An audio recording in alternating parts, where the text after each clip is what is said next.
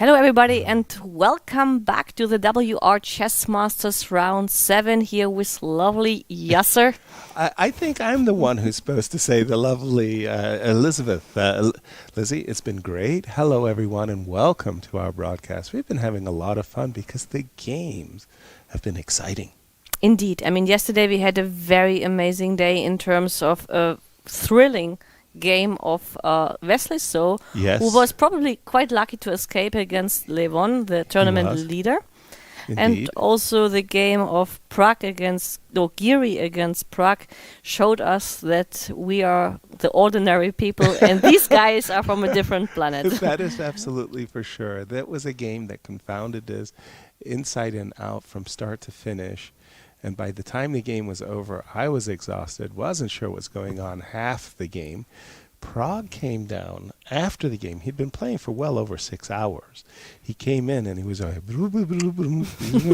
So it's just like kind of small Ivanchuk, right? And he was excited and thrilled and shared his perspectives and was full of energy. It was an outstanding round, and I'm looking forward to the round today. Here we take a look at our current standings, and of course Levon has been our leader.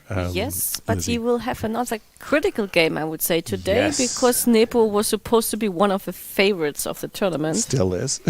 Yes, but maybe at the current score sheet, I wouldn't say that he's among the leaders, right? That's correct, but he is on the outside with a 50% score, drawing all of his games. He plays today against Levon. This is a huge test for both players as they have their medal.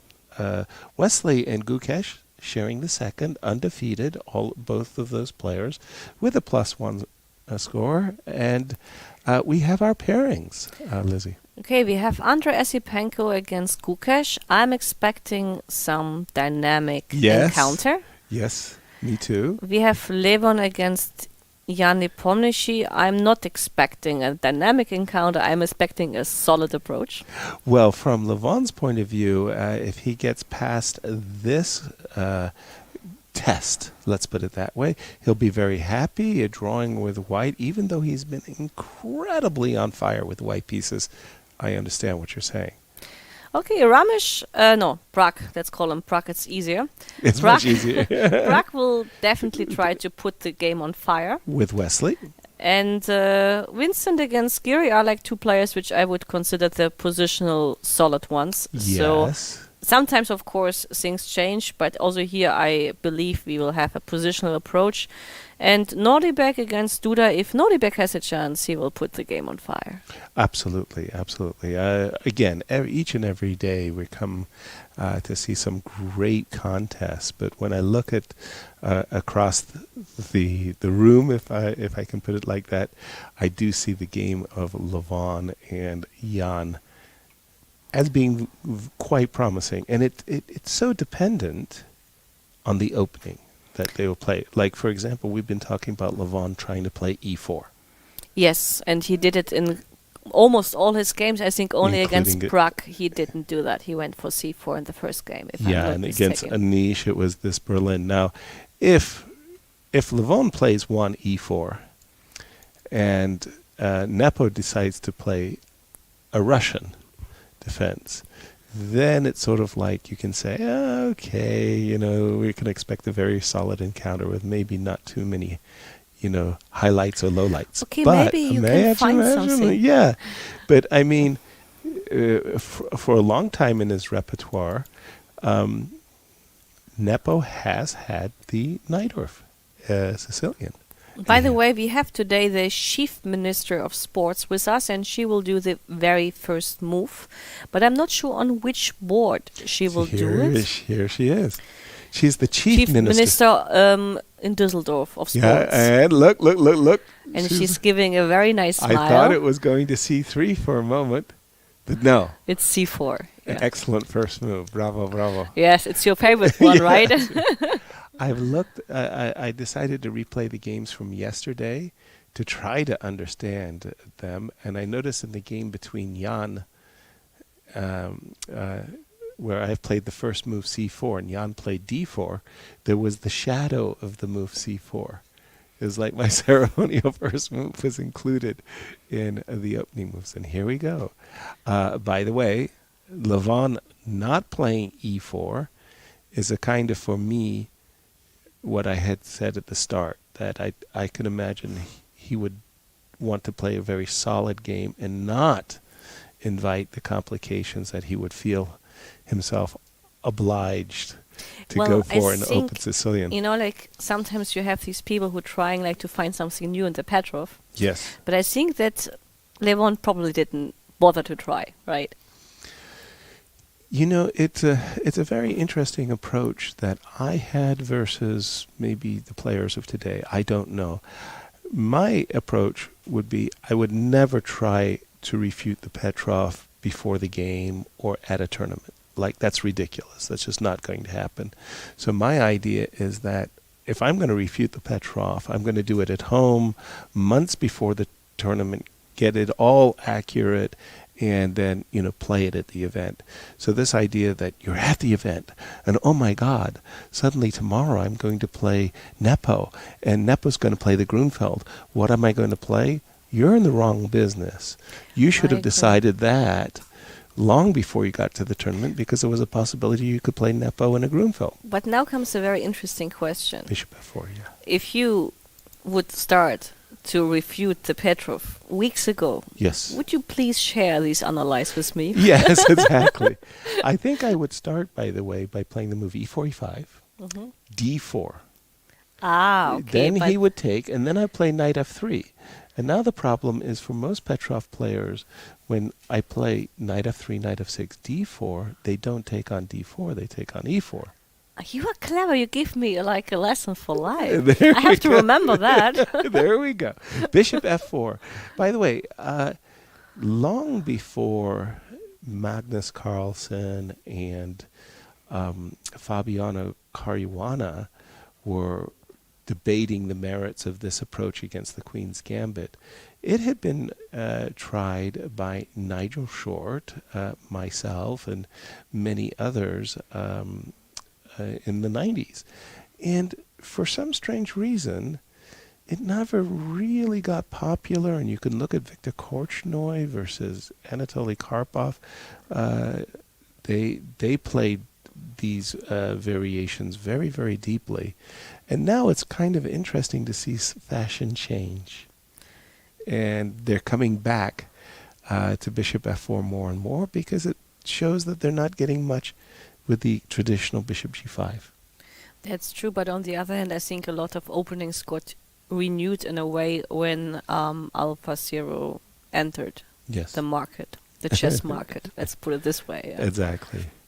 Now, in the good old days, Queen c2 with the idea of castles long, or even Rook d1 was all the rage.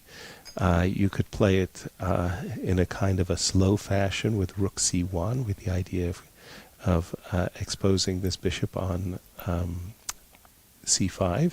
And even c takes d5, knight takes d5, knight takes d5, e takes d5, bishop d3 was all the rage for quite the while, with, again, just many games. Just the database just seemed to, your inbox just seemed to get full of games in this line.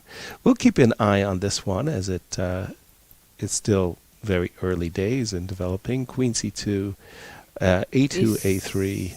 Are the main moves here. Are all the main I remember moves. just in case Queen a5 is played, then usually 92 is the answer. But this is all what I remember, because I don't play this line neither for white nor for black. There you go. So the players rehearse their theory. We have a Catalan. Oh, for a change. But with bishop b4 check, actually. Yes, and bishop to d2. And again, as a kid, I would see these really top grandmasters making these marvelous subtle moves and things like that. And it's this bishop b4 check, followed by bishop back to e7, is one of those decisions that would completely confound me. Because the white bishop is on d2 now. If you had not played the bishop to b4 check, the white bishop would be on c1. Yes. And what Black's argument, what the argument Black is making is the bishop stands worse on d2 than it does c1. But So he provoked the bishop to d2, so it stands worse. I thought like the reason was that the knight cannot come to d2. It No. was not about the bishop. It's all about the bishop. Oh, wow. Because the bishop, first of all, it stands in the way of the knight, therefore you were Yes. right, of course. But look at White's last move, b2, b3. He reinforces the pawn on c3. Kind of, if you like to say it, he's discouraging d5 takes c4. But now that you've played b3, aha, isn't that wonderful? You played the bishop. Imagine the bishop was on c1. Where would you say the bishop is Yes, but you know, going? like you will be laughing, but I think b3 is the latest fashion Yes. in this system. Yes. And sometimes the idea is here could be connected to bishop c3 and knight d2. Yes, and that's my point, is that if the bishop were on b2 in this position and not on c3, the move knight e4 would probably not be encouraged if the bishop were on b2. But now the fact that the bishop is on c3, the move knight e4, bishop e2, now no matter what you think of, let me just put it this way. Let me put it this way, and let's say this way, and this way. Now, no matter what you think about the Dutch stone wall, the old predecessors used to think it was a perfectly viable system, except that White had these ideas of putting a knight on d3. Like the knight went, you know, these Tigran Petrosian ideas, yeah? And the problem with that approach is Black is much more sophisticated now. His bishop is already fianchettoed. The bishop is on b2, not so interesting. And if you look at the games of Michael Botvinnik, he shows that Black is perfectly fine. So it is I know what you mean when you're saying the b3 is like a more modern approach, and after b6 I've even seen them playing a4 and a5. And rook fc1. And rook actually. fc1, Yeah. and here we go. I would even dare to say I had this position on the board during the Olympiad, but I'm not 100% sure. But I think I remember, yeah, like this kind of, I mean, I'm sure I had the check twice against Atalik and also against Maria Mutsishuk. Yeah. But you know, like, I don't quite remember the correct, like, or the exact move order because, you know, my memory is just a little bit rusty nowadays. I'll tell you a very nice story about knowing the line and not knowing the line and things like this. It was one of these marvelous tournaments in Monaco, the rapid chess with the blindfold, yeah? And after one of the rounds, there was a game Viswanathan Vichy versus Anatoly Karpov. And it was a very, very typical game with White having an isolated queen pawn. And 20 moves into the game, the players are openly discussing. Everybody around is our grandmasters. Lubomir Lvojevic. The whole place is full of grandmasters. And Vichy complains. He says, well, on this position, I just didn't know how to continue with my advantage. Should I play this or this? And I'm not sure I made the right choice. Advantage? Says Karpov. Advantage? I have the advantage. No, says, in this position, I have the advantage and I played this move or I didn't play that move. Advantage? No, I have the advantage, says Karpov. So Vichy looks at Karpov and says, dude, this is your game against Tigran Petrosian from the USSR Championship in 1974. You were White. You achieved this position. And then Karpov was like, listening to all of this, this was your game. He said, okay, White's slightly better, but after a few maneuvers, I will be better. It was great. Everybody was laughing with glee. Let's see. By the way, Andrey did play b3, and against b7, b6, Gukesh move, Andrey did play knight c3 with a very clear perspective of what he wants to do. He wants to play the move E2, E4. Now the question everybody will ask is it serious? I think not bishop b7, but bishop a6 could be the move here, no? Also, that's I think that this was a long variation by games of Karpov and Timon and many others. You may have seen some of them in your career. Well, I have to check my files, to be honest, and it would be written there. But and you might be surprised that black is welcome to simply capture a pawn. Play e4, you can capture a pawn, and the idea is if you capture more pawns, yes, then you get have something this like extra this. tempo. Yes, I remember. Yeah. Yes, that was what you moved faster than the point. Bishop e7, e4, and now you have a very interesting ideas.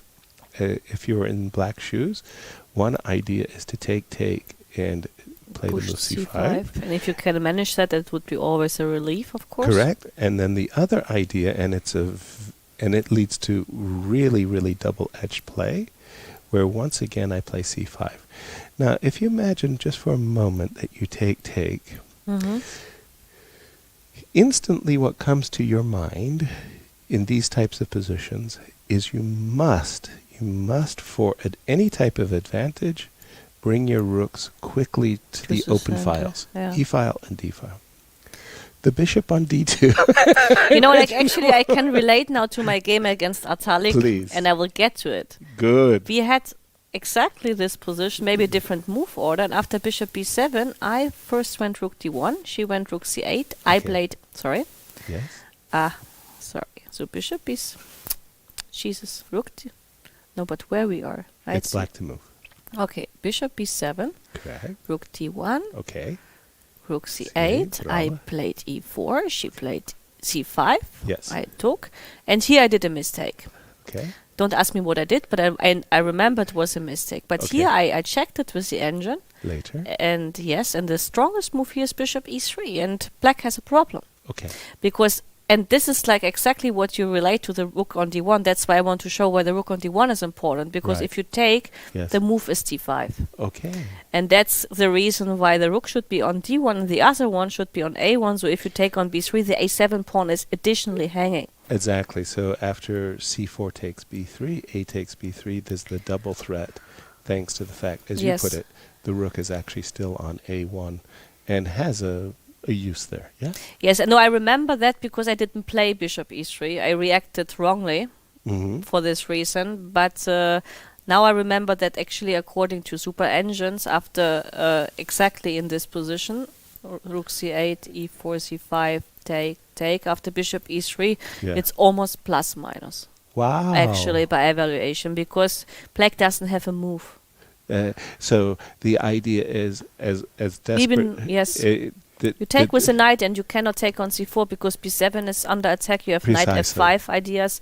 So this is already a very bad position, or the bad version of the Catalan for exactly. black, and then also just to make the further point that after bishop e3 takes d5. If you made a move like knight e6, then the idea is, well, white has the space protected, advantage, and the protected pass pawn and the space advantage and all the good stuff that are supposed to be enough for an opening advantage. But unfortunately, Yasser, I'm not sure how the position is without rook d1 and rook c8 included, because I don't have the move d5. Right. And that makes actually a very important difference.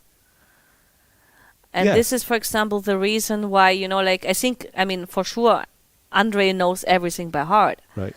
But, even when you learn the Catalan for white, and I learned it during the Olympiad a lot of times, I got always confused because the positions, even with such minor difference between rook d1, rook c8 included, or bishop b7 or bishop a6, it's very difficult to understand when you react how in the center. Exactly. The subtleties it's enough to send you mad. I mean, by the way, instead of bishop b7, the move that we've been discussing the most, bishop a6, and again, I have seen numerous examples of pawn sacrifices here that, could go, again, just challenge, right? It's just an open challenge, and I don't know. Maybe I'll put this rook on d1. But it's very important in any case, in the most lines when you play b3, to keep one rook on a1 actually, because for this extra tempo, this is what I remember from the lines they taught me during the Olympiad.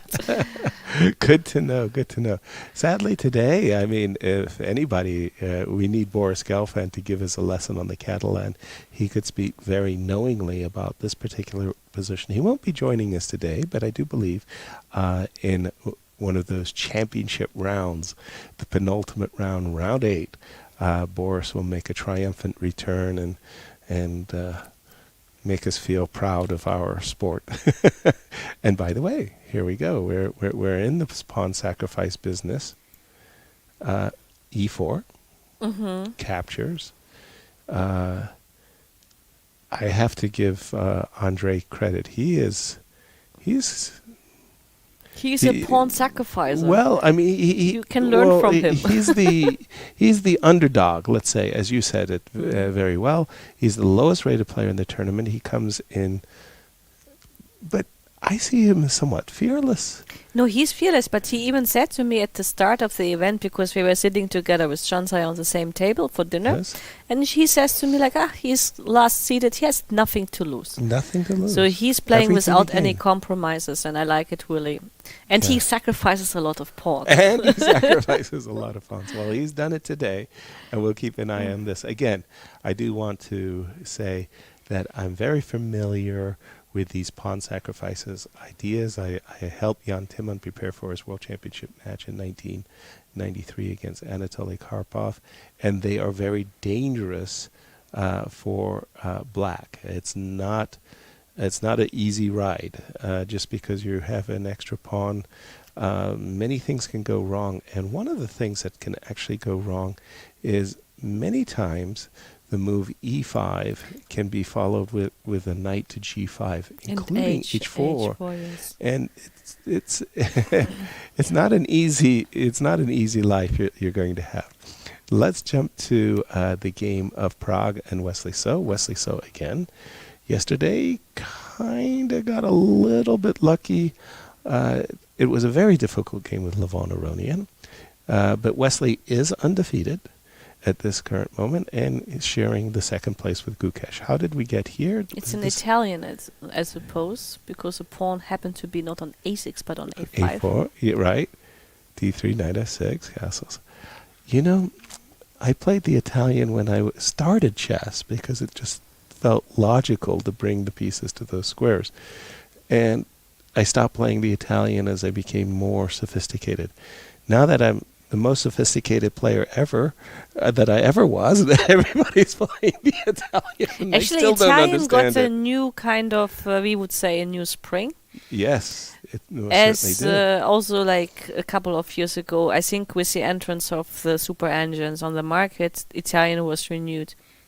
It has a lot of new subtleties. For example, the idea of a4 knight a3, we didn't know about that. Of course not. It was like an idea which was kind of new, right, but entered the market, I would say, like a couple of years just ago. Yeah, but for me, I mean, when I was playing the Italian, I was doing it with two purposes in mind. The first and most primary purpose, of course, was to grab the center. Nowadays, it seems like whenever the white player plays for the move d3, d4, it always goes wrong. Like, this is almost like they never play d3, d4 anymore. So what they've been playing instead is to expand on the queen side and or playing these very slow maneuvering games where somehow the knight gets to d5 in a certain moment or in f5 in another moment and some advantage is secured. It's tough. I mean, talk about the subtleties of the Catalan for a moment. And it will be interesting actually to see how Pragg is going to break, this rock solid wall, because I don't remember Wesley actually losing any games. And he has a very nice strategy. Usually in a tournament, like, he does a lot of draws, but he wins like a couple of games, and that's how you win the tournament. Precisely. In a very easy way. He gets his +1, +2, and sometimes his +3. Then he's gone. But yes, his formula of a lot of solid draws combined with a win here and there has made him well, one of the highest rated players in the world. Yes, but this is what you need. You shouldn't lose, and you should get your +1, +2 in a tournament. Exactly. And since the average is around his rating, he gains points. Exactly. Very simple logic. Very, very simple.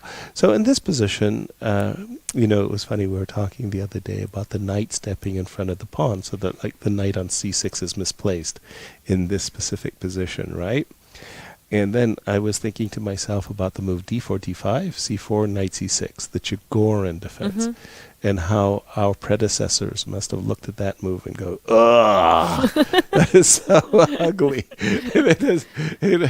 Okay, so tell me, I mean, again, this is all...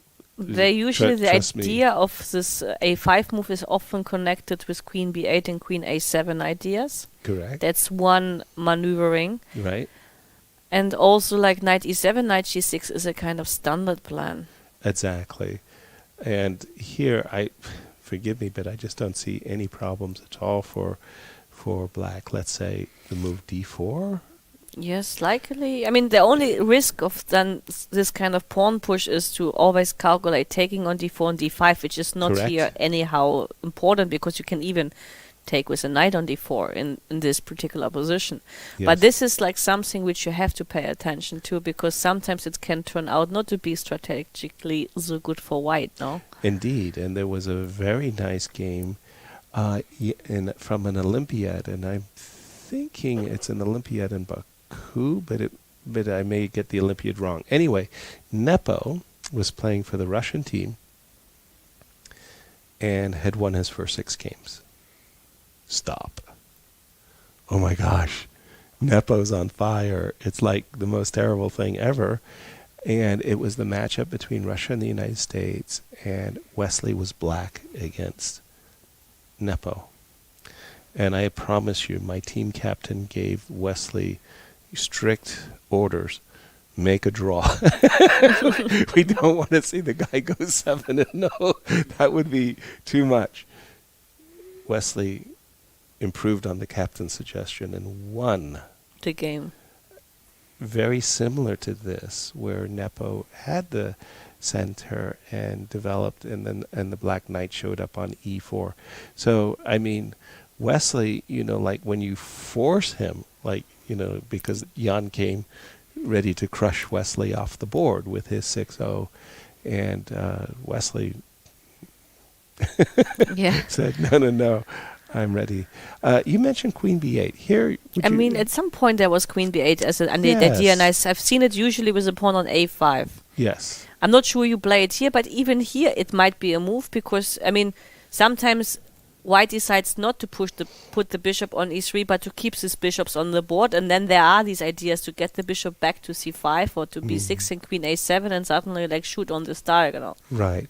Here I'd be a little bit reluctant if I was black, because the queen, and you can see there's a little traffic problem going on here on the queen side for black. That's rook on a8, may not be particularly happy. Yeah, you put the queen on a7, everything's okay, but I would be a little bit reluctant to step into these types of positions now, having committed my queen to b8, It just kind of feels like, well, probably if it was my turn, I might play queen back to b8. Yeah, I just wanted to mention the idea, not that you should execute it. Yeah, it does exist. I know exactly what you mean. It does exist. I'm thinking to take on e3, and again, my brain kind of turns to mush when I do see these positions, because it feels like they've only 200 games from this exact position, and I don't know who was on the white side. Was it Vladimir? Was it Vichy? Was it Wesley? Was it Jan? So many games, and it just feels very, very balanced to me. We'll keep an eye on this one, and we continue to Vincent versus Anish. Giri. Yeah. Wow. Okay, I'm looking at this d5 square. My eyes are popping out of my head. So, this is another one of those g3, bishop b4 check games. The suddenly, one you actually mentioned yesterday. yeah, that suddenly Just D6 wasn't played. right. It was played. Yes. Ah. See, so Actually, Anish was listening to your stream and thought, like, this guy is so smart, I should just copy paste him. I really should keep my voice a little lower. I agree with you, Lizzie. Give them ideas. Knight C3, castles B3. Well, B2, B3. Why do we need that move? Yes.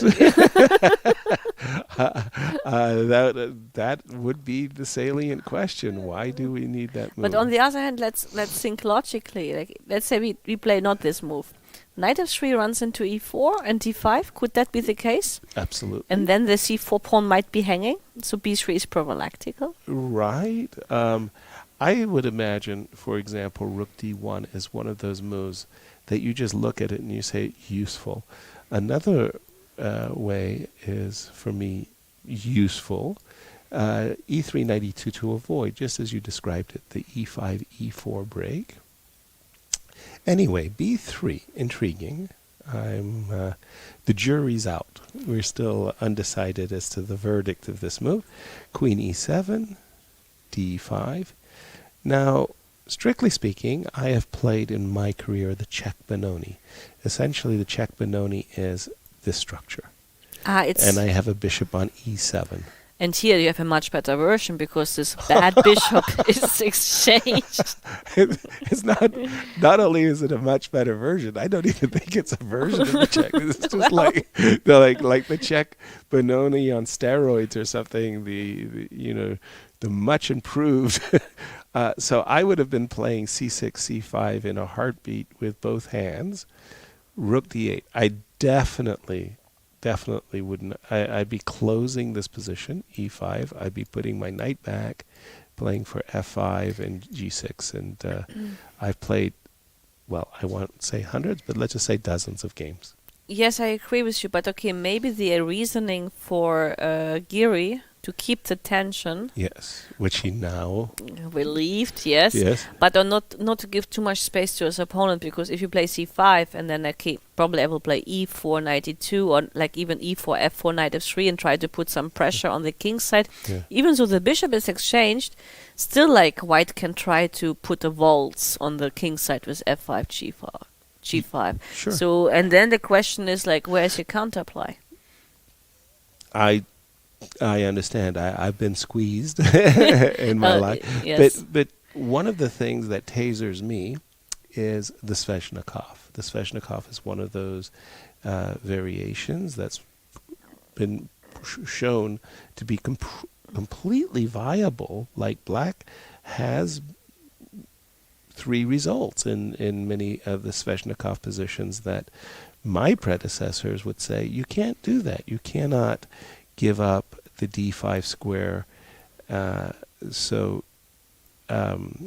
frivolously. And when you see the Sveshnikov and the fact that it's completely playable, it alters your thinking, and you kind of you say to yourself, gee, do I know anything about chess anymore? But okay, in the Sveshnikov you have a bishop pair, at least for the weak square on d5. Right. And here I think, even though I give you the square on d5, I have some dynamics here for black. Besides, I mean, like, you cannot go for knight f3. I mean, you can, but then you have to calculate bishop h3. So maybe you have to lose the tempo on getting back to g4, g2 to g2. Right. And I have a very easy setup. I go knight c6. I will bring my bishop, I don't know, maybe e6, maybe f5. I will see about that. So what do you choose? Bishop h3 here. And I'll chase you away because I'm that kind of a guy. Yes, and then I will go back. I'm not sure where I will go. But you kind of help me. For example, if you go back to e6, and I'm not saying it's a good or bad move, I'm just saying that I'm more or less on my way to the place I wanted to be, which was knight c3. If we go back here, I understand what you were saying about the dynamic. Maybe in this position, I can imagine a different approach for you, which would be something like this. So the idea is if you play knight f3, aha! Maybe I immediately fight for the square and push you out with a bishop on e6 eventually, and the knight takes ages to get to c3. Yes, that kind of thing. Okay. Okay, that could be just what Anish has in mind. At the moment, I must say, just color me rabidly skeptical. If this is a way of playing and equalizing, wow, great stuff. Just great stuff. And finally, This is a well-known line which actually ended in a lot of games quickly a draw, but wow. sometimes it's actually tried. I mean, I've seen it before in some top-level games. Okay, this is what I meant about Yes. refuting in knight takes e4. So just to be clear, what I had suggested to Lizzie is that if I was going to refute the Grunfeld, if I was to refute the Russian, I would start like this. But then actually after knight c6 you have to place a scotch. Yes, precisely. But here's the point. When you as black are playing the Scotch defense, you're not playing your Russian. Sometimes the players actually tend to play both. Okay, but I'm getting you out of your system. And also, if you play, for example, knight c6, I could play a number of gambits, not the least of which is c3. Another one is bishop c4, and bishop to b5. Yes, a lot of things possible, but how about bishop b4 check actually? Yeah. You're talking about my game with Lubomir Leboyevich. Very good. I mean, I see you studied your classics. But this one actually, I mean, this position I've seen already, like You have. Well, somewhere. Knight f6, d4, knight takes, e4 takes. Bishop c5. I thought everybody was playing d5 there. Never mind. No, never mind. Bishop c4, knight takes f2, takes. This is all very well known, yes?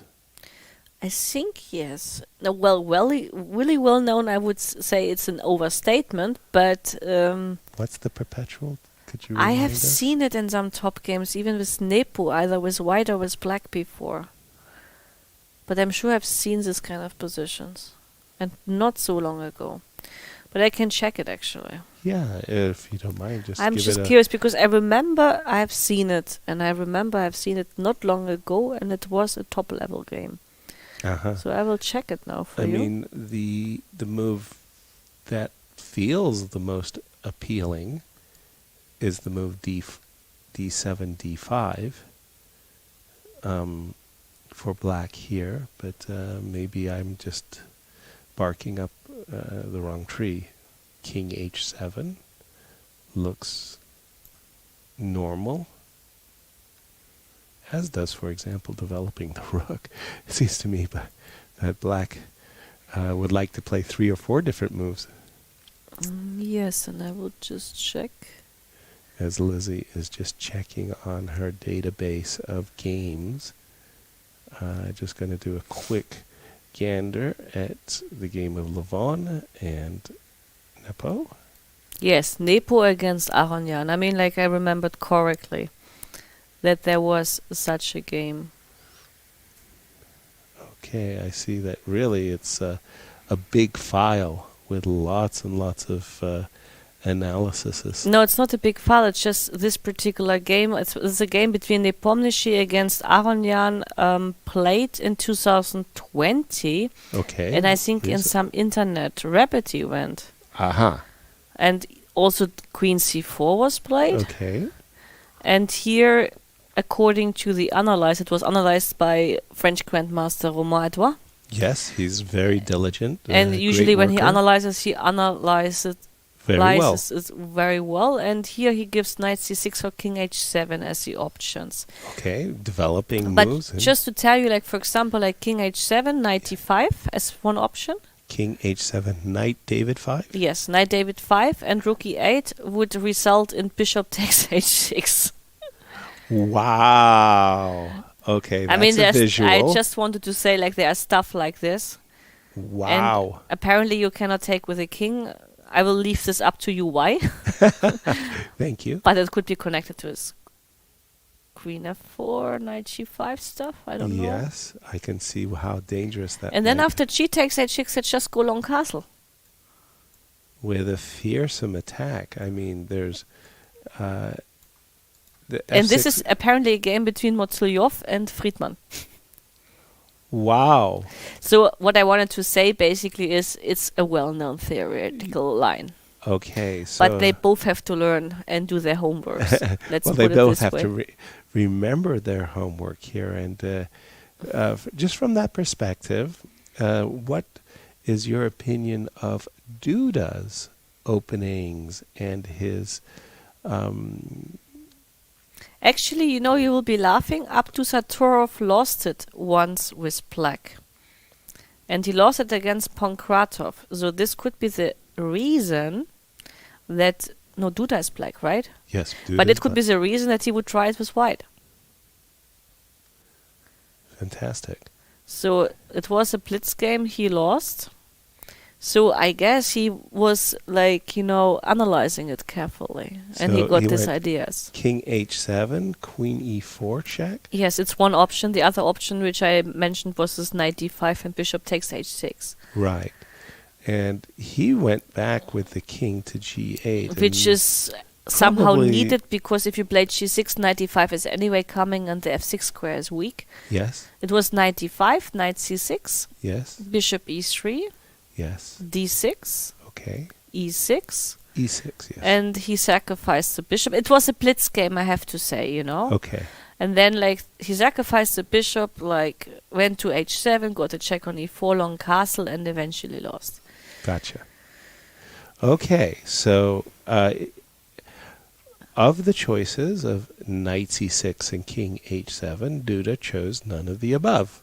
That's interesting because I will check whether d6 He is a played novelty. d7, d6, which looks strange to my eyes. And it's new according to what I've seen in the database. It's a novelty. Okay, because essentially, white has sacrificed a rook in order for free, quick development and to get to black's king. The move d7, d6 is almost an invitation to say that I'm going to open the position. I would never want to play as black. I would never want to play the move d6 takes e5. So the only reason I would be attracted to the move d6 at all is to develop my bishop, but I couldn't develop the bishop to f5. Knight h4 check would be And also to I would say devade, you know. disappointing. But also to devade. I mean, I want to check actually, like, if this move is a super engine move. Just because then Yes, we know please do. whether it is like a It preparation or whether it's made up. It looks strange to my eyes. Let's put it that way. If I'm in white shoes, I would probably be highly inclined to a move like bishop f4 with the idea to castles, or bishop to e3, just developing. And I don't see the move as d6 helpful. What does the supercomputer say? I will tell you in a moment. I just have to do it. But I'm curious just to understand whether this is prep or whether this is homemade, whether this is self-created. Uh-huh. So I will tell you in just a second. As Lizzie keeps us hanging by our fingernails and the clock is ticking. Well, actually, it is, from the super engine perspective, the second choice after king h7. Okay, so It's king h7 playable. is considered the best, but d7, d6 is the second choice. It's the second choice, and with Interesting. equal, like with knight c6 choice. But there are like three playable moves. It's king h7, it's d6 and knight c6. Everything else is, according to the super engine, not a good idea. Not a good idea. Just don't do it. Okay. Okay, and after d6, what is the super engine's thought that how should white prosecute the position now? They give two options. They either say e6 or knight d5. Right, and e6 looks very attractive because obviously you have this immediate threat of queen e4, which simply wins. So after e6, I guess the king has to go To h7, yes. hiding away. We have something like queen e4 check, and I'm assuming g6 is necessary. And here we get into those bishop takes h6 and knight d5 types of positions, yeah? Yes, 95 is very strong. And like, just from the psychological point of view, we will see by the reaction of Adbusattorov whether he prepared d6 or not. But since he is so furiously calculating with this. No, d6 was played, actually. Uh-huh. But this is strange that it now pops up. Maybe the move order was different. And it was played between, actually, like, interesting enough, and I can tell you that maybe a lot of players don't know about this. But, usually top women chess players have the best preparation from all these top GMs helping in the world. And it's like Anna Mutsushuk against Hampi Konaru. Yes. And it's a different move order, but they get exactly to the same position. Yes. And here, the move after h6, e6 is a novelty, but this is like what the Super Engine anyway wants. Okay. And it was a blitz game, eventually won by Pragg. But this just because the mistake happened right after e6, king h7. e6, king h7 here, like knight e5 is a blunder. Oops, that hangs because the of rook e8. And then you have the pawn on e6, bishop takes e6. Yeah. No, this doesn't work because of queen e4 check, I suppose, but you can play rook e8 and you have a problem to hold the guy. Gotcha. So e6, king h7, you have knight d5 is a blunder because of rook e8. You have to first give the check on e4 to lure the king to g8 and then knight d5, and this is a different story. Yes. But I think Anna remembered it, but not good enough, and it was a blitz game. Gotcha. But just played a few months ago in the Tata Steel Blitz chess event. This is very, very topical. It's strange how, because I had, in my mind, I'd always thought that the move bishop c5, bishop c4 had been worked out to an absolute concrete result, and that's why I thought that they were playing d5 instead. Bishop c5, and we have what turns out to be a very topical rook sacrifice. Whew. Well, certainly you don't go into the round without preparation. Come on, Liz. This is like tough. What I don't understand is why Nordibek thinking here. If if you analyze this line and you prepare this line, right? Unless like Duda played the Petrov out of sudden and it was not in his repertoire, which somehow I don't believe. Let's say. Me either. So then it would be normal that apart from the lines which are played in the database, you check it anyway with the cloud engine, but then you see the move d6 popping up. And either now he's thinking because he's trying to remember, or he is in new land. But this would be strange. Very strange. Just to understand. One of the things that is tough, though, Lizzie, is that you get in a position like this, and your head is kind of swimming because the variations include the moves knight d5 and queen e4 and e6, and then you get to the board. Yes, I know. There you go. Is this the line I'm supposed to play, e6 or knight d5 or queen e4? I mean, it's very easy to get yourself confused, as we see Rebecca at the board there, kind of just suffering. Let's go back for a moment and jump back into this all-important game between Levon and Nepo as they played this Queen's Gambit decline position, cd5, knight d5. So we got this actually. Yes. Knight takes, pawn takes, bishop d3. All of this stuff is really standard. I have to give Timur Rajabov a lot of credit because he really blazed some opening theory on the black side. He really worked very, very hard on these positions, and he showed in some very precisely played games how black can equalize. Bishop b4, knight d2 check. When I was a kid, I was very often known for my eccentric king moves, and I have reached this position and I have played king e2. E2. Why not? Yes, thank you. Thank you. You would be shocked by the amount of criticism I receive. But why for you playing- can sneak back to f1 anytime Thank you want. And the knight thank on f3 is you. much more useful than going. I like, should have had you as voluntary. my coach. I mean, you would have how do you say, improved my spirits. Instead, I got criticized. Look at this guy. He doesn't know what he's doing. You know, he puts his king in the center of the board. He could have blocked the check easier. Yes. Yeah. All right. He did not do that. Mm-hmm. Instead, he played. Knight d2. Yes, he did. Knight d2. Knight c6, castles. Bishop e7. Also, I think the players have played many times moves like queen f6 there. Pardon me, right here. Queen f6 is also, I believe, kind of a theoretically played move. But then I can probably just answer with queen c2. I protect Yes, b2. I yes. attack h7. Yes, yes, And yes. then I will move my knight yes, around yes, yes. the globe. And this bishop oftentimes ends up on b6 as I'm supporting with my queen on, let's put those moves that we've spoken about at least on the board. And you said queen f4, queen c2, attacks the pawn. Yes, yes, yes. And the idea is that this queen is actually, you want to play the move d4 Yes, without to get necessarily... rid of your isolated pawn. And then you would Exactly. equalize, actually. Thank you. That's, I mean, boy. Finishing the thought. This did not happen after castle. Bishop went back to e7 and the bishop popped up on f6.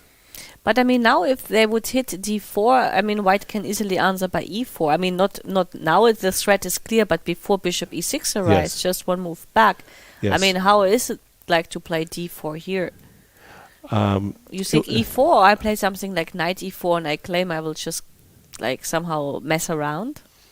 Because if you play bishop e5, bishop g5, and I would say like I'm messing around. messing around, as I usually like. Right.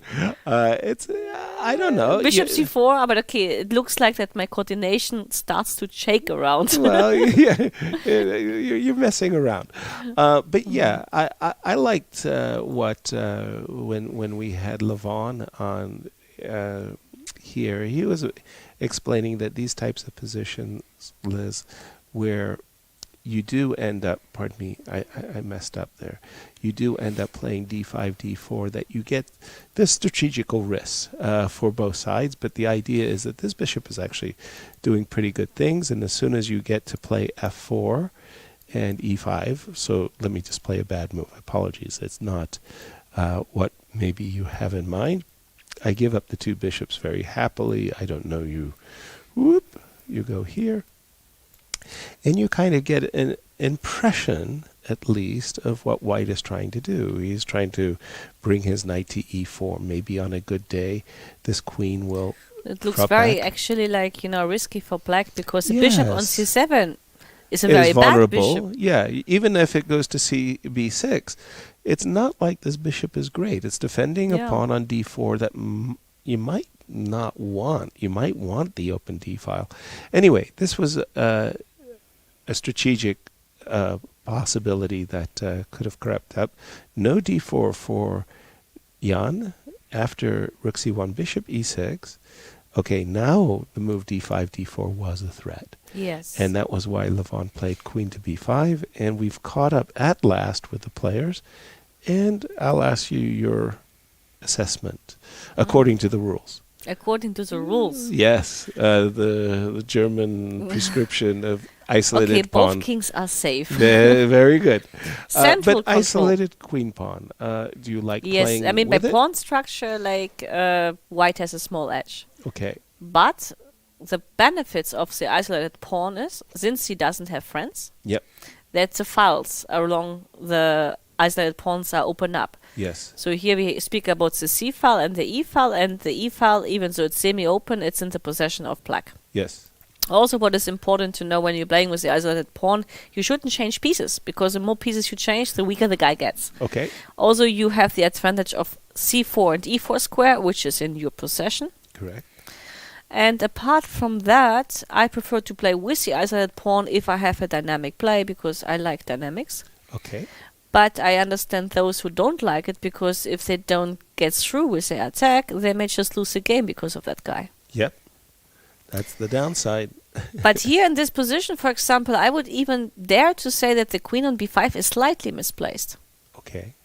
I don't really like it either. At the moment, it's going to be difficult for you to kick her away. For example, a6 will only invite the queen to snuggle up onto the b6 square.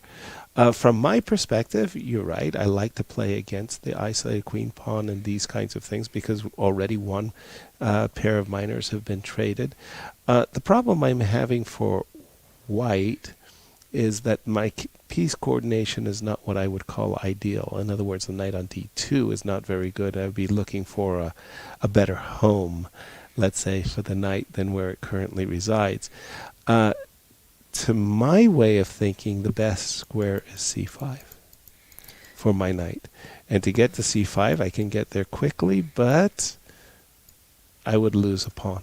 That's why I would prefer the queen on b1, for example. For example, or maybe even on e2. E2 would be a nice square, and then like to have, knight b3 coming without any issues. Right. So here I might be tempted to play a move like rook c2, which is a kind of a preparation for the knight to swing to c5. The problem I'm having... After a6, where you go with the queen? Queen b6. I just snuggle up. You still believe that your queen is safe? I don't know what I believe. I'm not a big believer in... Queen d7? Queen David 7. Yes. Now, I know that you would like to trick me somehow, but okay, I'll fall for your devilish plot. Knight f3. Bishop. Oh, what am I doing? Jeez, I apologize. Let me take that move back. I will go, not knight f3, knight to d... Oops, how do I do it? Here it goes. Rook c2, a6, queen to d7, knight to f... Knight to b3. And after bishop d8? No, I needed the square. Huh? I needed the square b6 for my... No, bishop to d8. Okay, sorry. I'm confusing myself. And you are still believing that everything is bishop e7? Yep. Or b6? Where is your queen going after There b6? is d6. Okay, bishop e7 then. So we can make a draw, or I can play for a win. Be a hero. I've always... Knight b4? That's not very heroic, is it? Well, actually, maybe you will play for a win, but Of you mean black. Of course. No, but I have actually a quite good idea instead of rook c2, Yes. which is maybe a little bit sophisticated, but quite... Then I'll have a hard time understanding it then. What? No, not no, rook not c2. not rook c2. No. Something like which is a very my style. clever idea. Yes, please. But can I go back like this? Yes, you can. I will just go bishop b1. And I thread queen d3 with a tempo, and then I will take care about the bishop pawn on b2. I like this move because it's very Karpovian. Anatoly Karpov put his pieces at a distance so they couldn't be attacked. Bishop to d3. Okay, let's say I develop. Yep. Okay, I will go for queen d3. The problem I'm seeing is at the end of the day, b2 is still a little tender. And bishop f5 is also a little tender. Tickle. Yeah. Okay. Yeah. I will it was have too to sophisticated. It was Very too optimistic. Yes. But maybe actually this bishop b1 I would even keep, and after g6 I would go with the bishop to a2. Okay, so, sorry, let's go here, here, here. No, not the queen Oh. to b5. I mean, like, not yet. Not But then he doesn't have to play g6. So here, yes, here. it's not so easy, yeah. I And thought now like you're bishop a2, but then you have d4 probably even at some point, and it's Yep. getting annoying. Yep. I don't like the queen on b5. Well stated. Hmm. Okay, well, we'll leave Levon. Going back just one more moment here to this moment. And again, if we don't like the maneuver of rook c2. I just don't like the knight on d2. If I can't bring the knight to c5 because I have this interruption, then for sure, knight f3, h3, rook d1, bishop f1, or bishop e2 are kind of the go-to prophylactic moves that white can play. The queen on e2, queen on b5, pardon me, does make a little awkward impression. Feels like Jan is fine, and I would call the position balanced. Yes. By the way, this was also the annotator's cop-out. When you really didn't know the proper assessment of the position, here it comes. Are you ready for it? What we all said was dynamically equal. It meant nothing. But every commentator around the world you could also say like positionally better but dynamically worse. Exactly. They would nod their head in agreement that yes, dynamically balanced. Let's slip into the game of Andrey and Gukesh for a moment, because this was the Catalan that went into the direction of a pawn sacrifice. And here it comes. Rook e1, e5. A counter pawn sacrifice. Wow. See, this is what the computers have taught these juniors. Yeah. The computers have taught the juniors to be really forcing. Yes. They go into these lines that they can calculate to an extraordinary depth. No captures. Knight e2 is like the least Wow. move I would even consider. Wow. Because it doesn't look logical at all. Explain to me knight e2, please. Well, indeed. Well, first of all, I think this is his problem, right? If you try to take the pawn and try to somehow maintain it, it might backfire because It you might have a backfire. lot of dynamic play. Bishop c5, queen e7, and somehow white's pieces look awkward. Yep.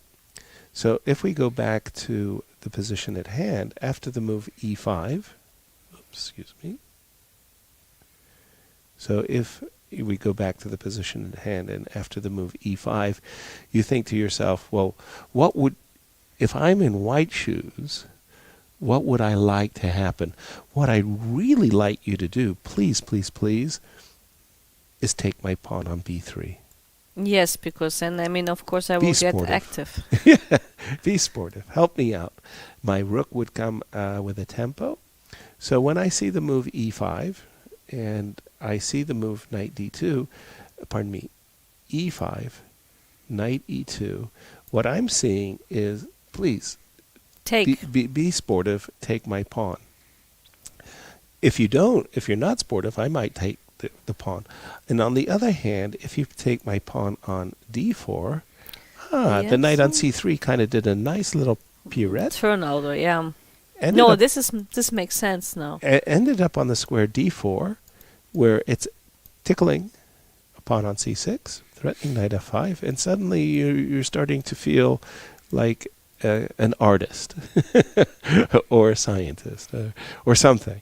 But here's the thing that blows me away. Look at the reaction that Gukesh made to the move knight e2. Like, what? Knight g4 was played to knight e2. Like what? So explain to me, please, right. what happens after h3. Right? Okay. So logically speaking, there's a square. Yeah, there's a square. It's just a beautiful square. Look at that square d3. Mm-hmm. And in our mind's eye, holy smokes, if we could get a knight I agree with on you. d3, life would be really good. So the move knight g4 is literally aimed at, I want to take, bring this knight to e5 and then place it on d3. This Precisely. I agree. Okay. But so your move h2, h3 would be met by the move e5 takes d4. Now, if you took the knight, I'll play d3. I'll win my piece back. So I'm assuming you wanted to take with the knight, yes? hang on. Hang on. Yes, I wanted to, yes. Then you go knight e5. That's right. And that's the idea behind Gukesh's knight Very d4. deep. But it's, wow. I can imagine coaches around the world tearing their hair out exactly at this moment as they're teaching their pupils to develop the pieces that are undeveloped, to bring their forces into play. And then you see one of the top grandmasters in the world playing a move like knight g4, which seems to be a leap of faith in the middle of the board. It's like, coach, why did he do that? I don't know. Next.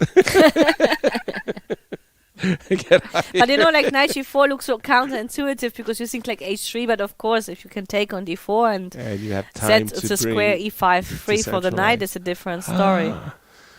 Yeah. There was one game where, coaches around the world are telling the children, develop, control the center, develop your minor pieces first, bring your king into safety, connect your rooks, and occupy the center, and you'll be fine. And then there was a game that Hikaru Nakamura played in Gibraltar Open, where he moved, in the first 12 moves, he moved his pawns like 5 times and his queen 7 times. And then finally his king. And at the end of which he was slightly better with black. He hadn't moved any of his 9 pieces at all. I mean, he moved his pawn 7. Like, what? You look it up. It's like all the coaches in the world were crying in misery. Hikaru, we hate you. Because all of our cherished principles were violated in one game. No, but actually, like, chess changed a lot because of the influence of the modern digital world. So I'm not surprised that suddenly things are working, which before would have been like just considered condemned. Illogical. Just like, get out of here. So this is, of course, something. So here, because this is going to be great, because it's impossible to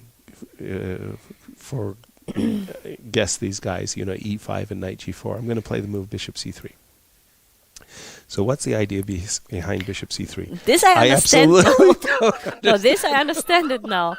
Because when the knight gets to d3, there's going to be a bishop takes g7 splat, right? No, I meant like if you take on d4, I could maybe take with a bishop and you don't get towards e5. No. I'm going to I'm going to give you everything you ever wanted. And you get your knight to d3. Actually, I should trade a pair of knights. I shouldn't be so flippant about it. Let's go. And I'm saying bishop c3. Check this out, Liz. You're going to love this. Takes. Knight e5. I will take. What's better than a pawn sacrifice? Yes, you guessed it, an exchange sacrifice. Yes, okay, but this is like whenever you sacrifice something and the king is weak, it's almost always justified. Thank you. So this is a rule number 1. Oh, this is even a rule. King safety is before material advantage. Okay, wow. I didn't know that one. But yeah, I can imagine bishop c3 as being a very logical answer. If the fight is over e5, if the fight is over d3, the bishop is on the way of, and I want to fight for this diagonal. Yeah? Yeah. So I can... So bishop c3 actually, yes, looks tempting. Yes. Thank you. Could be. And who knows what they're coming up for now. Yeah. For sure. We'll leave it. Where would you like to go? Take us. Maybe we should go back. Okay, Nordi back is hardly moved. After d6, he took. No, the guy on h1 was gone for ages. Yeah, no, I'm saying after d6, he did play knight d5. Which is, I think, according to what I saw, also possible. Of the supercomputer, yes. Yeah, I think knight e5 was next to e6. Not e6, I mean, e6, it was next to e6, other possibility, yeah. Well, here, I look at this, and the move knight d5 looks, frankly, awesome. Why?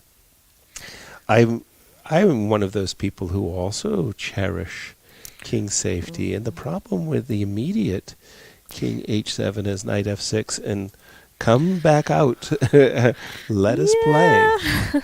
And yeah, that's okay. So if you don't mind, if it's on, if you I will didn't check it close again. the screen. No, I didn't close it yet totally. So I will. Tell us what the supercomputer thinks of the move knight d5. I remember at least that the supercomputer didn't scream for huge advantage in any circumstances. Okay. But yet I will tell you. 1 second.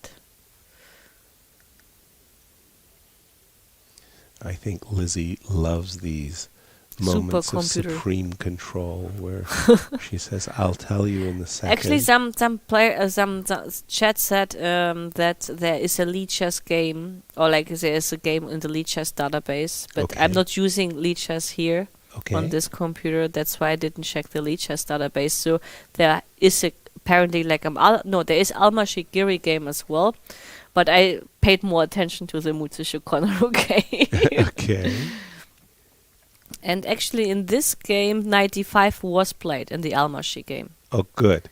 And after knight d5, There are 2 games now because I'm in the different move orders yes, apparently. yes, So we have rook f8 only move. rook But f8. as for the super engine, sorry I didn't Double check that. check that. But I love the move rook f8 because that is a move. Well, but it's a mistake. No way. I mean, it's not a mistake. It's not given by the super engine, so I considered it to be a mistake. If it's not given, it has to be considered It's a mistake. -3 After rook f8, I love that move. because queen e4 is just winning, and that's how Almashi and Pankratov probably won their game easily. Queen e4 check is And just then winning. you have knight h4. This is a Yeah, problem. bishop f5, knight h4. I agree with, but king f7. I didn't see why I have to resign. I thought I would Because there's guess it. guess it. Bishop h6. Yes. Ah, But it's logical, like you bring all the pieces in, you have this queen h7 check idea, and if you take on h6, yes. which was tried in one game, then obviously it's queen h7 check and knight takes c7 and game over. Correct. And if you play knight f2, which was tried in a more sophisticated style in another game, Oh wow. Yeah. then you can even take on f2, or you can be even more like sneaky and play queen h7. I like queen h7 best. Yes, but I mean king takes f2 is probably easier. Understood. Anyway, It looks like black is being roasted and toasted here in this one.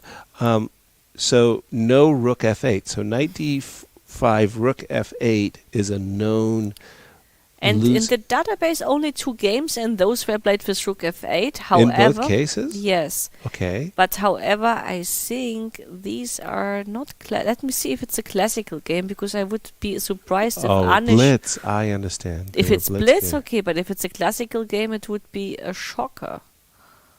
Let me just check. Almashi Giri is. Why I have always this kind of stuff. 1 second, I'll tell you immediately. It's a blindfold sport accord.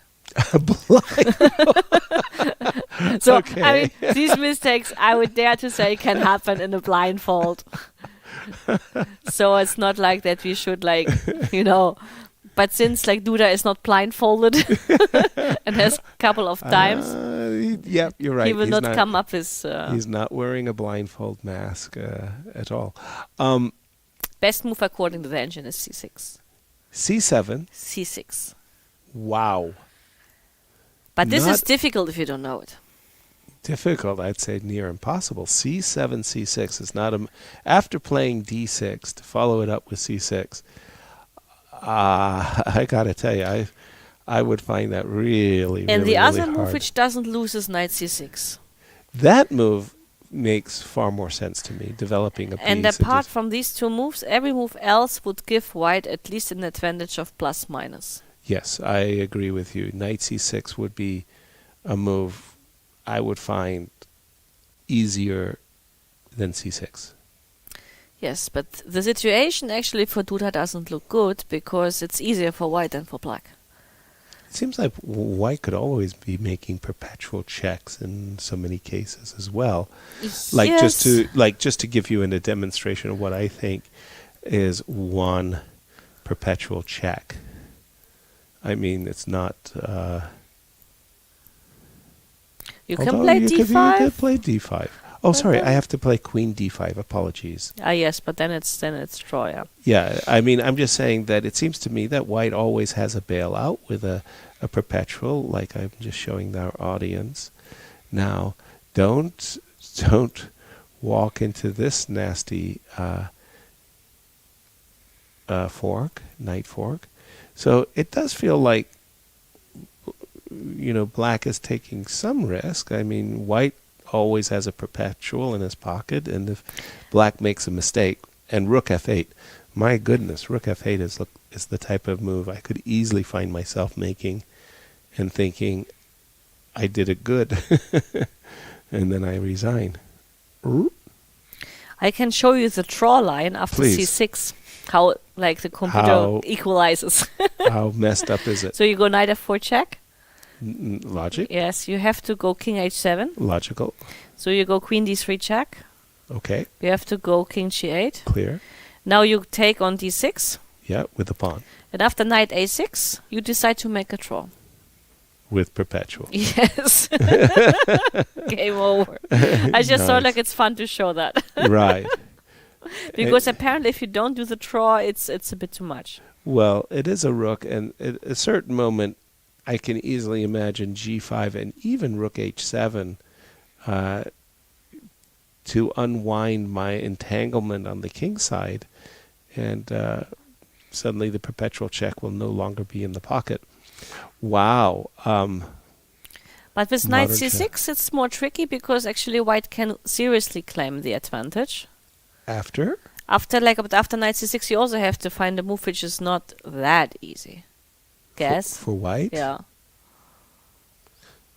I'd be developing the bishop, but that would be probably the wrong thing to do. No, it's e6. e6? Yeah. Okay, I could Knight c6 is on the board, actually. Yeah, I could probably guess that e6 is a very tempting option for white. Because you cannot take on e6 because of knight f4. Correct. The only move is king h7. Makes sense. Logical. Yes. Queen e4 check. Yep. King g7. King g8. Yes. King g8. e7. Yes.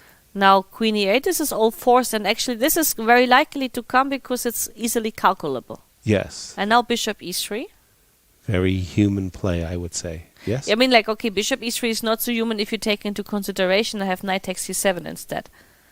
Yeah, but then he's got queen takes Yes. e7 and da-da-da-da. And But bishop e3, yeah. And now only move which doesn't like give terrible things is bishop d7.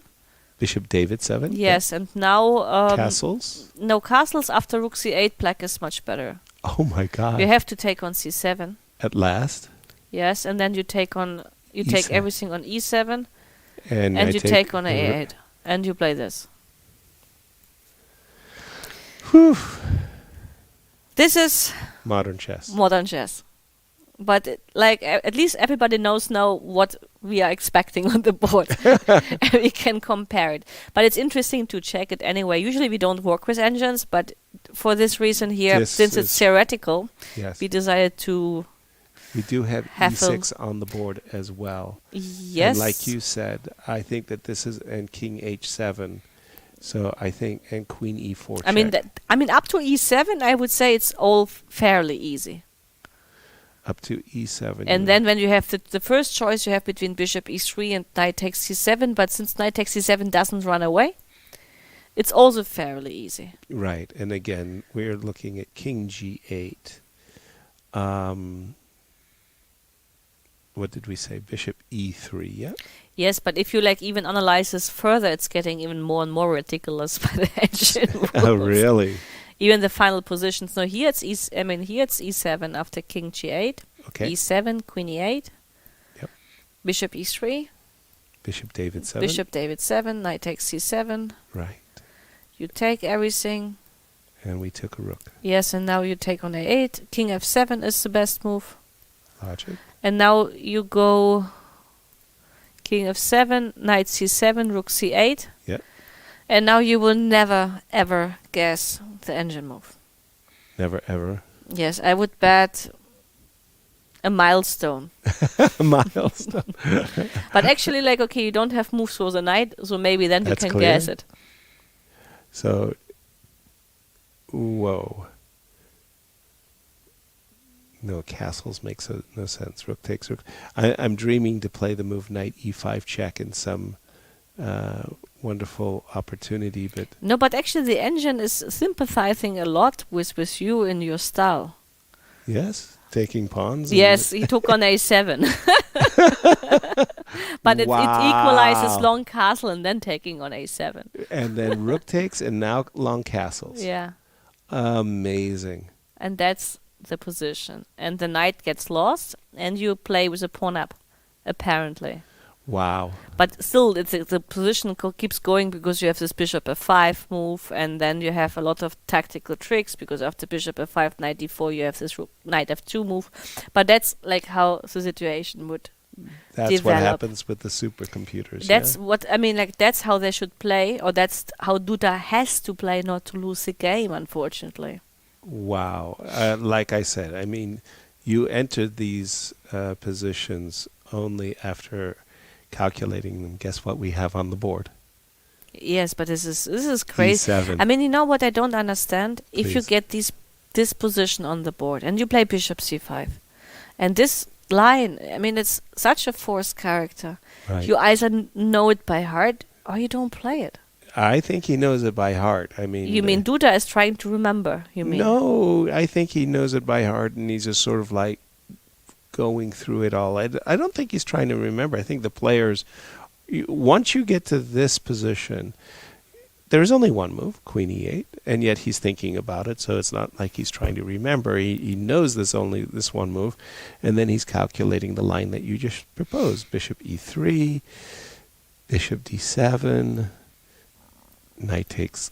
Again, the threat is rook c8 on the persuasion of this, and this is where I'd stop, because I find myself much more attracted to the d6 pawn than I do the a7 pawn, and I probably want to take the a7 pawn now, because I need to make sure that I get the knight, right? And this would allow knight f5, and I would start to feel a little bit queasy. But if you take on h1 and I protect the pawn on a7, how you will likely win the game?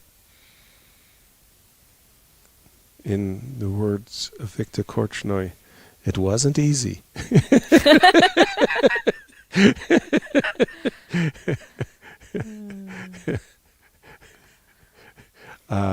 We have. Did I tell you anything about isolated pawns? Well, I have at least I have the right bishop. Yeah, I have the structure. Yeah. Okay. Wow. Well, we'll let these giants slay themselves in this remarkable piece of preparation. Did I mention to you the idea of rook c2 and knight b3 I would find attractive? Yes, it's on the board. And did I mention that also queen d7, bishop d8 I find attractive? But Lizzie, let's talk about my plans. But I have a draw here. No, you cannot play on. I cannot play on? Bishop d8, bishop e7 is a draw offer. You Okay, cannot play. maybe not the worst thing that ever happened to Levon as he's leading the tournament, but you're right. And then in that case, by the way, let me just refresh the board. In that case, by the way, if you refuse my offer of a draw by bishop d8, bishop d, knight c5 is really scary, right? Like if it was white to move, knight c5 might just be winning the game. No, the only thing is like that after bishop d8, queen c5, if you have anything else in the pipeline here for black to play on. Well, the problem is that once again... Yes, and also you can take on c8, so knight e5 tricks don't work. Right. That's important to mention in this knight e5 particular case. That's a rook that I am grabbing. The rook is not defended by the rook on f8. Good point.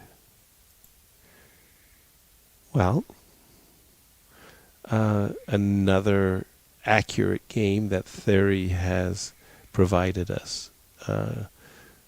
Good play by both players, and well. Yes, we can actually have a last look, maybe even in Keymer as Giri. Okay, sure. By the way, this is, again is the game of Andrey, and I suggested bishop c3, but kind of in a flippant type of way. Let's see what happened, because this was this crazy outpost game. And yes? he played knight a6. I mean, it seems No, like that he didn't play knight takes d5. Ah, Vincent, took with a bishop. I mean, either is genius or dude. But actually, it makes sense not to take with a knight, because then, like, it's harder. Like, you don't want to exchange this knight because it gives very good space. Not space, but control of the d5, and Right. you don't want to exchange it on the other hand. I know one of your rules. I've been around you so long now. You've said when you have an advantage in space, don't unnecessarily trade pieces. That's true. There you have it. So I'm just reciting the laws. Now came the move e5, e4. That seems to me to be extremely ambitious. What do you think of that move? Well, I just get the control of the e5 square. I have the e4 square under control, and I give my d5 square a little bit of freedom. Wow. Okay, So so from according those to- perspectives, it's According good. to the rules of the central control, this move makes sense. But of course, you have to understand whether you lose this pawn or not. But That's I mean, like to basically discuss your concerns, right? I mean, I understand I need professional advice, but yes, to assuage my concerns, you should inform me that the pawn is safe. So, for example, Vincent, who is thinking, is very pleased, I would guess, to play the move knight h3. On a good day, the knight travels to f4 and then to d5, and he will be lord and master of the center. But maybe like here, it's a good moment to take on h3. Okay. Give you the bishop. Yes, yes, yes. That's fine. Yes, yes, yes. And Are you going to be playing for d5? not yet. I soon? mean, after knight c5, are you going to play b4, or you're no, saying no. King safety. You. I've seen these guys play enough to know that king safety is important. Okay, then maybe a5. But then, okay, the Okay, b5 knight square. safety. I get that. And finally, yay, the beautiful blockade. Yes, it looks like that white is actually the beautiful blockade. has a much more comfortable position. Yeah, I like comfort. I like comfortable.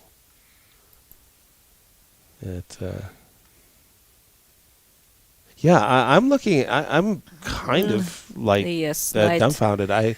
Vincent is analyzing furiously as if there is another alternative to the positional knight h3. Is he thinking that he can just win a pawn?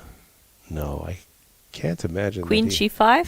he's getting Something some like that. ideas, you know. Queen g5, 'cause he seems to h6, be- queen h4, and then Yeah. saying like, it's mine? Why not? Well, he seems to be calculating it furiously, but of course, well, I mean, I can just defend it, right? Like knight c5. This must be where he's going b4 or something. No, I don't feel it. I feel like knight yes, h3 I think it's a bit over the push, but over the push. no, well, I don't know how you say it, But I like it over the The push. push. I mean, I'm pushing him over. which means like it's exaggerating. Yeah, I get it. I mean, with my niece and nephew, we play King of the Couch. You know that game where you kind of just push the smaller people off the couch and tell them that the floor is a very nice place for children to stay. They push back over the push. Over the push, I like it. exaggerating. E5, E4. Wow. Not a move that would have come to my mind. And as we prepare for our first We are still break, we are still in the line. look at this. Aren't they Yes. amazing? Yeah. The players today. That's the other thing that I find. It's one thing for me to tell you that, you know, I can play everything. I can play the English, I can play the French, I can play E4, E5, I can play D4, C4. I can play everything. I can play the sharpest variations of the Russian defense, and I know them. But And you go, well, I mean, come on, that's ridiculous. That's encyclopedic knowledge. It's impossible that you have all of those patterns and lines in your mind, and yet you find that when the guys get here, they honestly, they like seem I to know what love they're the doing. times when we didn't have the super engines and Of the course, engines it arrived. chess was a Because mystery. yeah, chess was was much more like, let's say, creative and not out analyzed. Wow, and again, they're following the lines perfectly. Bishop e3, bishop d7, just as you said. Knight c7 is the main move. But Anything even that so, allows rook yes, c8. but I think this is actually not that difficult to find because of lack of possibilities, Alternatives, right? yes. Yeah, alternatives. Yeah. I would actually rather be curious after we have the position with knight takes c7 and rook king f7, which you will likely get. Yes. Like if he would dare to take on a7. Yeah. So up till here, I think it's very likely we will face it. I could imagine castles long, but yes, bishop takes a7 and Is a away you phase go. which I mean, this is like maybe a move. Okay, all along castle, rook takes c7, and then bishop takes a7, no matter Sure, which it order it transposes, is. yes. But that would be, and now bishop f5 has to be played. Yes. And Knight d4 is suggested. Knight d4. And now knight f2. Knight f2. Now I don't remember, probably rook f1. Yes. And Makes- here I also can't say what is the move. It's tough. For those of you who want to find out what the move is, you're going to have to join us as we're going to go on our first break of the day as we're bringing you this action of round 7 of the WR Chess Masters. And it's been a great event, Lizzie. So far, so good. We'll see everyone on the other side of the break. Ooh.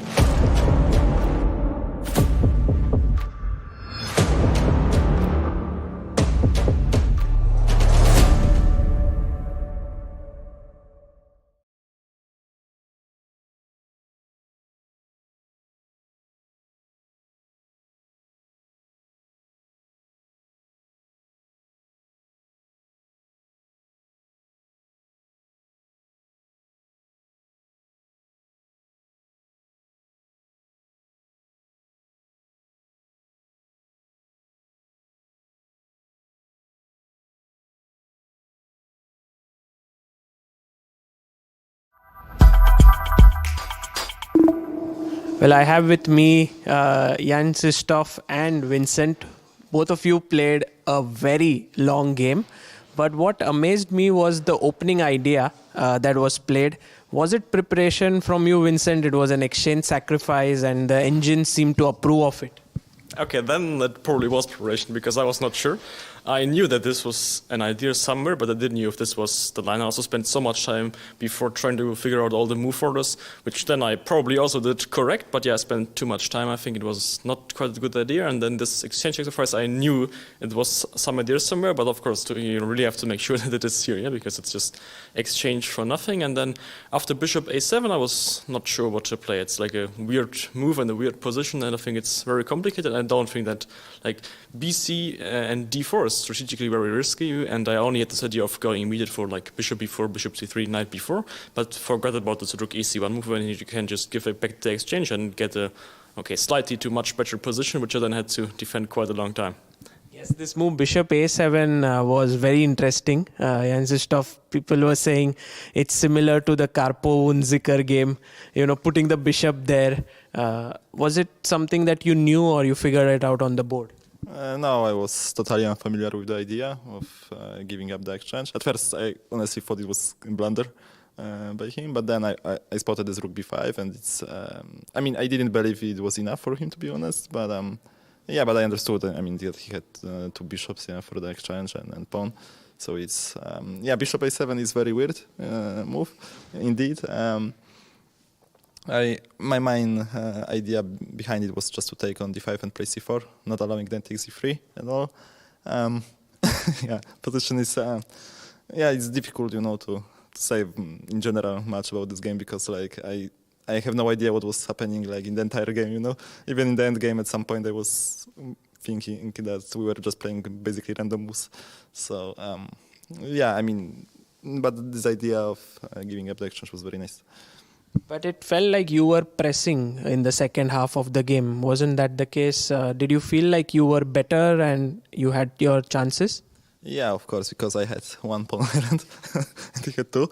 Yeah, actually, I thought, it was like a large edge for me, and that I should eventually squeeze it. But Vincent defended very well, and yeah, I tried, as hard as I could. But yeah, I mean, I thought I played logically, but I was, playing like quiet moves because Vincent was also long time, so I wanted, to play like that committal move and make him think, like rook a3, queen b5, or king h2 even. But I mean, he played very well, very reasonably, and yeah, and it's hard to say right now, I mean, of course there are improvements, but it's not easy for me, now to say what I could do better. So yeah, definitely. I mean, in the end, in the very end game with rooks and bishops and knights, I shouldn't have allowed him to play like put his knight on e6 for no reason, because I basically wasted 3 moves for nothing. But still, I mean, this rook and bishop endgame was. I mean, I was pressing. Of course, it's a draw, but.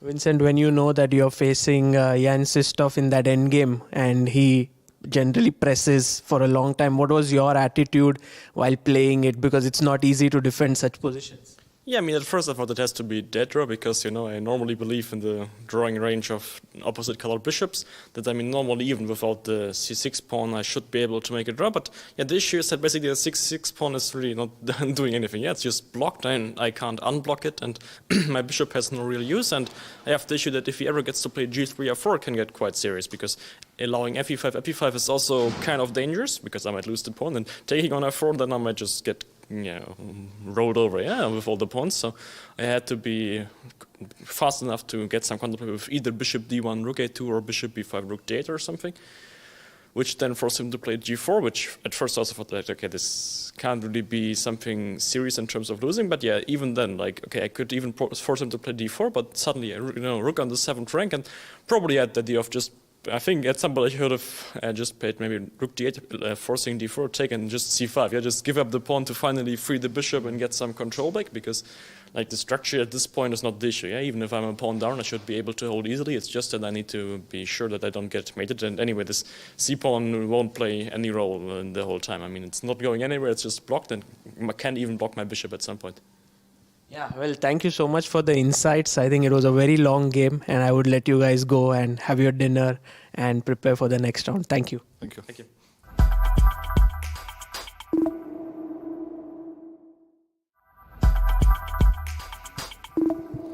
Andrey, what a marathon game that was. Are you tired? Yes, a bit. a bit, yeah. Well, the opening when he played bishop to f4, were you prepared for it? Because the main move there is knight c6.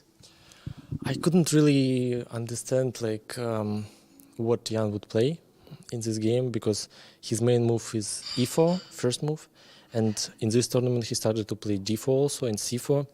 So I repeated all these lines, but not this Nimzo with queen c2, because Jan, I guess, never played it before. So I don't remember what I analyzed. So I just played bishop f5 because it looks logical. And knight c6 is the main move, you said, yeah? But I thought e3 maybe, something like this, like bishop f5, bishop d3. I couldn't really understand what... Yeah. If you don't remember, then it's probably better to play bishop f5, I thought. Right, and I mean, there are all these complicated lines with g5 and everything, but giving up the pawn is also fine. Did you think you had enough compensation? I feel that that's what I analyzed in this line, and I thought I hope that I thought that it was fine, and I think it should be enough compensation, because I know that the engine usually says that it's about equal in this kind of position when you give up this pawn and you have some counterplay on C line. So I think it should be enough, but in the game, I wasn't sure how to play. I think this endgame is slightly worse for me. Yeah. And when you reach the bishop and knight endgame, the engine always said it's 0.00. But did you feel on the board that you were under pressure?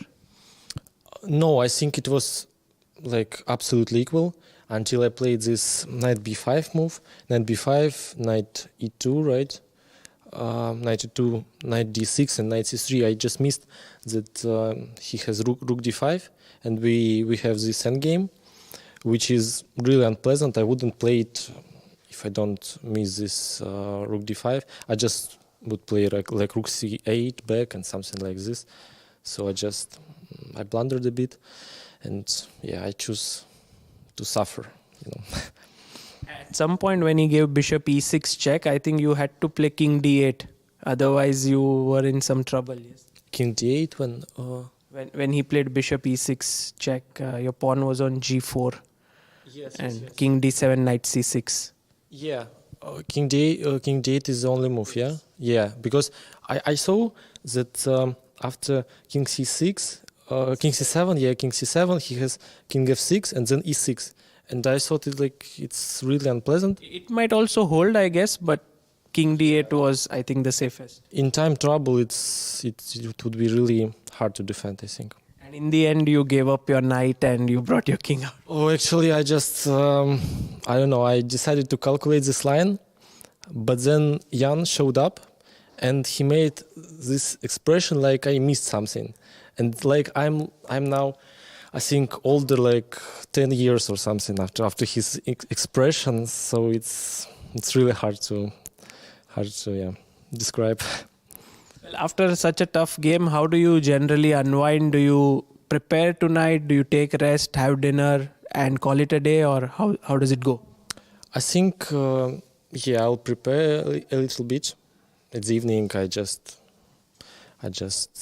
watch some games of my opponents, and then in the morning, I think I'll just repeat some lines and yeah.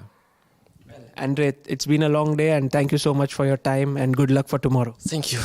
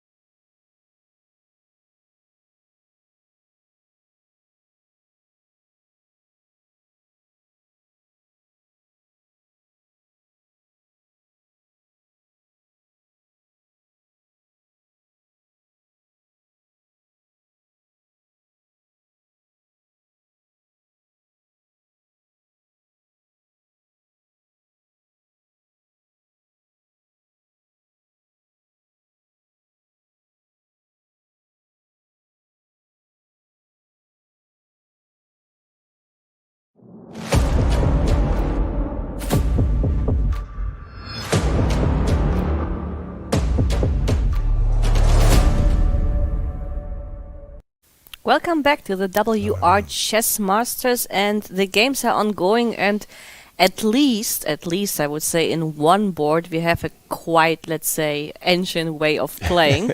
Truly. And actually this is also the board we have on our screen, and we obviously talk about the game of Adbusattorov against Nordibeck, and Zaga gave us a very nice hint or insights about the position.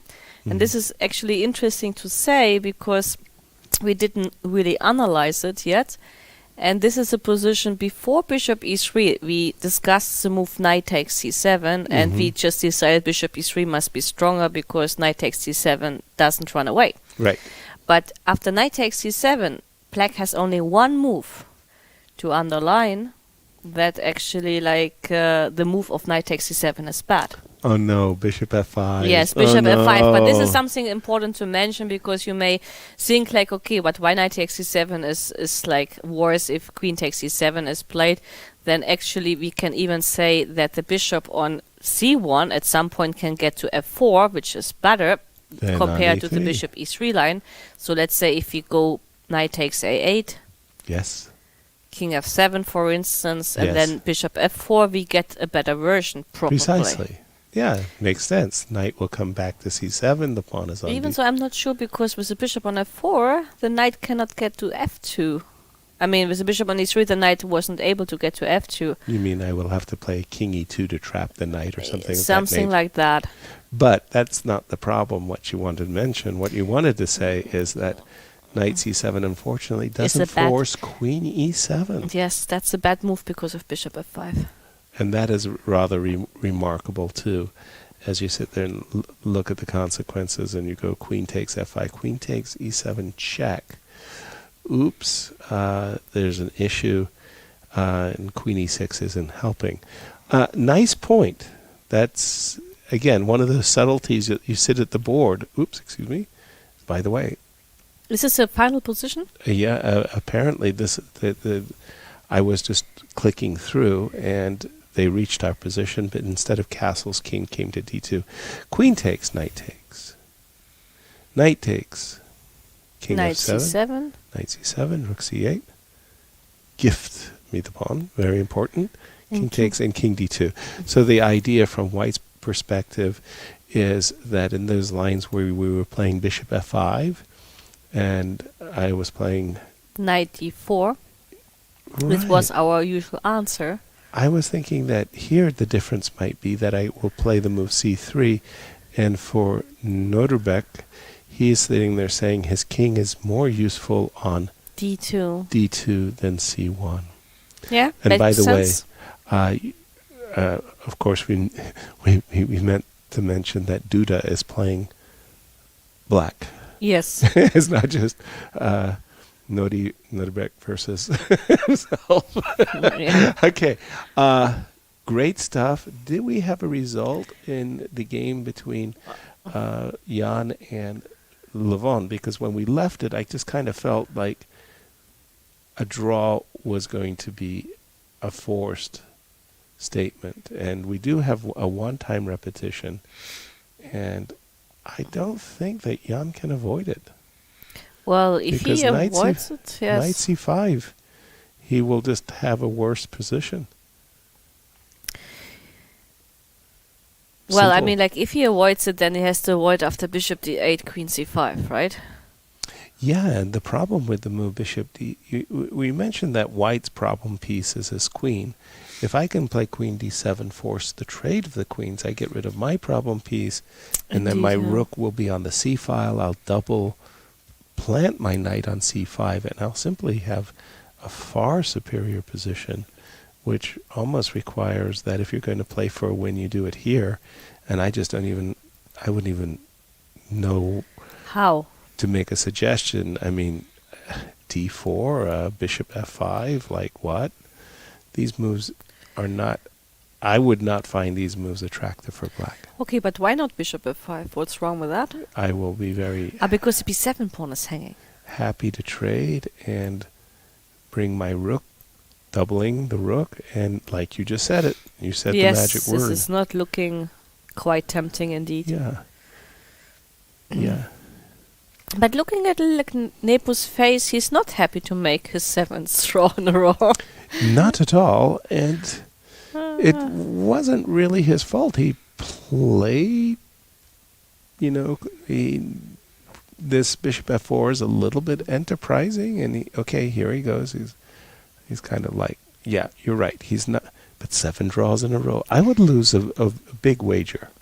Well, the thing is like that, he is not known in the chess world as the Minister of Defense. No. This title gives, it was like a big fight between Anish and Kayakin, Yes. who would get the title of the Minister of Right. Defense. Right. But I'm sure that Nepo was not among those candidates. No, not one bit, not one bit at all. Very, very quickly, I'd like to tell you a story because so many people in our audience that would have no idea what I'm talking about. Was the computers of today. The kids have raised up with computers. They've always accepted that the chess engines are the strongest of all the players, and they're ubiquitous. But I had this experience. I was the second of Viktor Korchnoi, and I was with him throughout all of his candidate matches, 3 candidate matches, as well as the World Championship match. And this is the repetition we're expecting. We can imagine a signing of the score sheets shortly. So that's why I can get in the story. And Viktor was playing his most hated rival in the entire universe, Tigran Petrosian. I didn't know that they were hating each other. Vociferously. It just... But there was a story behind this hatred? Major stories. And they're too long to get into. And yes, there we have it. A draw has been agreed with. They don't have to play to the 30 move. Well, they can repeat up to the 30 move if they want to, but it would look a little bit ridiculous. Yeah. Apparently, Levon was a little premature with his I claim draw. And since it's a false claim, his opponent is going to get 2 minutes added to his clock. Oh boy, but this is like, I understand rules, and I understand German rules, Especially because I am German. But sometimes, you can keep things a little bit more relaxed. You don't have to be such a stickler. Anyway, the point was that these 2 great rivals were playing this World Candidate match. They had drawn some games. Now they had 2 adjourned positions. And Viktor thought he was winning in one of the adjourned positions. And we had to analyze it all day. And I had suggested a move for Viktor to play the move g2, g4. He despised this move. Oh my gosh, Elizabeth, he was like,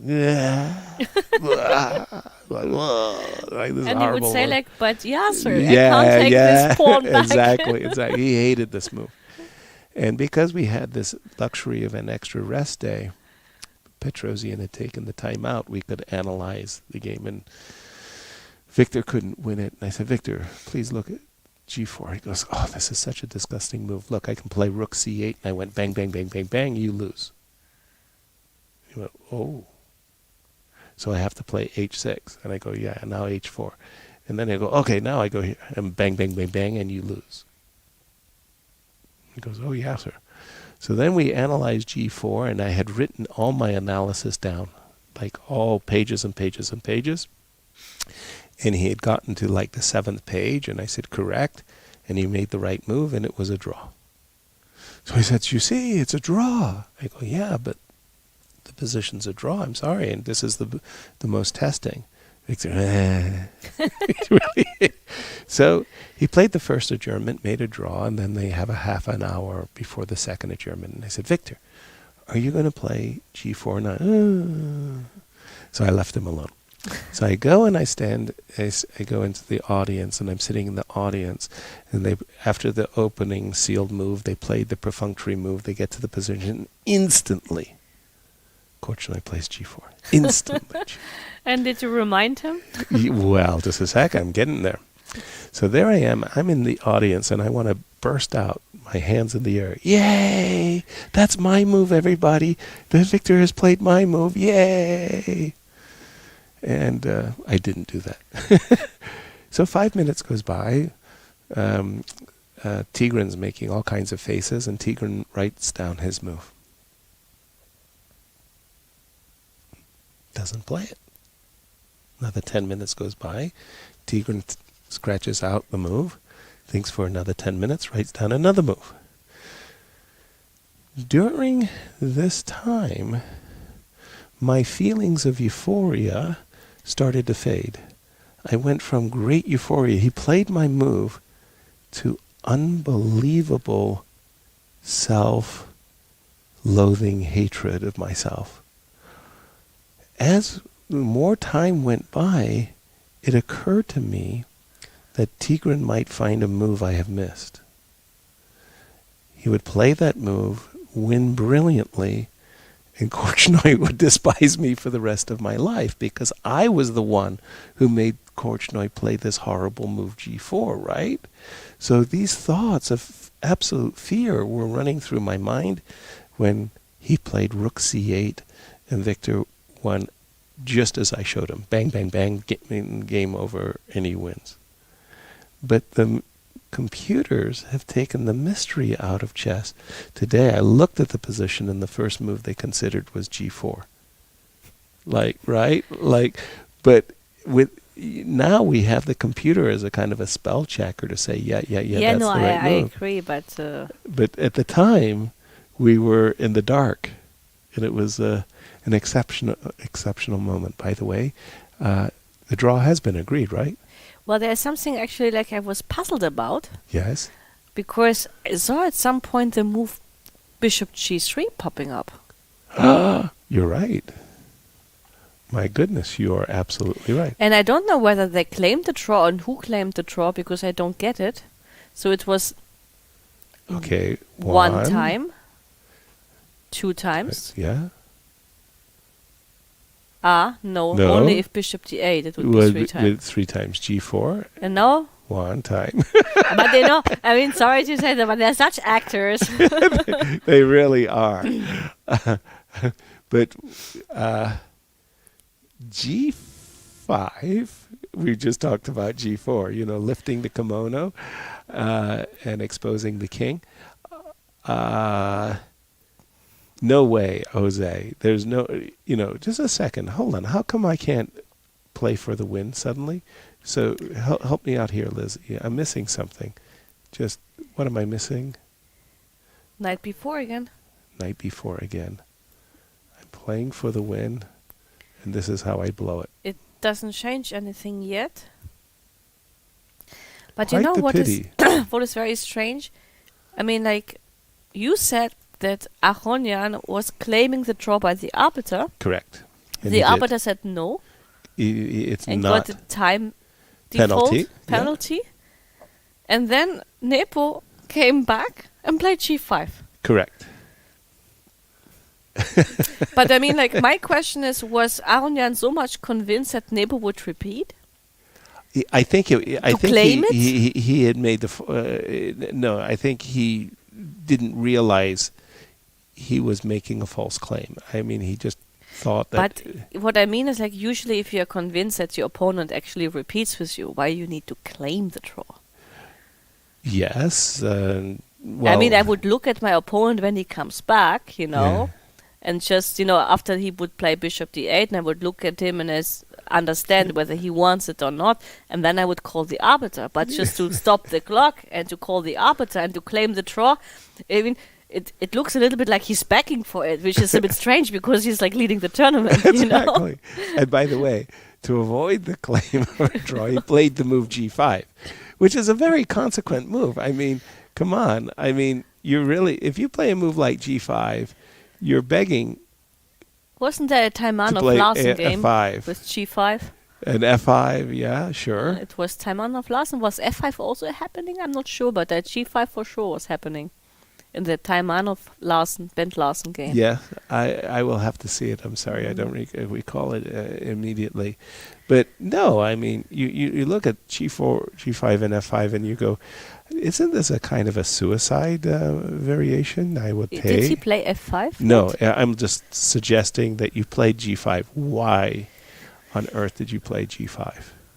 Well, you can, so because you could chase still- down this bishop, right? Yes, but you can still like make a draw if you want. With Of black. course. You don't risk anything, but if you imagine that a drawn game, you're in a knockout match, yeah, and you're trailing by 1 point as black, and you absolutely had to win to equalize the match.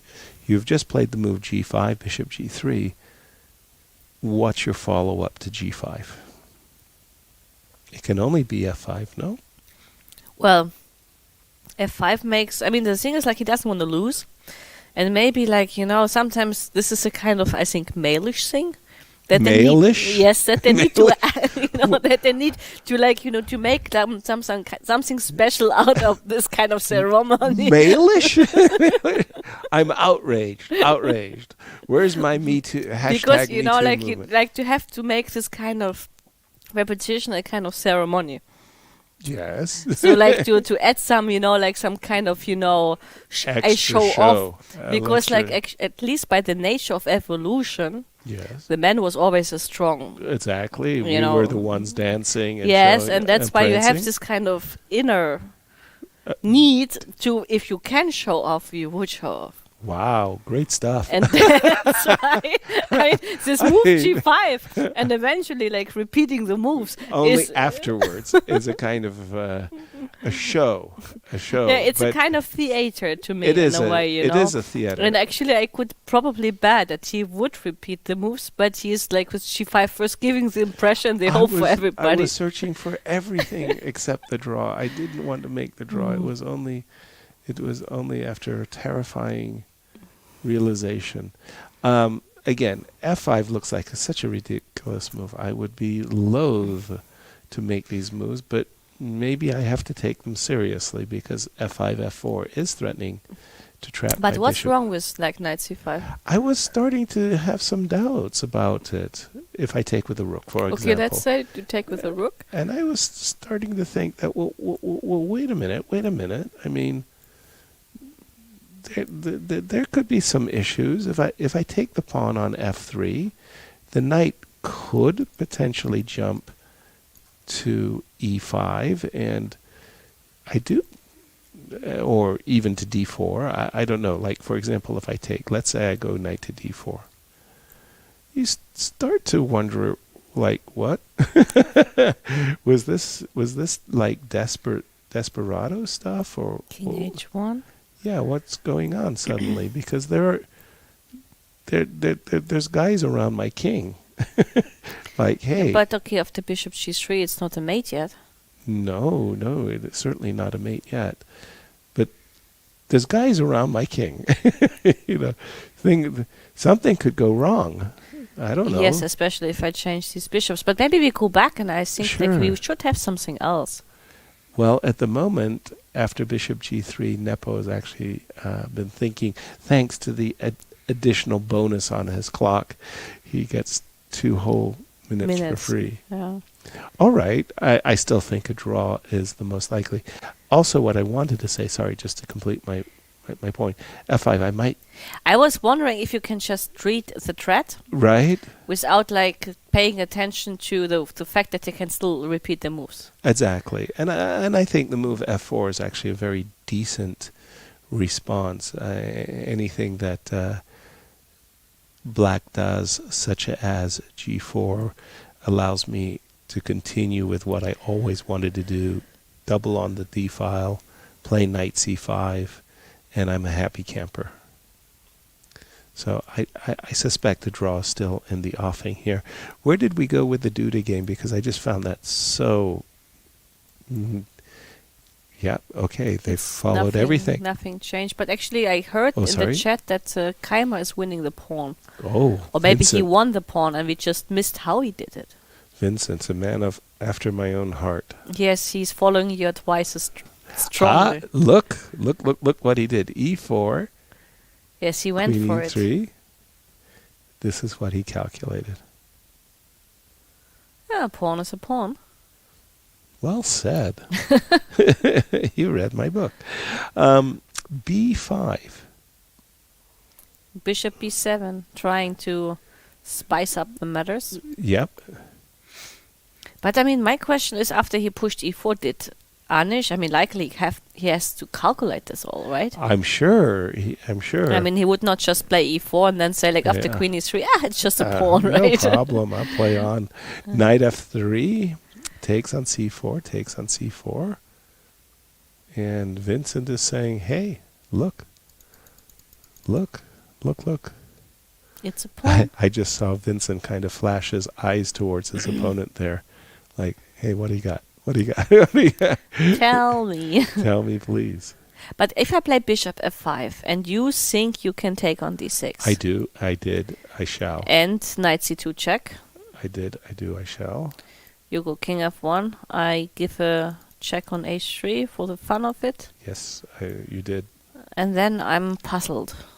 Something like rook c8? Yes, rook c8 was probably the next follow-up. And the question is, like, how quick are you getting out of these pins? You can play knight g5. That's a good move. I like that move very much, Lizzie. Bishop. Because if the bishop goes, I will always get to connect my rooks. Remember, I'm at 2 pawns up. Yes, I Well, remember. While greedily eyeing even a third. Go back for just a second, shall we? I have another idea, actually, Please. instead of rook c8. I mean, let's Okay. go knight c2 check. Knight c2 check. Pardon me. Knight c2 check, yes. Yes. King King f1. f1.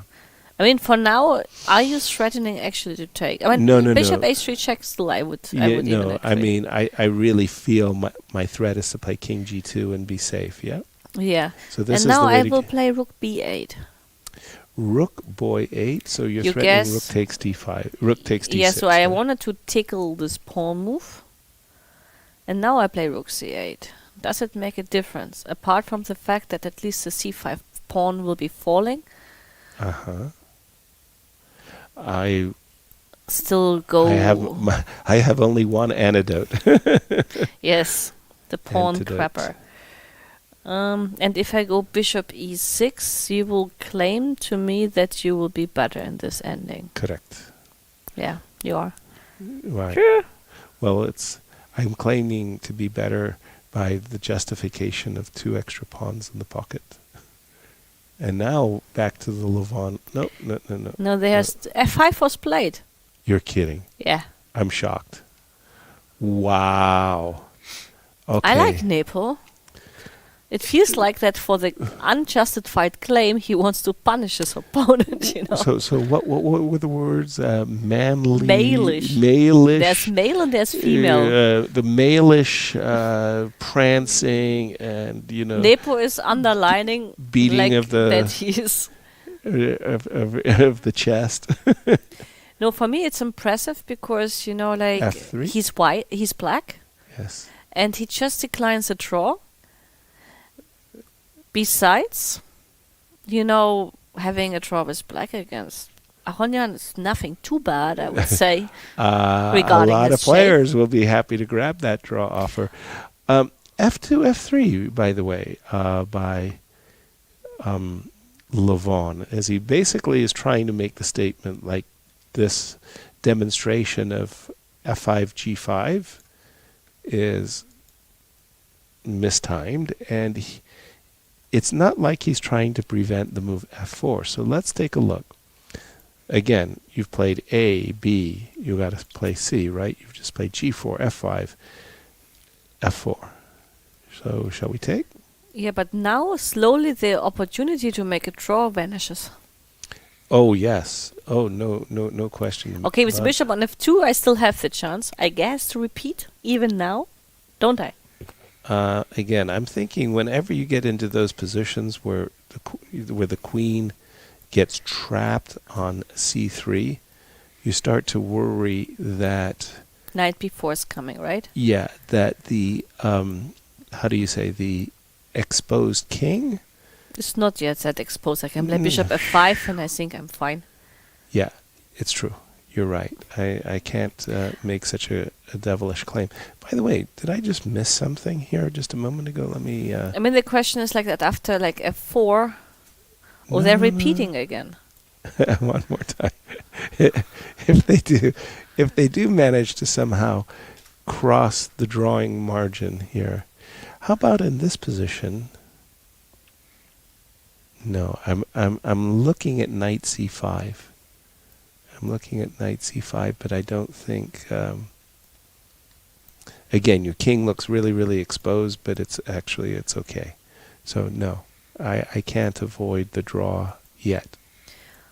But you know what could be? Yes. Like from the psychological point of view. Please.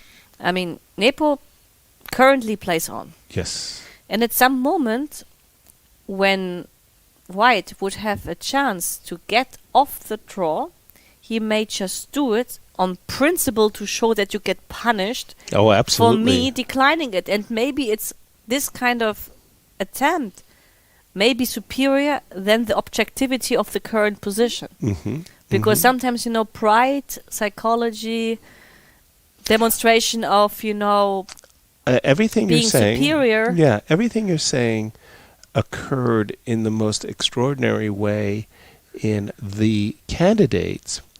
And I believe it was the game of Richard Rapport and Nepo. And Richard played a line which is known to be a main draw in the Russian defense.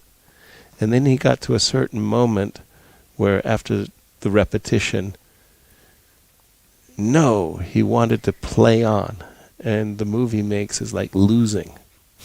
Like just losing. You have to make the draw in that moment. And it was sort of like Nepo just picked up a point for free. It was a very important point. Yes, but I can tell you something similar happened in the Women's Grand Prix in Gibraltar. Please. When, the position objectively, it was opposite colored bishops, and there was a kind of draw offer in a way, repetition, indirect, discrete. And it was Gunina with White. And, I mean, objectively speaking, she cannot win this game because of the opposite colored bishops, but there were still rooks on the board. If she pushes, she can only lose. And she decided not to make the draw. She pushed and she lost the game. Right. But this, of course, had a huge impact somehow, of course, on the women's championship prizes. And and of course, some of the girls, I was not concerned of the top three, but I remember some of the girls were quite upset that, Gunina would never accept the draw no matter how the position is because she had the thrill to win every game. Right. I think she made 0 draws in this. No, she had 0 draws until round 11 against Nana Tsagnice, and they played on for 6.5 or 7 hours because, Valja tried until the very end. And, people were just, girls from the tournament just shaking their head and saying, Valja, Why, dear Lord, why? I remember it very, very, very nicely. I was playing in Argentina, in a place just outside of Buenos Aires, in a place called Morón. And it was a very nice open tournament with huge cash prizes. And in the last round, Ulf Andersson's White against Bent Larsen. But it was a time when he didn't make just draws. No, Ulf was number 3 in the world at the time. Okay, because nowadays, when he played in tournaments in the past 10 years, when I saw him, he made a lot of draws, actually. Right. So Ulf is the number 3 player in the world. He's got the white pieces, and he and Bent are tied for first, a half a point ahead of the chasing pack. I was one of the players in the chasing pack. So I'm dreaming I'm going to win my game.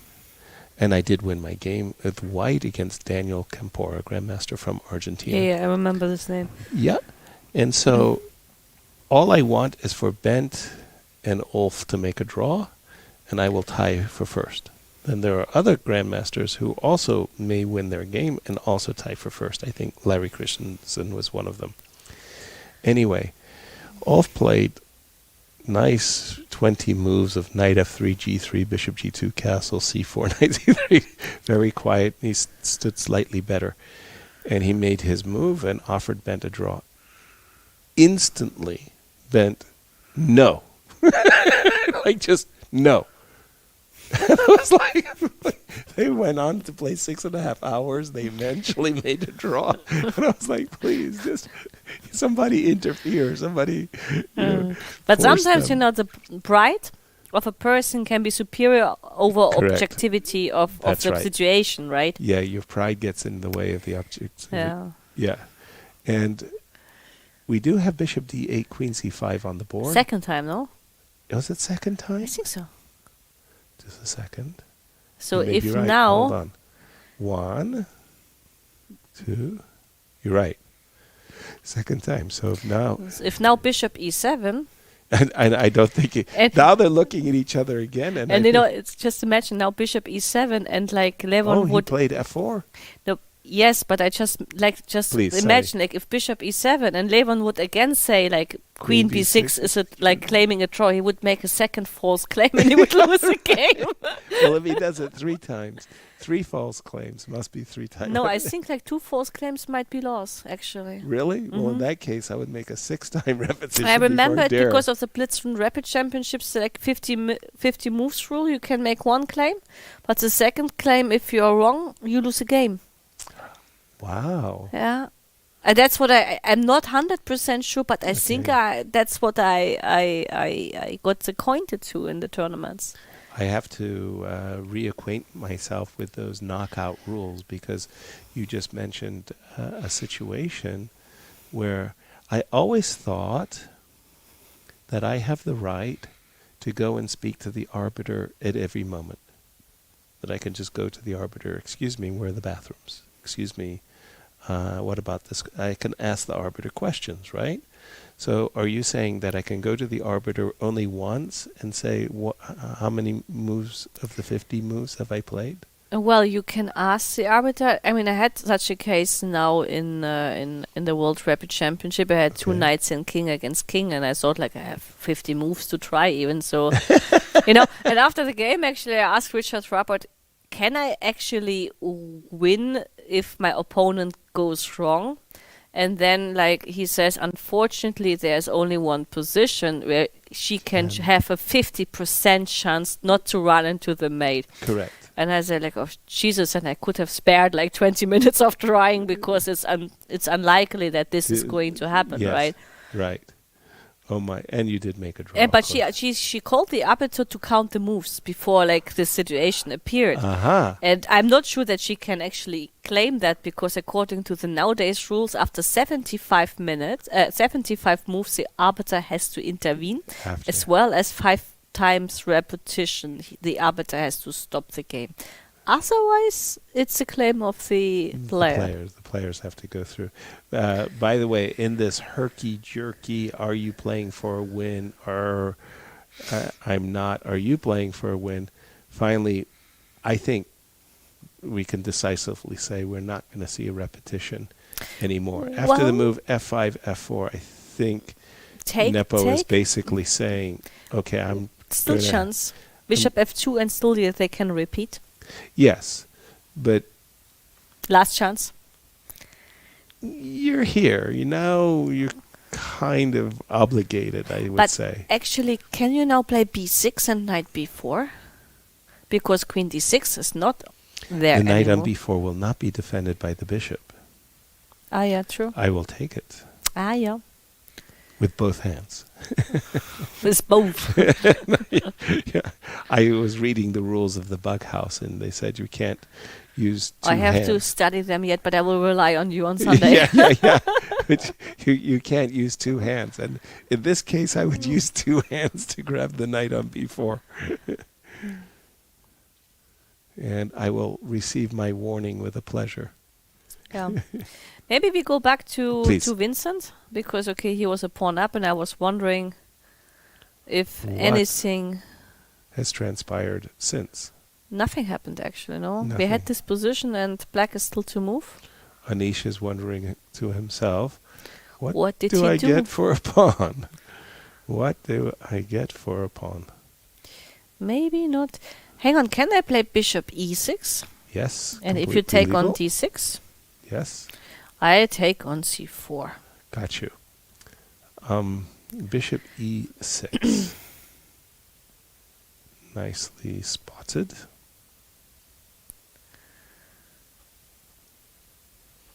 So Yeah. it's a pawn. I have 1 or 2 pawns down. 1 pawn, right? Unfortunately, just one. Unfortunately, I think it's not so much, unfortunately. Unfortunately, just one. I'm a little reluctant to grab this Peshki on d6. I'm looking mainly at rook takes d6. Can I just see it? I'm a little bit unsure. I guess you would just take on c4. That was my plan, yeah. Yeah. And then claim that a2 is loose, a2 is a bit shaky, and your development is not so great. My development is not great at all. I mean, you can play a3, of course, but... It's not why we're here. You mean like a3 and we are not here because of... No, but I can play knight c2, knight takes a3, so actually it's not what we want, yeah. Not at all. I mean, I was thinking that I would play something like knight e5, bishop a2. It's not your only move, by the way, I'm just saying, and castles, but still I'm not convinced that white is better in this. No, white is not better at all. So maybe bishop e6 is the easier solution to get back what you wanted back. But on the other hand, I think Anish has been thinking for quite a while. So I wonder what he's found something that disturbs him about this move, but the more I'm looking at bishop e6, Lizzie, I love it.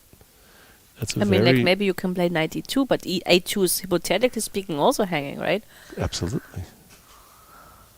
I wonder why he's taking so long on this particular... Because he has a lot of candidates. He has bishop e7, he has bishop f5, he has maybe...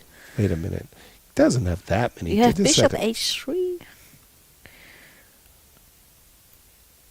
Whoa, just a second. No, bishop... if you're going to play... Does bishop a6 make any sense? So the whole idea, folks, is that knight takes...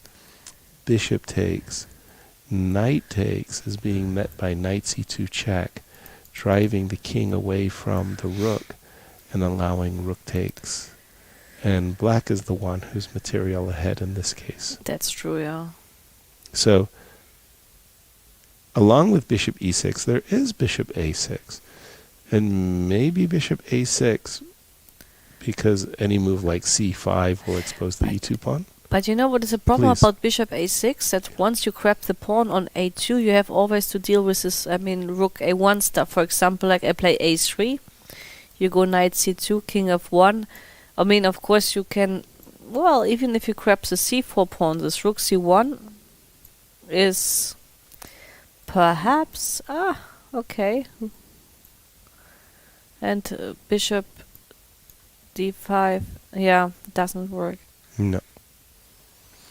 Interesting. So it seems that Anish does have bishop e6 and bishop a6 choices, yes. I don't know, but even bishop h3 is a consideration. Maybe bishop h3 threatening, I don't know, d5 and knight c2 operations.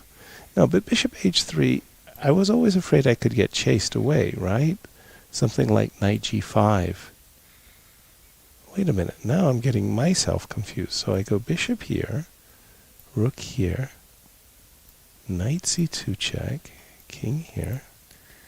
d5? Or first taking on e4 and then d5, maybe that's... Right, but unfortunately at the end of the day, I'm genius, but yes. I'm a pawn down. Yeah, that's not what you want, I agree. Not what I had in mind at all. No, that did not bring home the bacon, as they say. All right, and let's just go around and see some other games. Again, this is the game of the round in the sense that so much is at stake between Levon, Aronian, and Jan. Jan coming into this round, 6 consecutive draws, looked like he was heading for a 7th, decided to play on, taking some risk. We'll keep an eye. And the Wesley So Pragg game. Let's jump into that for a moment. It's very solid, actually. I think Pragg didn't manage to spice things up against Wesley. Very few managed. So. Yeah, after we left it at bishop e3 parts. Yes. He took. Knight e7. That's what you predicted. Yes. the so-called Vladimir Kramnik maneuver. And here Wesley is at his very, Elements, very yeah. bad. Yeah, when he can eliminate the play. Well, okay, Pragg has gotten some nice space. This is. Do you have that expression in German? This wedgie. You create a beachhead and you kind of divide a little bit the forces of the defense. A wedge. A wedge. The pawn on e5 is this. Well, we have a splitting wall. We call Yes. it Trennwand. But I'm not sure that we use this expression in chess, actually. Right. Okay, so this pawn is a little bit of a wedge for the moment, c5. And let's see what we got. a4. Well, the move a4 is such a casual kind of move. It suggests to me that Wesley is not Worried. unhappy, about his position.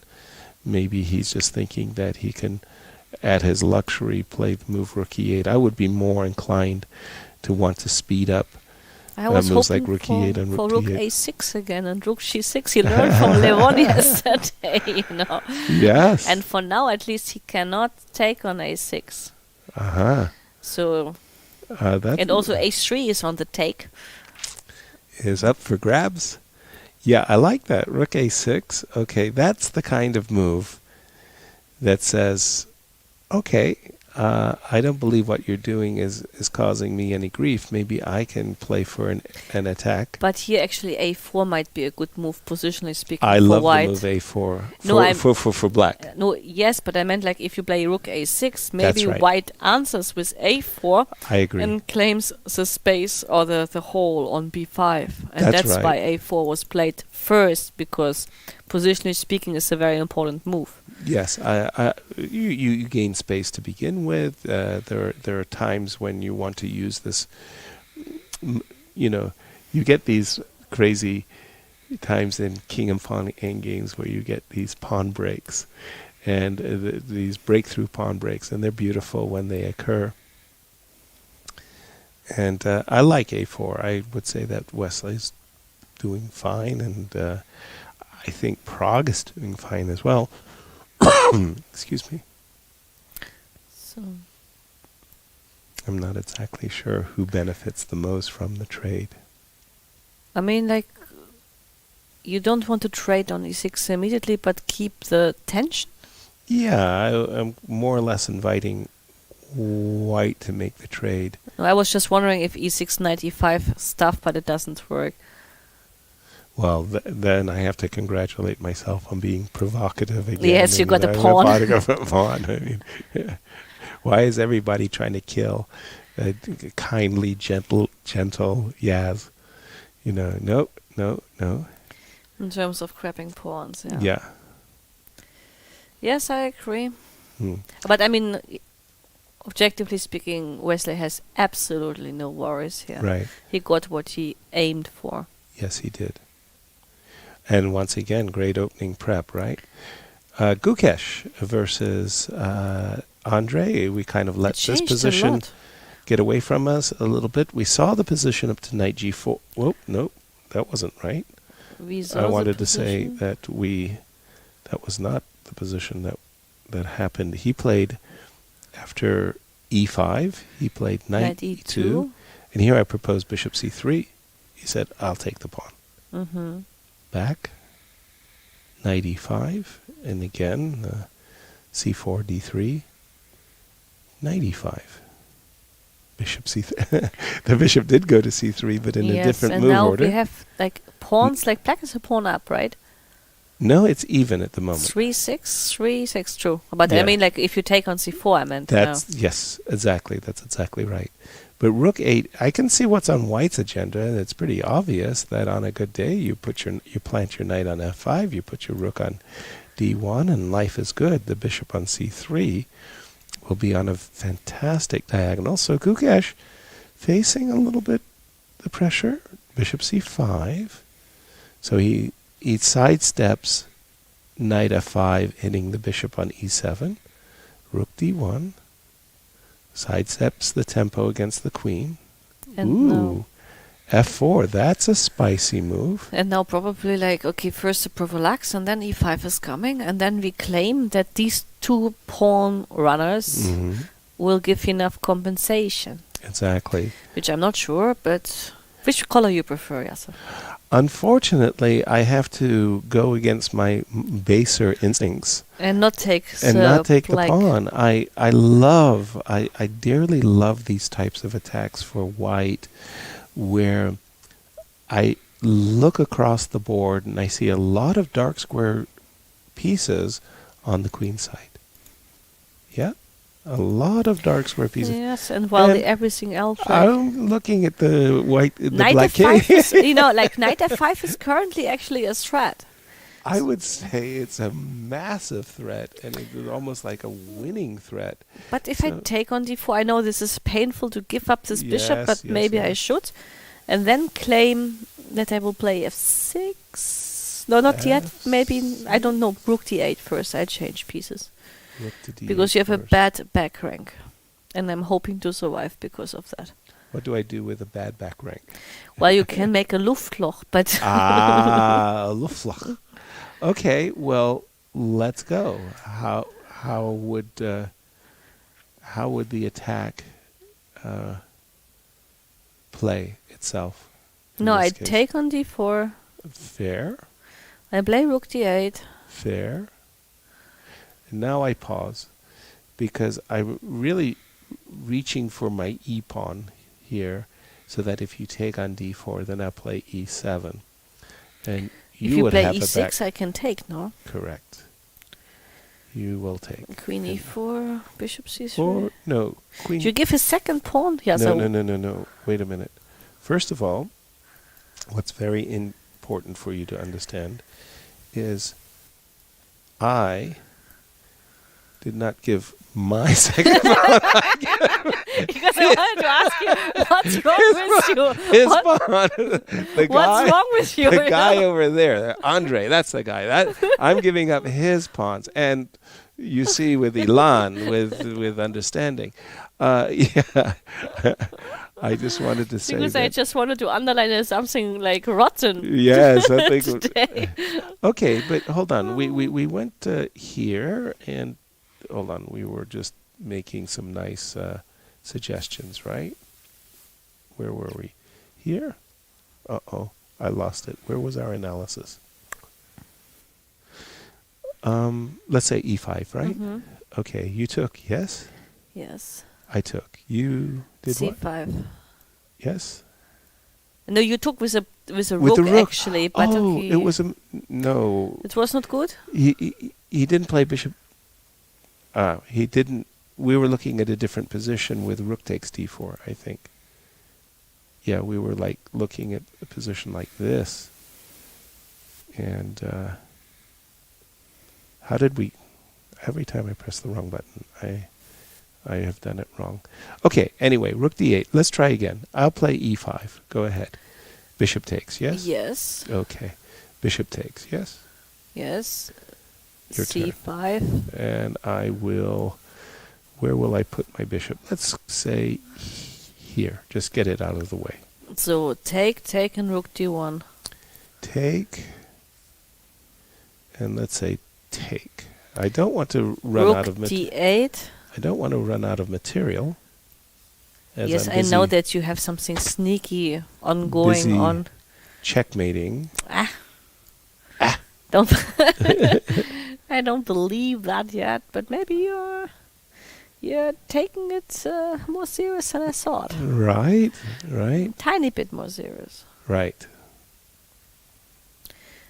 If I play g6, you play no. I will do play e6. No. I will take back this move. I will play queen e7. Queen e7. e7. Yeah. Okay. I give you this pass pawn. Yes, I know that you are like Right. There, going all in. we, a dear friend Eugenia Torre. Bishop of- e7. This one is hanging. That's net news. Eugene Torre of the Philippines. I think we were playing Blitz, and I have made a move, and that took all the pressure away from the position, and he went. Like now he could relax his team, and we both laughed with enthusiasm. It's a pawn sacrifice. It's been a pawn sac for. Okay, actually, if Andrey would win, he would be on +1. No, seriously? Because Andrey has -1. No, Andrey is 3 points out of 6. -1 have a couple of players, but not Andrey Esipenko, I think. He lost to Adbusattorov and he beat Keymer. Is that right? I don't think he lost to anybody I have else. To ask you, is I it mean, 50-50? leading is Aronian with 3+, Gukesh and Wesley with 2+, and Correct. then there are 2 players with 50%. One is Esipenko, and the other one is maybe Pragg. Nepo? And Nepo, yes. Yeah. And then all the other bunches have to have 2.5 points. I see. Okay. So Esipenko is actually, because he beat Keymer and he lost to Adbusattorov, if he wins today, he can even discuss a little bit. Wow. Okay. All right. So once again, we are here, right? We do have rook d8, e5. Like, Lizzie, what did you do? Because you scared me last time. Well, I wanted to take on d4 actually, and I wanted to change the rooks to claim that your back rank is bad. And it's true, my back rank is Plus, bad, I have yes. space disadvantage, so I learned that I have to change pieces according to the weight. There's Okay. knight e3 actually in this particular position. I see. Yes, you It are can't right. be that That's simple. easy. Yeah. Okay, so just a second. So right here, you wanted to take... I beg your pardon. So should I be playing e5? I don't know what else to play, actually. Instantly, yeah. Well, instantly is... Because there... I mean, like knight f5? There are reasons why I might be drawn to queen a4 as well, right? But that's why actually, like, in our variation, I first wanted to take on d4 and then play rook d8, actually. Yes, to avoid the to avoid all possibility... these kind of okay, knight f5 tricks. actually... No, thank you for the suggestion very much. Knight f5 I find to be an attractive move. Yes, but... And so did Andrey. Andrey But that's played why it. I wanted to take on d4, but I understand psychologically, like, to take on d4 and to give up the bishop is a huge commitment, right? That's In right. such a position. Okay, so here... Okay. You know, this is another thing. I mean, somehow when I was a kid, a book fell into my lap. It was all of these checkmates, right? 100 checkmating patterns or something like this. And I think this is one of the checkmating patterns that I've learned. Yeah? Yes. But I'm trying to think about it. I don't think I've ever gotten this checkmating pattern. It's like everybody knows it. They never allow it. You know, it's like, stop. You never get to make those checkmate patterns anymore. It's like terrible. So knight f5, a forced continuation. Gukesh obviously had to play the move f7, f6. Whether he likes it or not, that's a different question. And now, is it time that we try to blast things open, or should we trade rooks? Blasting open. You or mean trade like rook? if you trade rooks first, we don't have to bother about taking by Pragg himself, right? Yes, we don't lose momentum, if we will. If you take with the queen, I'm not suggesting that it's a good or bad move. I think both rook takes d8 or queen takes d8. My intention was to meet them with the move e5. Now, how do you like this? How do you like the position? You asked me. It depends against whom. It depends. In my taste, it's always a matter whom I play, Mhm. and that's very important. Okay, so imagine you were playing Alexander Kosteniuk White. because you have the initiative and you're Gunina, pushing. white. White. And now we talk. Okay, Nana. White. Okay, interesting. But for also for those who love the easy play like Ayashkin and Conroe, I would also take white. Mm-hmm. But if sometimes I like white in general. Mm-hmm. But if I'm not sure, from the top elite female players, there is like one player who is famous for outstanding defense. I think Conaroo is quite solid and good, yes. and somehow refinding resources. Right. But she needs time for that on the clock. That's important. There's no Petrosian of the ladies' game. I don't think that we have this kind of typical Petrosian players. Because we don't have these players who have this need to sacrifice the exchange all the time. Yeah. So that's typical for Petrosian. I was just saying Andrey at the board there, as he's really tucking into the position. And, you know, to my mind, he has built up already, a formidable attack. But how to, press on. Again, the move e4, e5 is very suggestive. Queen b3, if anything... But king h8 is probably Right. even helping Pragg. Exactly. And I'm just wondering, where... Besides e5, I mean, g4, g5 is taking far too long. Hang on. Uh-oh, we had some moves. Actually, the thing is, like, if you play e5 right away, then there Okay. might be taking on e5, and if the pawn takes, there's knight a3, and you cannot protect the f5 knight. But By the way, I'm just going back. Okay, so he played rook d3, Uh-huh. inviting I don't get this move. Why- black to capture the Why rook. didn't Black capture and play rook d8? Why he played I rook think d7? I think White's idea was something along the lines that Using I keep this the pin. Yeah. And okay, just a second. Let me get out of here for a second. I've got this. So I think Andrey's idea was we can trade, but do it on terms where my queen could potentially come over to the king side with a gain of time. So he offered the rook trade on his terms with the move rook d3. Yeah. Yes, but I mean, like, this kind of going into the diagonal of the bishop still feels a bit counterintuitive, but yes, I get it. Oops, sorry. Gosh darn it. Okay, so this should just go back, right? I just want to go back a move or two. I want to go back to rook d3, rook d7. We just have to go down. It's all the way at the bottom. But it doesn't work. That's the thing. It just doesn't work. It feels like the position, the screen froze. Yeah. Yes, and what did we have to do when the screen is frozen? I think we go control. Okay. Yes. There we go. I think we just refreshed it. Yes, we did refresh it. So knight f6. F6. Rook takes d8. There was no rook d3. No, but I don't know what we got as a transmission. Very strange. Very strange. It was there's a ghost in the system.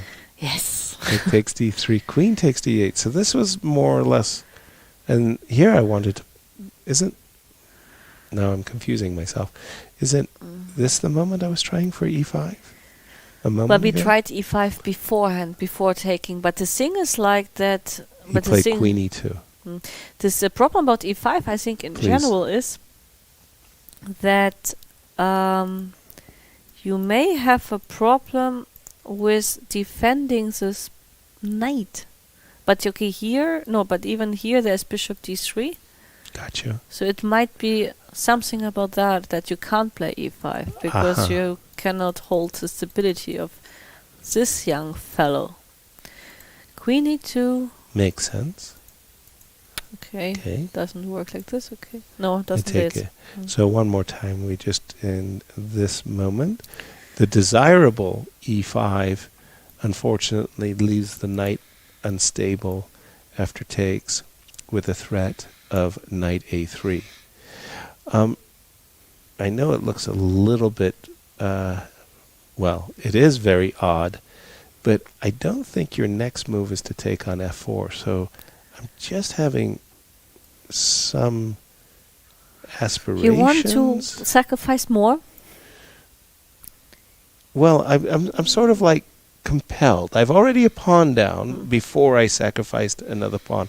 But what I'm trying to do, Liz, is get as many pieces Into the attack as possible because it's a rule. Right. Yeah. So the rule is no can You do, get this right? kind of pirate's mate. It's called the Yeah. Blackburn's mate, something like that. Yes, yes, exactly. So you don't go there, but you do go. Your bishop on g2 is not helping. No, I mean like e5 we call it like in German the so-called Räumungsopfer, which means clearance sacrifice. Yes, we have the clearance also in English.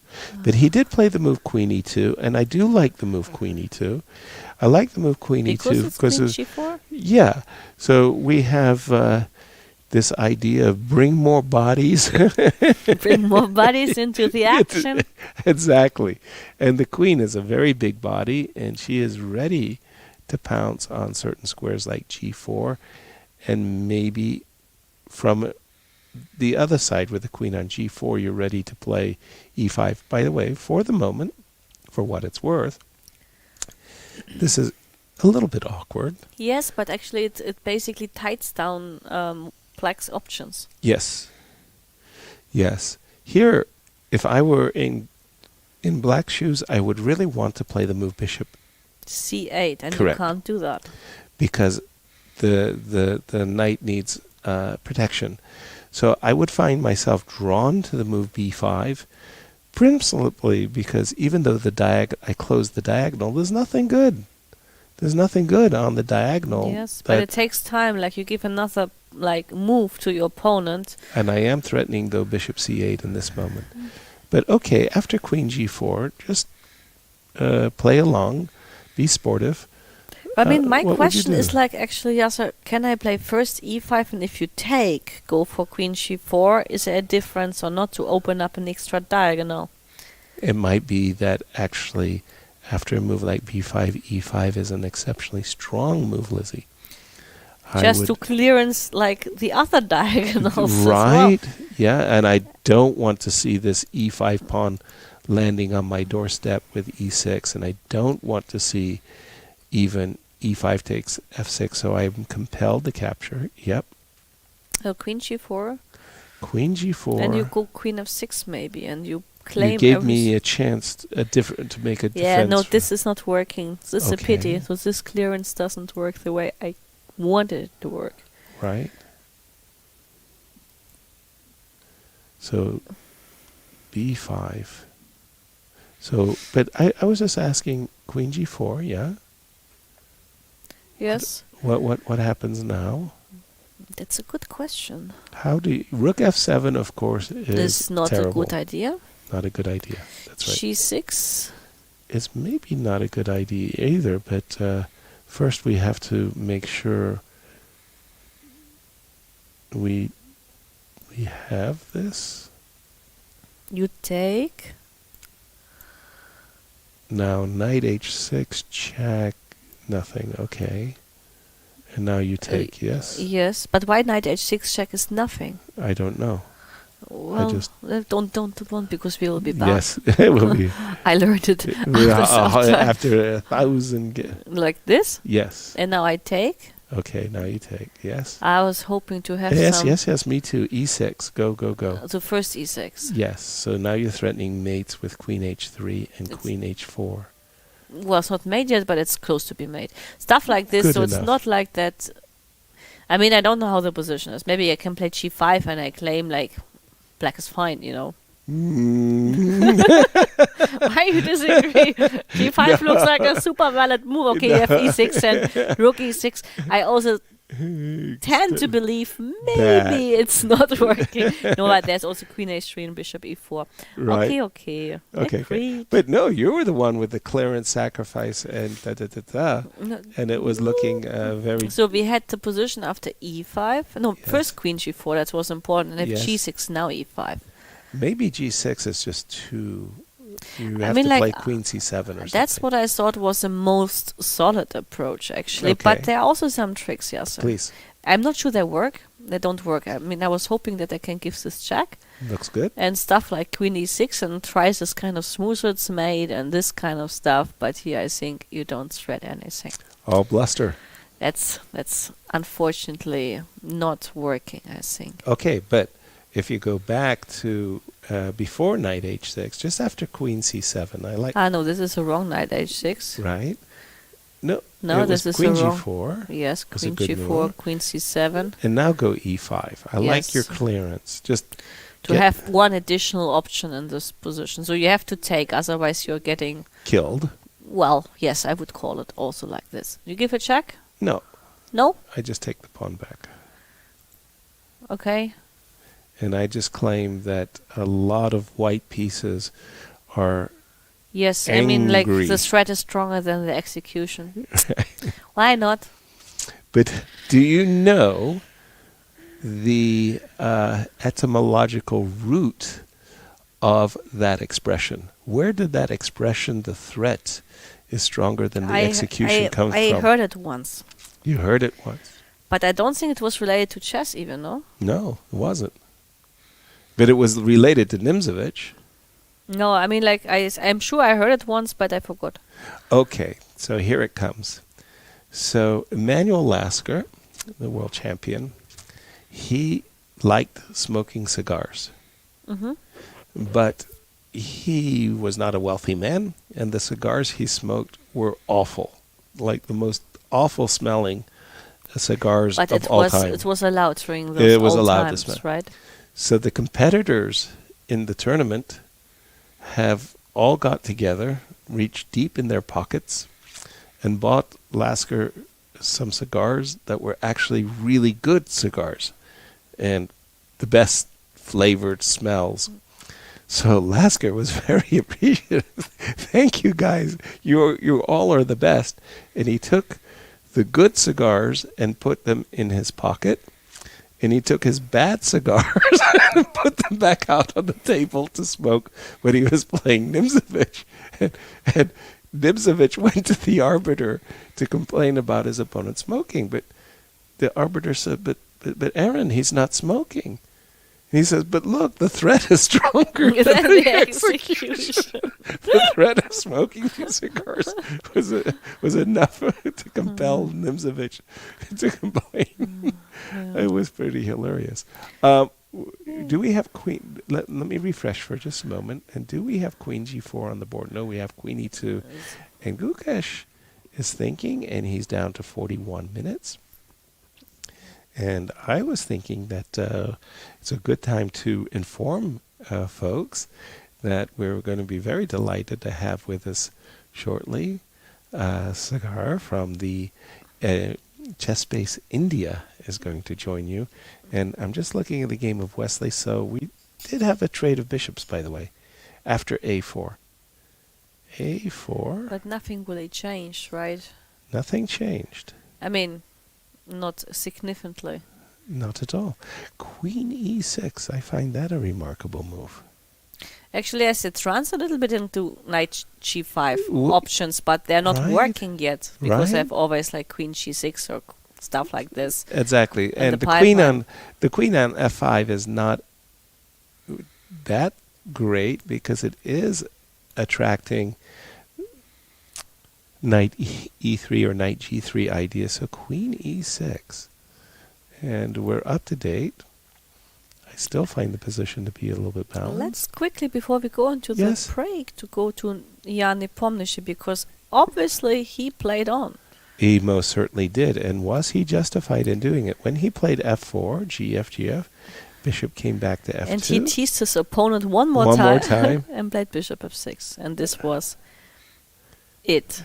And then we had the doubling of the rook, something that Levon had been aspiring for quite some time. Queen g7. Oh boy, it feels to me like Levon is playing with fire. Queen to d6. Levon or Nepo? Pardon me, Nepo. Yeah, black is playing with fire here. White's king is perfectly safe, and Knight c5 is coming. yes. So But you know, this shall is we? kind of phenomenon which I like described in the Grand Prix with Valia not accepting draws, and maybe it's like Nepo now not wanting a 7th consecutive draw, and he wants to Exactly. break this flow, but I'm not sure that Well, this is a whether nice tactic. breaking the flow with a loss was exactly part of the great strategy of breaking But he the lost streak. his nerves in a way, not to make a draw again. Okay, but come on, this is not a difficult move to find. Knight c5 attacks a bishop on e6. Of course, bishop h3 is possible. But you But can even I'm- take on d5. With a check. Yeah. With a check. Before addressing the threat. And I will address the threat with moves like bishop f1.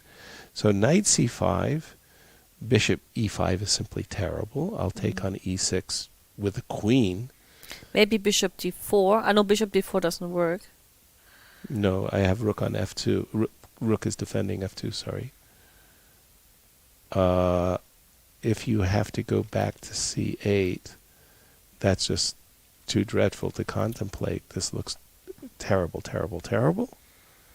So Can something is going on. Once again, we're missing something very obvious, as the move knight c5 is begging to be played. You bring a knight into play. I'm just thinking, can you play bishop e5? You want to go where?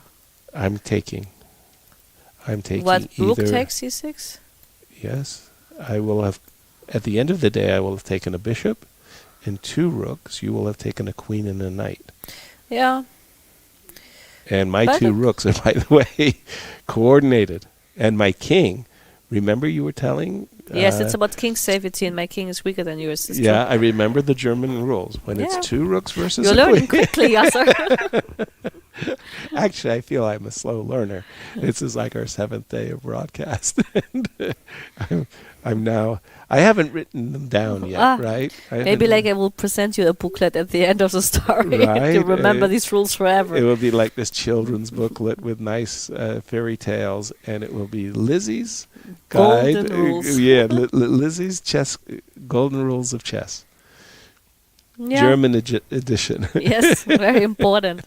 But knight c5 and Nepo, our challenger, our Well, top seed, could be in trouble. Nepo took it a bit too aggressive today. Well, it's kind of, he had like this, I want to say, passive-aggressive approach, right? Mhm. So as he started the game, he set out to equalize, and he got an equal position, and with correct play, a draw would have been agreed, and everybody goes home with big smiles, except for Nepo, who will have taken the 7th draw in a row. So at a certain moment, when the draw was ready to be signed, he decided that he had to now fight as if his life was at stake, and he's got himself in a position where I'm looking, help me. I mean, I don't understand. I mean, like, Cigar, but knight c5 in the game of Levon, and how it's an advantage.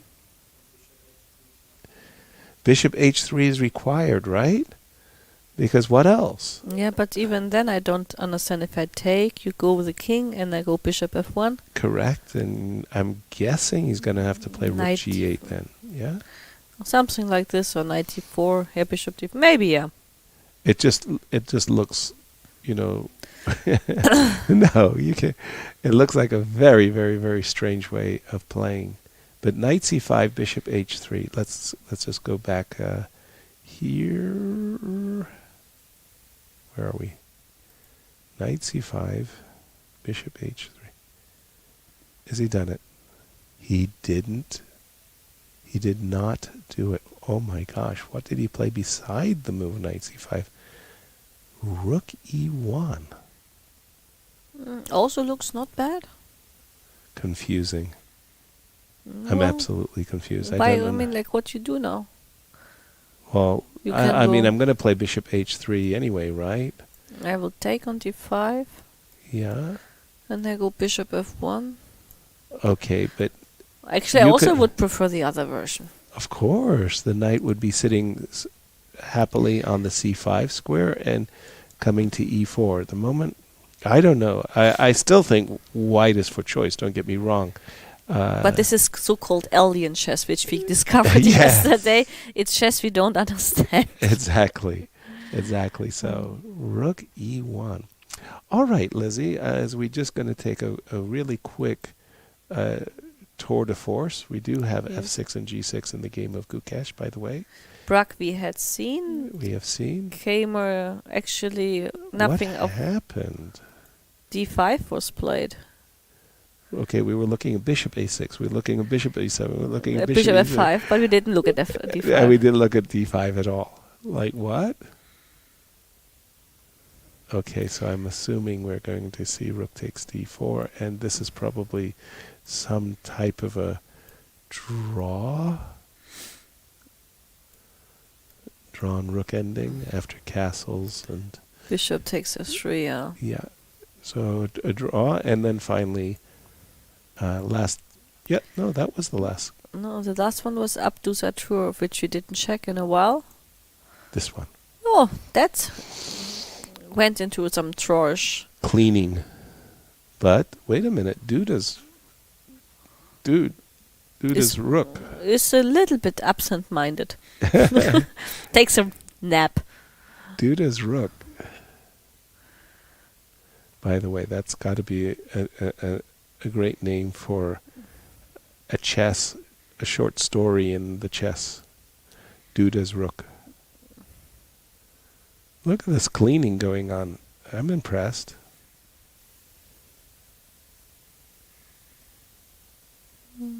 Wow. Yeah, the question is like, can the rook from white... But okay, the rook from white has to stay on the first rank so to that guard the rook... a1, yeah. yes? But if this guy has to stay there, I'm not sure you can use it much. Well, I guess it's Okay, bishop c4. about getting the king, and Yeah. I'm going to try to trap that rook, right? I mean, bring my king to maybe b4 so the bishop is frozen. It has to stay there. So like king d4, bishop c4, let's say, yeah? King d4, bishop c4. Let's say king c5. Yes. Or even not king c5 now, even h4 makes sense. Okay, I like it. Rook g6. Okay, I like it. No, this way actually like you can protect the guy. Correct. But okay, I still win the guy because of rook h8 and bishop d2, but then, well, wait. What? Can I go rook h8? Yes, and I will... Activate your rook? Probably not right away. Okay. Okay. I was hoping. I was hoping. We're going to take a short break over here from the Dusseldorf WR Chess Masters. It's been our pleasure bringing you this broadcast, and we're going to bring in a guest After the break. after yes. the break, and we'll see you on the other side of the break.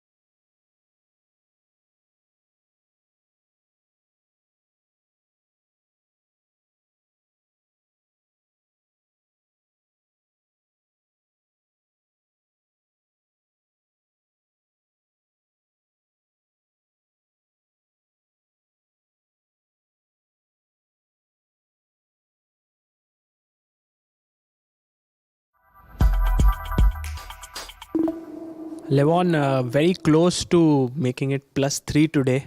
Are you slightly disappointed with how the game ended? I think I actually made +3. You were all, so +4. You No, it was kind of interesting. I felt this is a sharp line, very double-edged. So I was coming to fight, and I think when you fight, you get chances.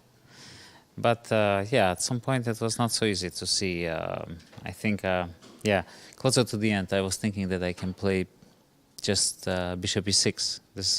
I thought I was playing precisely, but then I blundered knight takes c4 after bishop e6, and then it just leads to a draw. So I've missed some chances, but it's going to be inevitably happen. You're going to miss chances. Opponents are fighting very hard, and they're all great players. You cannot convert every single better position.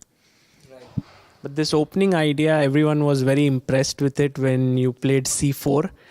Even Boris Gelfand was in the commentary, and he said that it's something quite new and fresh. Yes, this is Fabi's idea. So I use my friends' ideas once in a while. So after c4, as you mentioned in the analysis, bishop c2 and f3 does seem like white should have the long-term kind of, because e4 and stuff, but it seems okay for black. Oh, it's extremely sharp. I mean, this was my main focus, because bishop h7, I thought I'll play somehow. It's a fun position to play. And you got very nice attacking chances with a5, rook a6. Did you feel like at some point you had a winning position or a clearly better position? I felt it should be close, but it required great precision. As I was told that I actually missed this. I saw the c3, queen d2, but I've missed that I can play just queen d3. This is something I've missed. That's beautiful. Probably it's still a fortress as it looks, but this would have been a beautiful way to continue. And Levon, you are leading this tournament, and 3 more rounds to go. Generally, when you are doing so well in a tournament, how do you take, because the finish line is in sight, how do you approach it? I think only the last round is the round where you need to, just calculate, like in poker, just to calculate your mathematical chances. All the other rounds you just play as you would normally play.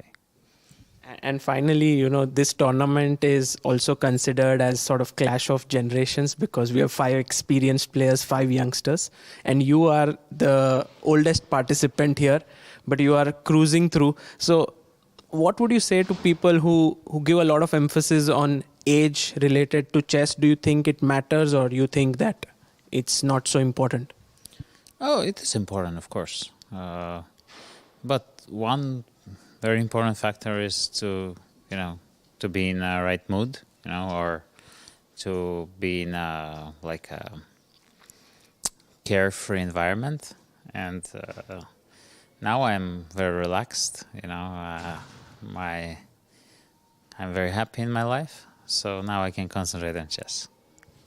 Would you say because you recently became a father and so on? Absolutely, absolutely. Yes, it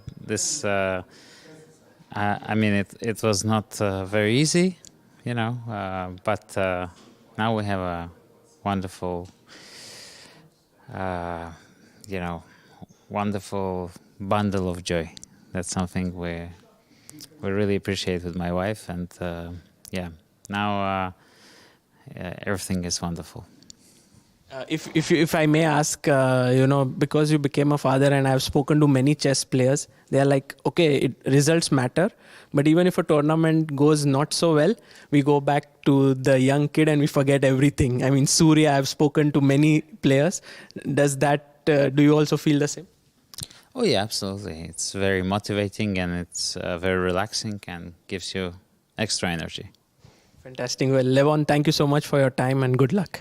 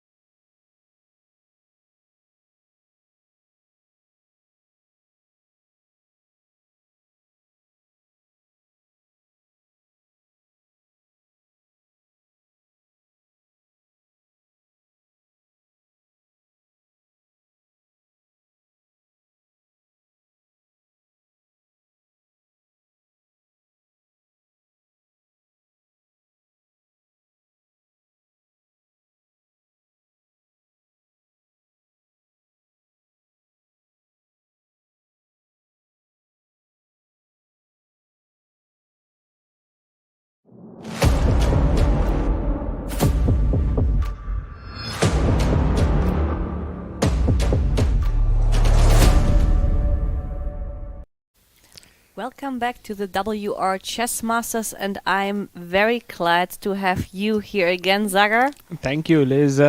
This is turning out to be a fascinating round and could Yes. well determine the fate of this tournament, because until now it seemed like Levon was running away with it, but today Nepo has seemed to taken it in his hands that he wants to stop Levon. That's true. I mean, I was also fascinated because he was kind of teasing his opponent always with a move repetition, but eventually in the last moment he said no. Absolutely, and that requires some amazing self-confidence, especially after you made 7 draws. 6 draws, Six in draws, round sorry. 7. 6 It draws. would have been the 7th draw if he 6 had draws, allowed it. and then he's now ready to sort of fight it out. And what's happening? The last 2 moves were knight e5, threatening knight takes f3, and Aronian defended it, and now Nepo is attacking with bishop h3.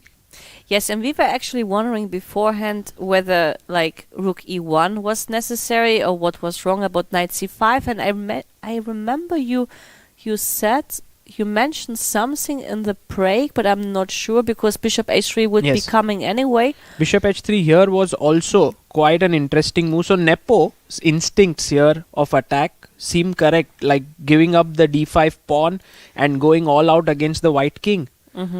So, but okay, I mean, Levon didn't go for knight c5, Yeah. and we were still puzzled why he didn't go for knight c5, because it looked more natural to us than the move rook e1, which was played in the game. And maybe we have a chance to ask him later about that. Right. But for now, we don't have an answer to this, actually. Yes, but rook e1 he played, and I think he wanted to just put some pressure on this file. But knight e5 was very natural. Yes, it's very natural. It's also invitive, because, okay, I solve my problem about the bishop on e6, but I also threat knight takes f3, and I bring more and more pieces into the attack. So Levon stops it with knight d4. And obviously calculating knight takes d3, because this already requires some calculation, Right. whether you can allow this or not. But it looks like that black here, Maybe knight e6 should work. yes, that black here is in trouble after knight takes e6, and it's a bit too much because the white squares are quite weak in black's position. Right. So that's why Nepo just followed the rules of attack. Yes, the rules, you love to create rules here. Bishop h3, and it's a mate in 1. And for now, Levon is thinking there he is in trouble. You think he's already in trouble? Yeah, Because I mean, bishop f1 looks very natural. right, bishop f1, and now There are How- some tactics. I mean, you can calculate stuff like knight takes f3, but I'm not sure this But is knight it work. f3, Knight knight d3 may work. ooh, Because knight the bishop on d3 f1 is overloaded, yeah. And now you're attacking this and this. Okay, imagine I take this. Yes, you have to, and I have to probably recapture. Yeah, You can give a check on d5, but okay, it's nothing we can do. I think d5 pawn is something that Nepo is ready to give up at any point. I mean, he gave up on this basically by the opening when he chooses this to be the isolated pawn. Right. So, but now the threat is knight takes f2 and Exactly. bishop takes d4, and the black squares actually are a little bit shaky. And can we move away our knight? Let's say maybe just move this knight away because this is the threat. I don't see where we can move our bishop. The knight doesn't have nice squares, I would say. Maybe knight e2, it looks awkward. How about knight f5? Is that a possibility? This is more active, actually, yes, I prefer this too. But okay, let's imagine you take on f5. Yeah. Queen takes f5 and I take on f2, and I claim that whatever you take back, I have bishop d4 check. And Okay, this is a pretty finish. yes, and this is mate even. I didn't see that it was mate, but Wow. yes, it's mate. What a And- finish that would be.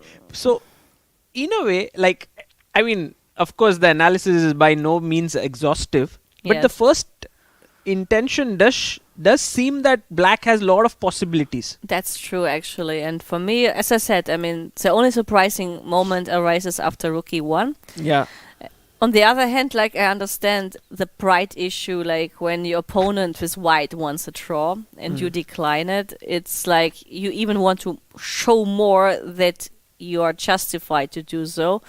And I remember Levon was claiming the draw even in this Right. game. and he was miscalculating the 3 times rule. Yeah, and I think he had to be. I mean, Nepo was given 2 extra minutes, right? No, he was losing 2 extra minutes. No, Nepo was giving 2 extra minutes and Levon was losing it. But, maybe such a kind of incident may even push Nepo further to show that, you have to play according to the rules. And now I will show you that I don't want this draw at all. When I was going into the playing hall, and at that point the arbiter was giving extra time, Nepo went out and got himself a drink, showing that, I want to play on. And then when he started to think, Aronian went out to get his tea, which shows that, okay, I'm also ready to play, so there were some mind games going on. Yes, but anyway, eventually we saw that the approach of Nepo was quite an aggressive one, and probably for him it's important psychologically to break his draw floor and also to get the confidence that he's ready for the match against Ting Liren. So even if he loses today, at least he tried, Yeah. And right now, this is a big threat, right, to take the bishop. So I think bishop f1 isn't it forced, or you can play something else, which I don't see yet, to be honest. Maybe you bishop h4. Bishop h4 probably doesn't work, but I mean, just because you have the problem your mate on e1. So if you take on d3, I saw you take on e8, you take on f6, but unfortunately your mate on e1. So this likely doesn't work. So take here is just it doesn't work. I was just wondering if you can somehow use this coordination in a way, but you have a back rank problem. So I think bishop f1 is actually forced. So bishop h3, bishop f1, and now this amazing move that you pointed out, knight to d3, and this is something which has to be calculated in depth. Is there some trick that is being missed here?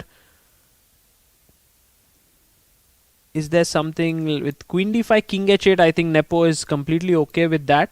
And maybe if this is the move that Levon has missed, then it means that he's in big trouble. Well, because essentially this bishop is kind of trapped here on and f2. the knight on d4 is loose as well. Exactly. I mean, for now I'm also not sure there's a solution for white. So let's say take, and we were trying knight f5, right? Let's be a little more passive and go knight b3, trying to be, because our knight was hanging. But it still is the same issue, right? You take, but you can take with the rook now. Yes, I can take. Instead of the king, there's bishop d4, but you take with a rook, and I could take on b2 and play with a bishop pair. But I don't think that actually black has something here.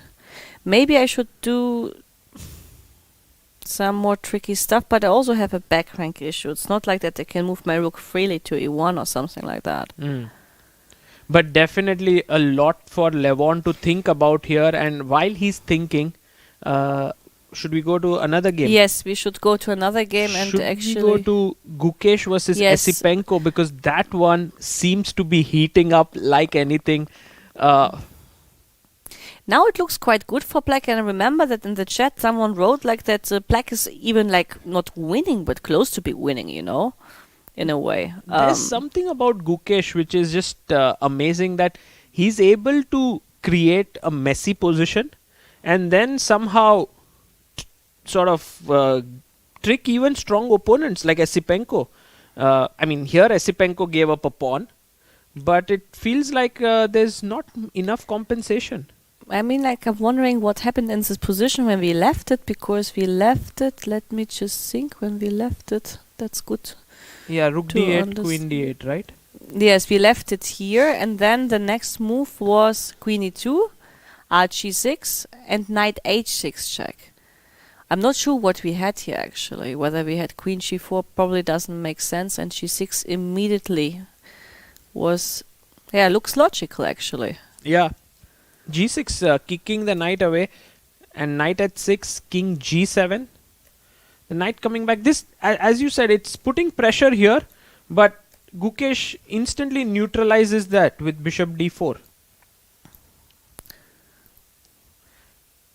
And now, rook d1, is it a possibility to... That's, I think, was played in the game in c5, but it looks, I mean, it looks really pretty much like that black Black has just a pawn up. Yes. And for Okay, now, this is some sort of a pin here, but how do you take advantage of it? no, you don't have extra pieces to take advantage. Maybe you can try e5, but it's also like a risky business for you, I suppose. E5. And then can we push forward with f5 here? Even this is interesting because of the e3 square, but even taking on e5, I didn't see like so much things wrong with that, because the rook would certainly play. And somehow I have the feeling that the compensation of white is gone in a way. Yeah, true. Seems like Gukesh has a very clear edge here with an extra pawn, unless we are missing some tactic here. Maybe something like knight e3, but then there's knight takes e3 and there's nothing much, because if you take on a6 there is d1 hanging. No, and by intuition it looks like that white is not good.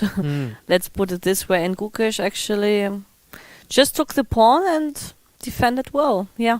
Right. So Gukesh may move to +2. If he wins today, isn't he not +3 even? Because I think he was +2 with No, he Wesley was So. +1. He beat Pragg only until now, and rest draws. Yeah. So He was close. No, he was not close. He was a little bit in trouble. It seems like against Keymer, but it was not really trouble. But right. And he held strongly against Anish in the round 1, and the rest he met. Yeah. So if he wins this, he will move to +2. And if then Levon something goes wrong there, then suddenly 3 players are playing for the title. and Esipenko is about to make his move here. He's thinking about what to do. Maybe he wants to take on d4. That could be an idea. But then pawn takes. Liz, this looks like a very strong pawn here on d4. Well, it's not like something you want to have, because also the anchor on e3 is there, and sometimes you can Right. even allow yourself to play h5. The knight on g4 needs to move. I mean, h5, why not? I mean, Right. the king is rocking safe, and after knight f2, if I just have a tiny prophylactical move like queen c8 even, not now because Defending d4 here is and, yes, but at some point, I don't think that you can exploit this pin anymore in a way. So I was thinking about a move like queen d3, but I think that's just a tactical blunder, right? Just knight b2 and it forks this way and attacks this way. Yeah. So I think there's no way to get the d4 pawn as well. No, it looks a little bit like, what is the time? It's 5 minutes for Esipenko, which is actually very important to mention here. And he has to make 14 moves without increment. And he is the one to prove the compensation, which currently I would say is not even on the board. Right.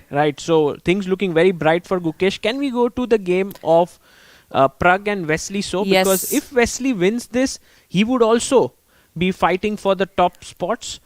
And he has, I think it looks at least from the first glance, that he has a small edge by coordination and pawn structures. Beautiful pawns in the center. But Pragg has gone knight to e2.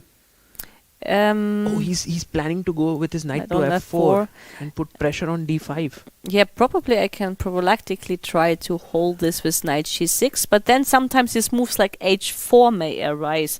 Not sure that this is somehow dangerous, because I can in the worst case play h5, but I understand it's not such an easy move to do. Right, and also here the rooks are well positioned, but knight a3 fork does not work because I first take on b8. Yeah, so that's not yet a threat, but maybe it's... No, king h7 doesn't work to threat this knight h3 in a kind of tiny stylish way, but it's premature, yeah. Right. So let's say if this is a possibility here for white, and as you mentioned, knight g6 to stop knight f4. Maybe h4 here, yes. And but I mean, h4. but e5 is under attack, so you can't do that. Right. So, but you must have had an answer after like knight g6, because he has to protect the e pawn. Question is just, what was the answer here? Yeah, that's an interesting, because this pawn is pretty loose, and you don't even have a way to defend it.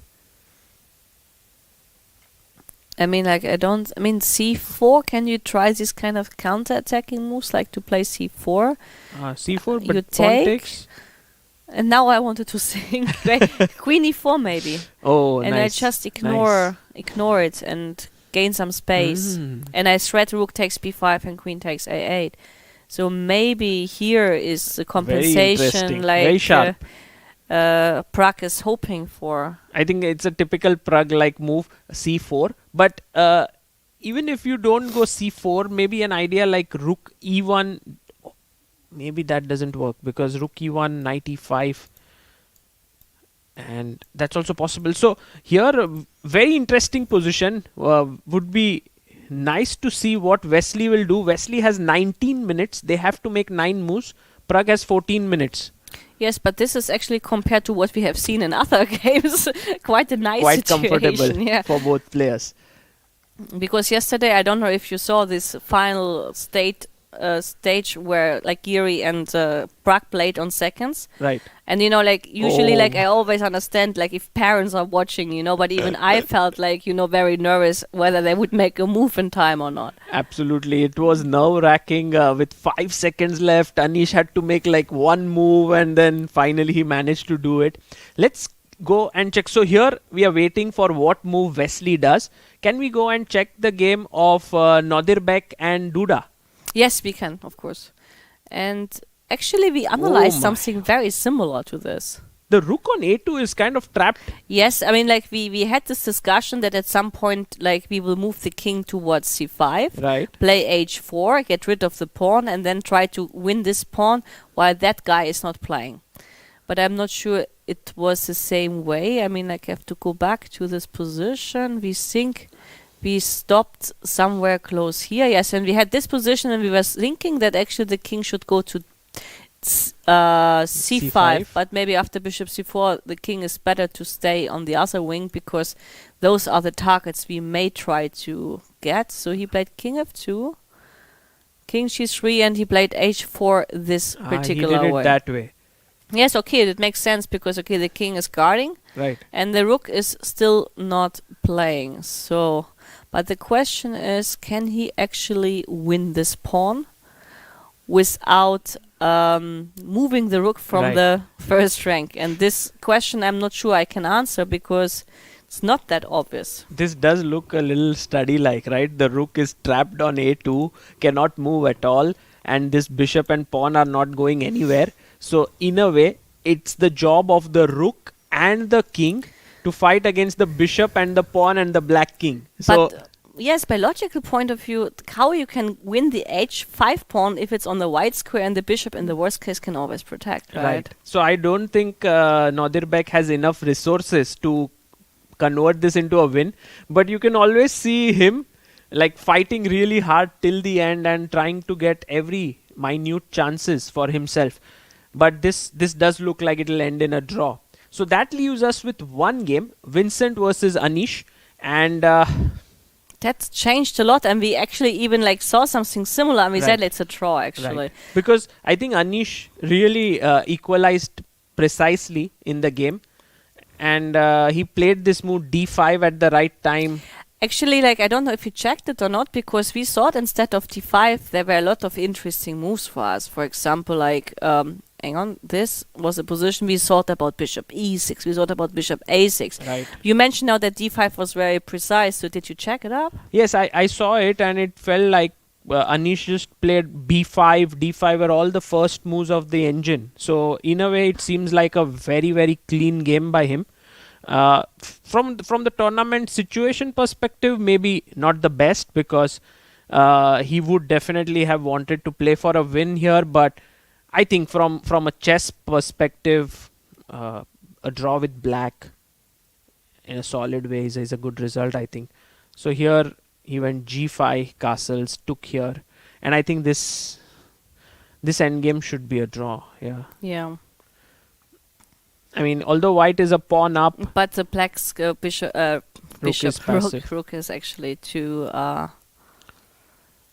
so that means Liz, we have two games, one of Anish and Vincent, which seems like ending in a draw. Nodirbek and Duda also looking like a draw. Yes. But definitely Nepo versus Aronian is the game of that we should be following. Yes, this could be the game like which has a sort of result, a chance for a result, but actually something's already changed, So, right? so he went bishop h3. Levon did play bishop f1, and now not knight d3, but it was knight f7. That's a very sophisticated, cute move actually, but why not? Because you prevent queen takes d5 with a check, Okay. and you, of course, And double threat you're threatening d4. plus a queen, yes. So you have Yeah. to do something Yeah. about that. So only move was to take. Well, could you take on f4 instead, or wasn't it possible? Taking on f4. I mean, it looks suspicious, I agree, but I thought like maybe we should... But I know then we can take on take on E1. E1. Yes, Yeah. you're overloaded. Take okay. on e1 and take on d4, and that's trouble time. So what after queen takes? He And rook e1 anyway, no? yeah, he took on e1, bishop e1, bishop d4, and piece up. Oh, wow. Wow, Nepo is a piece up. That is... That's game over, right? Or not? Or is well- there some trick? Well, there's how many... You have... You have just one pawn. Well, it's... So let's just imagine that even if we move this bishop, but where is the question? Is the bishop trapped? Because Well- this is hanging. Can we go to c8? We can go to c8, and the Okay. bishops are... Like, maybe you have bishop c4, but it's not like that. It's like a game changer or something. Yeah, I don't see that there's any threat. Yeah, this is impressive. How actually, like, Nepo just showed today that... This he's- knight f7. I mean, your move knight d3 was really cool, looked very tempting, but knight f7 backward move wins a piece. It's amazing, yeah. I'm a little bit like surprised how easy it went Right. after rook e1. But have you actually, like, just because of curiosity, we don't use the engines, but have you checked the move rook e1 when we discussed Yes, knight rook c5? e1, knight e5 was almost -1.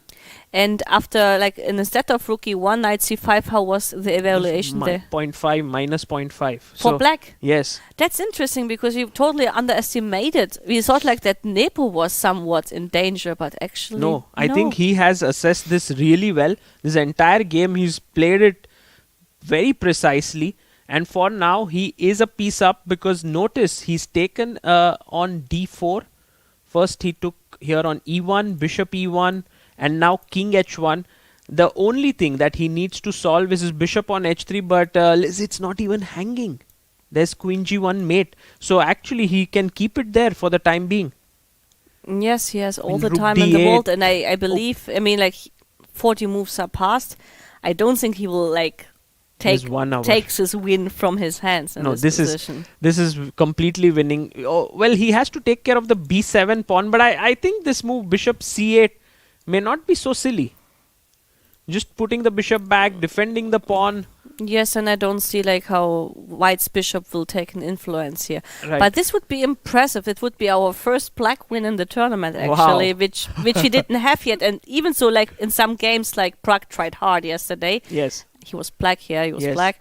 And even Levon was having a totally winning, not a totally winning position, but he had quite some good chances. And there was a Right. tactic he, as far I heard, missed, even so it was very sophisticated one. So yes, it might be our first win, and it would change totally the table tournament, in a yeah. way, because suddenly Gukesh, if he wins today, and he has good chances, Let's go to his game. Yeah, he's a second. Oh, Nepo, by the way, he's about to make his move. Let's stick with Nepo for a bit to see what move he plays. Because if he plays... Oh, he plays bishop c8. Yes, Nice. Nice. rock solid. Rock solid. The b7 pawn is defended. Nepo takes a sip of water. And he's just telling Levon that you're a piece down. Yes, he looks quite, enjoying Yeah. himself in the Exactly. table. Exactly. I think for Levon, this is quite a tough loss then, because he has been in such great form in the tournament, and to lose the 7th round could mean that his tournament could go downhill from here. Yeah, I mean, of course, it will break a little bit his confidence, Right. losing with white pieces. against Nepo, and maybe the psychology was wrong that even like he got into the situation where he offered the moves repetition with white is usually not a sign of like, you know, confidence, which is strange because he played so well in this tournament. He should be rocking. Yes. I mean, his confidence should be rocking. Yeah, I agree with you. I think for Levon, maybe this threefold repetition did play on his mind. Should we go and check the game of Gukesh and Esipenko? Also, it seems like it moves into the direction of, So we saw until, this Queen E2, F6, this all we noticed. saw with C5, and we understood that already here we liked Gukesh's position very much. Queen F3, H5 was played, and he went back to F2, and Gukesh got his knight in to E3, attacking D1. So Esipenko had to move up. Queen C7, breaking the pin. But now, isn't D4 hanging? But then there is some check on D1. I think you have a back rank-ish. Oh, it has happened, by the way. That has happened in the game. So Queen C1, Knight D1. Yes. So check. Do we go? Knight D1 seems forced, right? Yes. And now we need something. What has Gukesh seen? Or is it that white has gotten back his pawn? Well, is there something? I'm looking, but I don't find the trick yet, to be honest. maybe something like... In the worst case, I take on G2. Yeah, okay, knight takes G2. And probably, if you take with the king, then rook C8. Okay. You have a check on D7, but then king H6, it's not like that the king there is in danger, and your rook, your king looks a little bit more shaky. There's also bishop E2 threat and stuff like that. Right. So, this is maybe not, but maybe this is the idea, just to say, like, you take your best, like, protecting piece, the bishop on G2. Right. And then just play with the rooks and the very nice bishop on A6, which becomes actually quite a weapon once the bishop on G2 is gone. And if you take with the queen, nonetheless, I will go rook C8. Still rook C8, yeah? Yes, and I just prove... the king on H6 will not be in danger. And also this diagonal could become very important at some point. Yes. And this bishop could reroute itself. And I don't even have these kind of like strong attempts like G4 in order to have G5 because F4 is hanging. Right. So this move is not available here. But it's quite interesting to see how Gukesh just changed the material. Like here, he could have clung on to his D4 pawn. There was no need to play Queen C7. But when you look at this position, you see that probably like he was playing on the back rank issue. Yes. And if he has assessed this position like Queen C1, Knight D1 and taking on G2 as better for him, that's very interesting. Yes, but this means like that he is just like incredible dynamic intuition, Gukesh. We saw it already in the game against Pragg, what kind of incredible intuition. Even like he was on the defensive side. The Indian players here, they have an incredible dynamic intuition. The way they calculate, it's beyond explanation. For me, it's like, having a pawn is like having money in your bank. And here Gukesh is like putting in the money and says, I need something else. I'm exchanging it for experience. He's just changing. He goes Queen C3. Queen C3, at which point you can go Queen C3? Rook D7. So here Rook D4, he goes Queen C3. Okay, also interesting because I have Queen E1 with a double attack. And so Rook and E1, but he gave a check. Well, this is probably the only solution because you have to... And Rook F7. Okay, this is getting very interesting because... This is getting very technical, I would even say. I don't even know if Gukesh has blundered a pawn, not blundered, but given back and lost his edge. Or is there something here which is... Look, I think H3 has to be played. Okay. Probably. Only move, yeah. Why? I don't think you can hold the E1 square with your pieces. This is so amazing that the bishop controls E2 and the knight controls D1. So either H3, which looks a little bit more sound than H4. I think he's done it. He's played your move. Oh, he played H4. Okay, so he has an extra square. Let's assume we give a check on E1. Okay. King H2. King H2, and now... knight f1 stuff, is that good? Well, usually like when the knight is close to the king, it's very difficult to mate.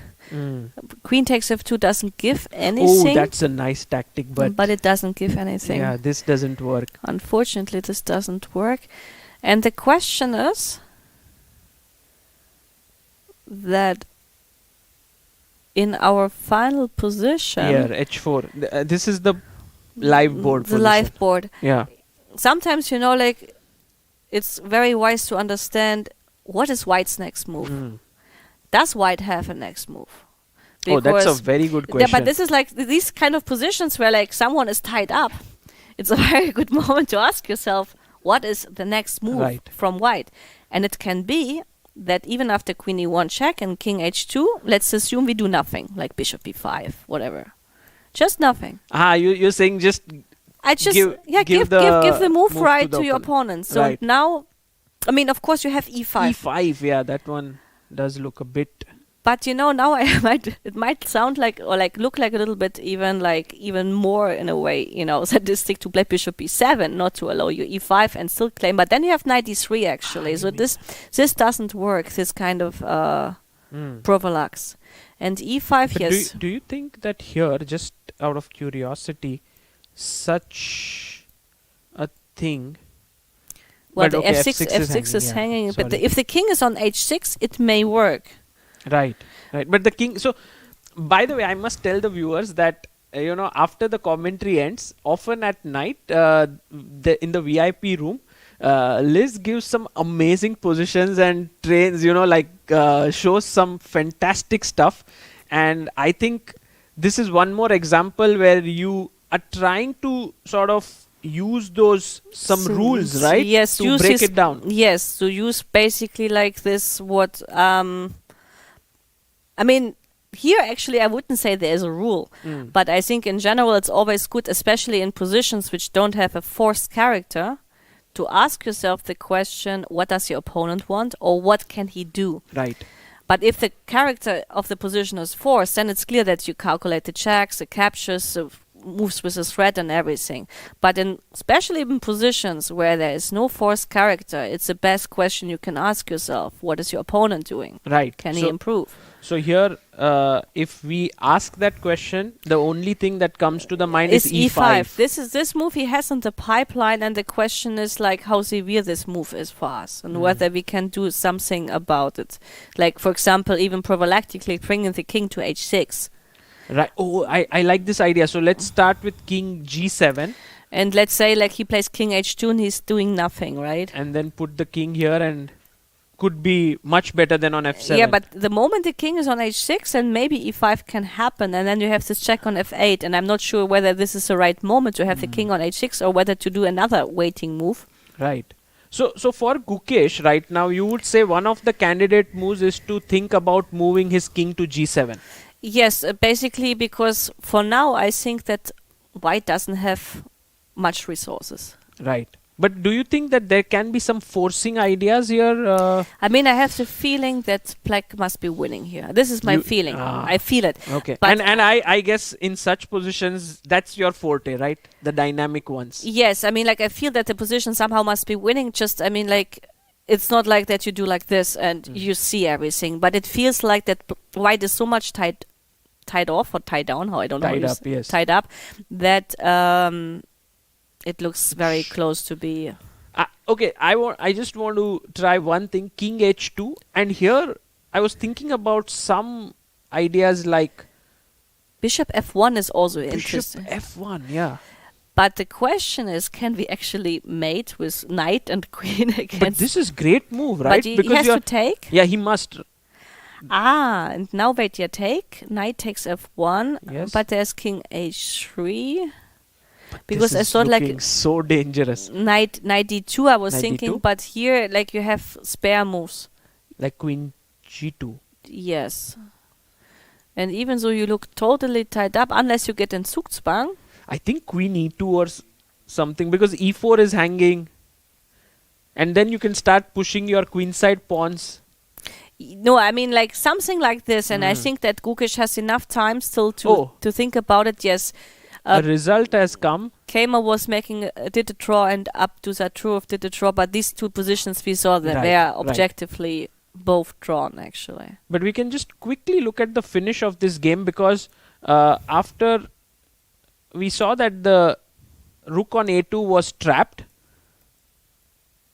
Oh, he sacked rook takes a3. Yes, but why not? Because probably it's like facilitating his life in a way. Right.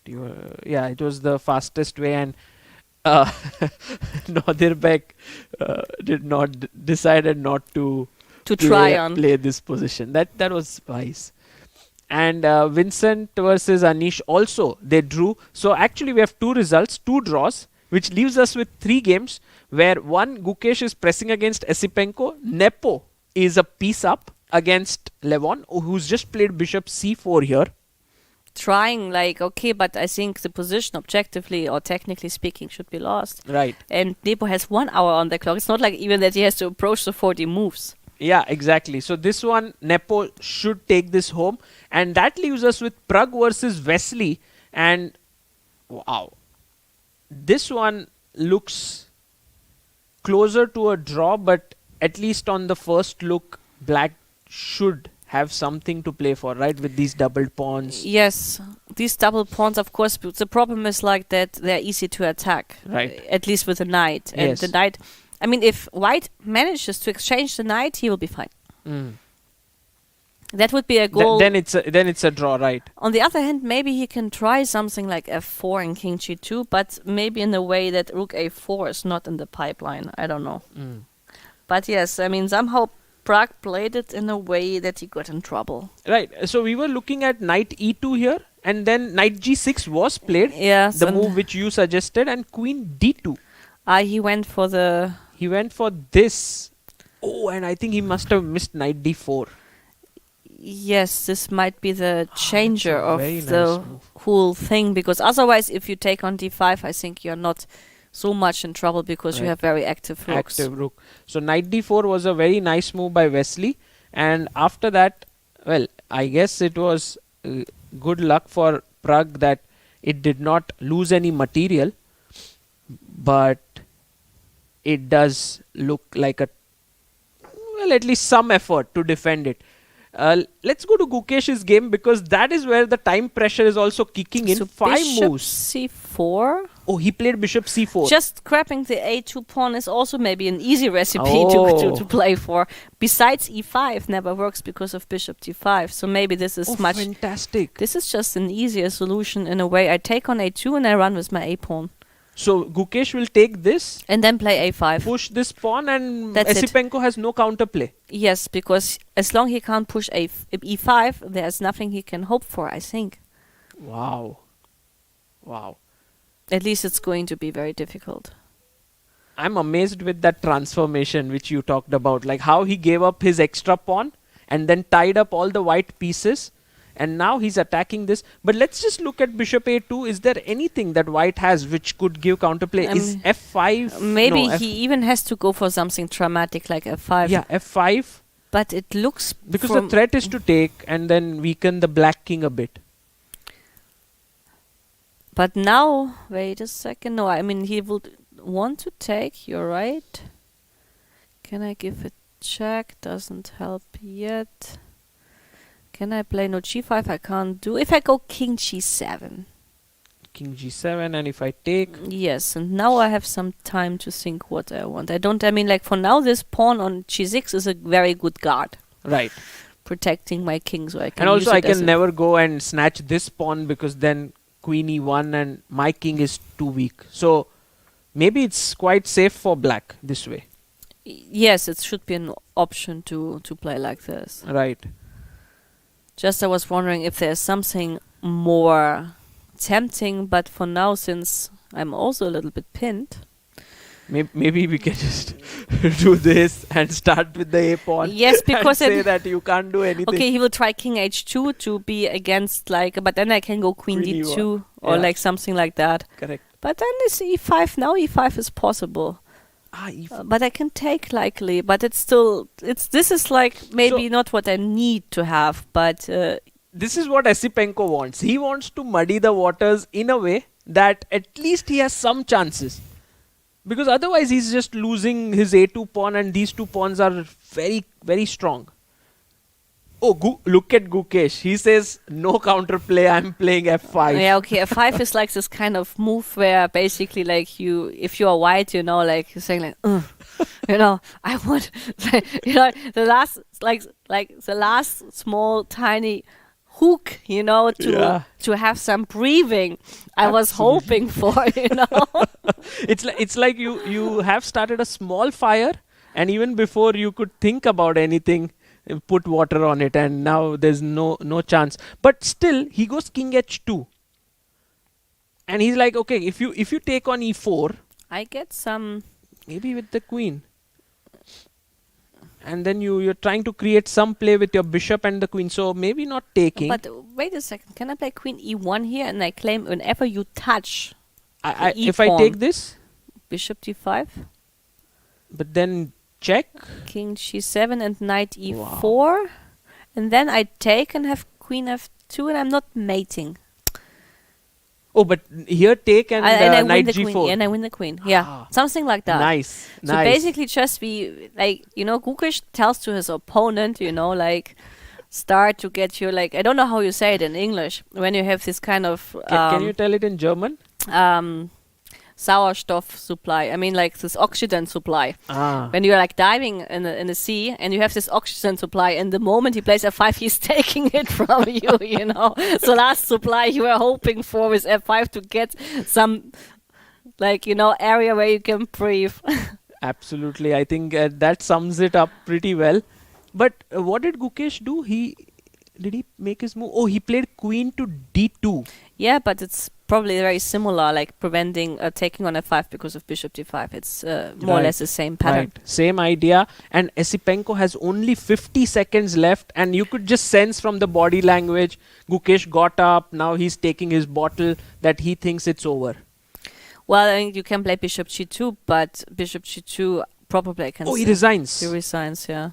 Wow. Because it's interesting. He resigns and he's not even material down yet, you know. Exactly. But I mean, this f5 move is just like, you know, it's a beautiful game. In terms of, I mean, Gukesh in this game showed to be like the son of Karpov in a way, you know. Even so, like in other games, he was rather showing that he's the son of Tar. No, but I mean, it's very impressive. Beautiful, yeah. I mean, like I never had the chance really like to look at the Indian prodigies, and you have a lot of them, obviously, Right. so carefully, like in this tournament. But I'm deeply impressed by Gukesh, and I'm very deeply also impressed by Pragg for yesterday. For sure. I mean, this is amazing stuff. You know, if you look at this game with an engine, you would be even more impressed, because after the opening, it showed like Esipenko had a +1 edge with the moves that Gukesh was making. And still, I think it was complicated enough that white didn't have a direct path. And that's what Gukesh does. He likes to muddy the waters in the opening, has his own ideas, and he's managed to completely...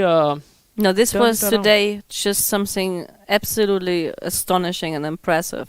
By the way, like from all these prodigies, you know, if you could give like a prophetic kind of view in the future, what do you think? Who will be world champion? Wow, that's a very tough question, especially asking me.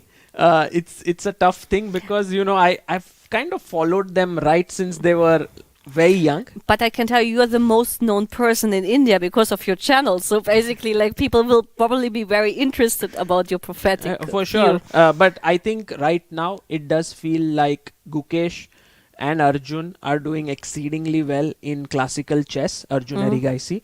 They both had reached 27-30. Yes. But Pragg, you know, he shows his class every now and then. He beats Magnus Carlsen in rapid events. He beat like Ding in a kind of way where you think like this is not a young boy, this is like a mature adult with tons of experience, you know, Absolutely. in his back, you know. And just when everyone's not talking about Nihal, yesterday he won a rapid event somewhere in Gerba. I read it, yeah. So, I mean, One of these four, you say. By the way, one question about Arjun, because I remember I haven't heard his name unless the moment when he was playing in Vike Ansi B tournament and won it.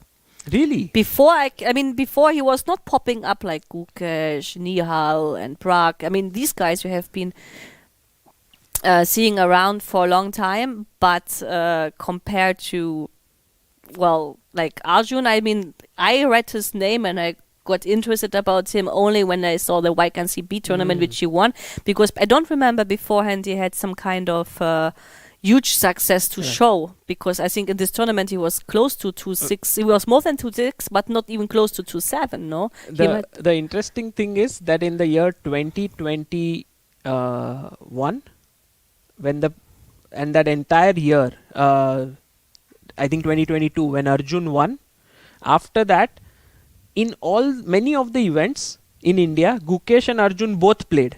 And Arjun finished first, Gukesh would finish second. But that's why maybe like we didn't read about it, because it's were tournaments in India. Because as I said, like Arjun, this name popped up to me in the YCB event some 2 years ago or something. So should we get Gukesh yes, we will here? get Gukesh here any moment, and I'm not sure like whether we should do a break for that or whether we should still stay on. This I'm not sure about. I mean, getting Gukesh would be amazing, but meanwhile, while we decide whether it's a break or not, we see that Levon and Nepo are playing and piece up still for And Nepo. I think according to what I read in chat, it's -4. Oh, -4. Okay. And -4 looks like to me that it should be like, Nepo would win it like doing a marathon meanwhile and having 40 degrees of fever. Right.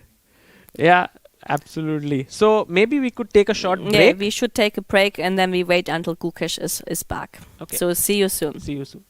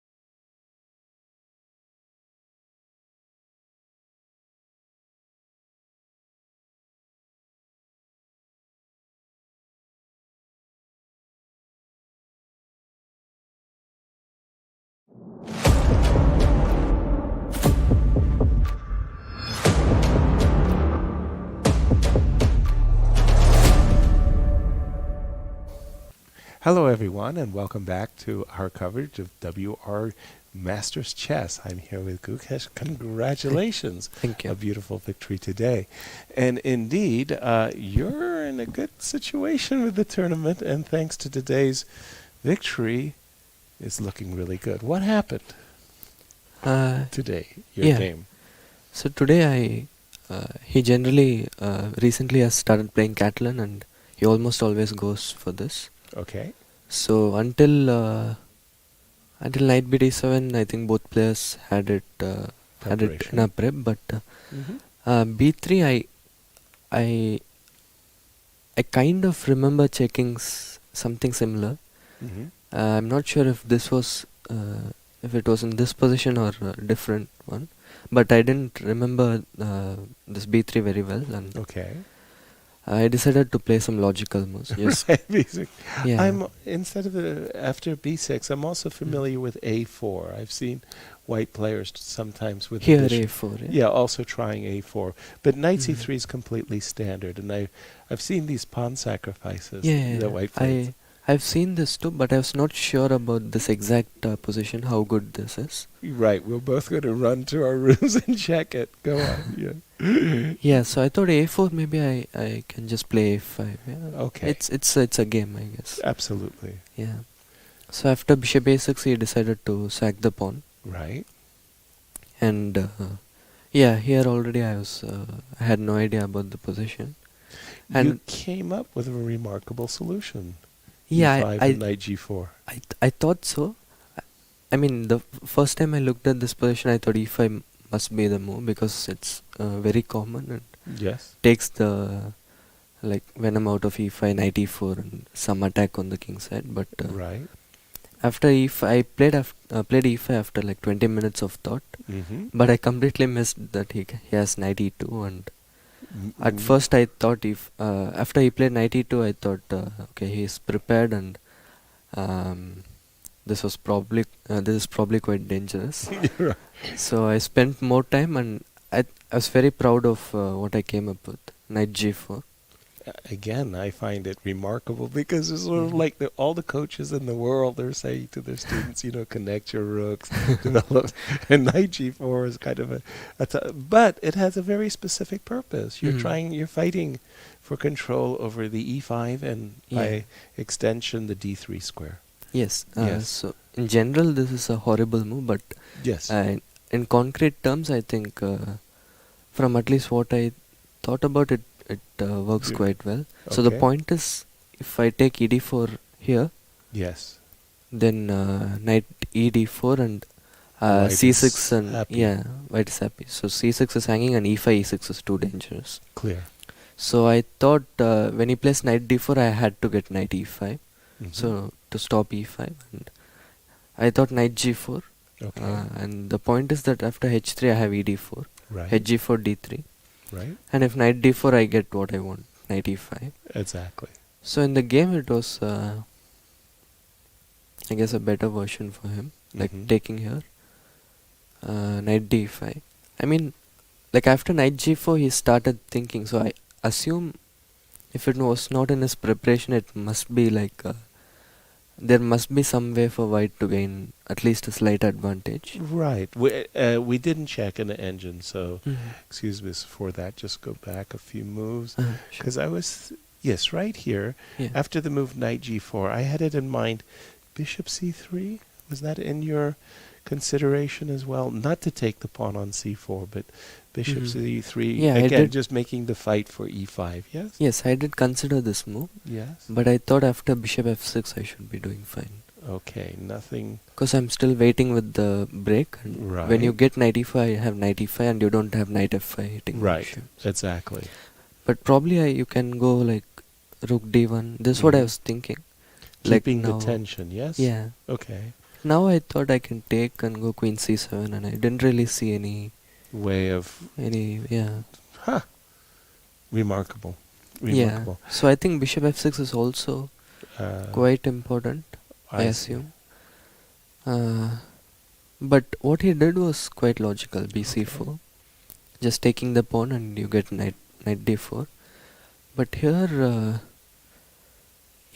I assumed there should be something for white, but I couldn't see it, and I thought, okay, if I don't see it, my opponent will also not see it. He will show it. All right. And like what he did was so logical, but it suddenly got out of control for him. Right. Bishop c3, bishop c5 are logical moves. Mhm. I also thought maybe I could start with queen c7. Okay. But then I was afraid of him starting with f4. Mhm. I take the pawn, knight f5, bishop c5, king h1, f6. And now compared to The game. the game where he had to spend a tempo for rook a1, he can just go e5 directly, and I think I'm crushed here. Yes, this is the problem. Like, you Yeah. could easily get crushed. Yeah. And bishop e4 is coming, and there's just a lot of Yeah, the c3 dangers. bishop is a monster. So Exactly. So I thought you played it quite well. I thought bishop c5 was the correct move, and Mhm. I think here there was a possibility of knight b3, if I'm not wrong.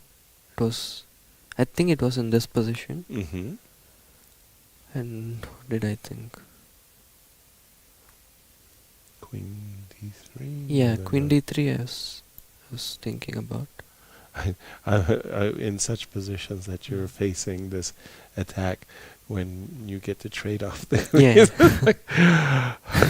a little bit sense of relief. Yeah. But But maybe here knight maybe- b3 was a good alternative to the game. Because Yeah. Mhm. But here maybe queen c1 he could go. Whoa. Okay. Surprise move. This might actually be very strong.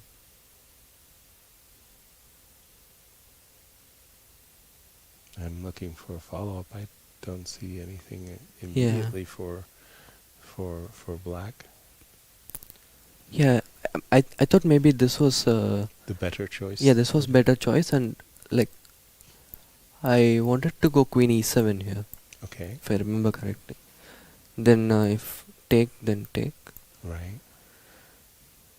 Okay, maybe he shouldn't be too ambitious and just go for this. Yeah. But it's hard to do that. Exactly. Yeah. Yeah. You have to be full of self-restraint. The game was actually fascinatingly interesting because Yeah.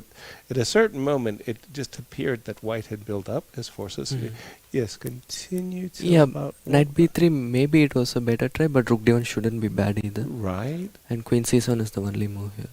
right, and now he played something Maybe like here F4 knight b3. Yeah. in king h1. Yeah, Yeah, he played f4, but and F4 feels like yeah. it's missing its mark, though. What did you feel in the game?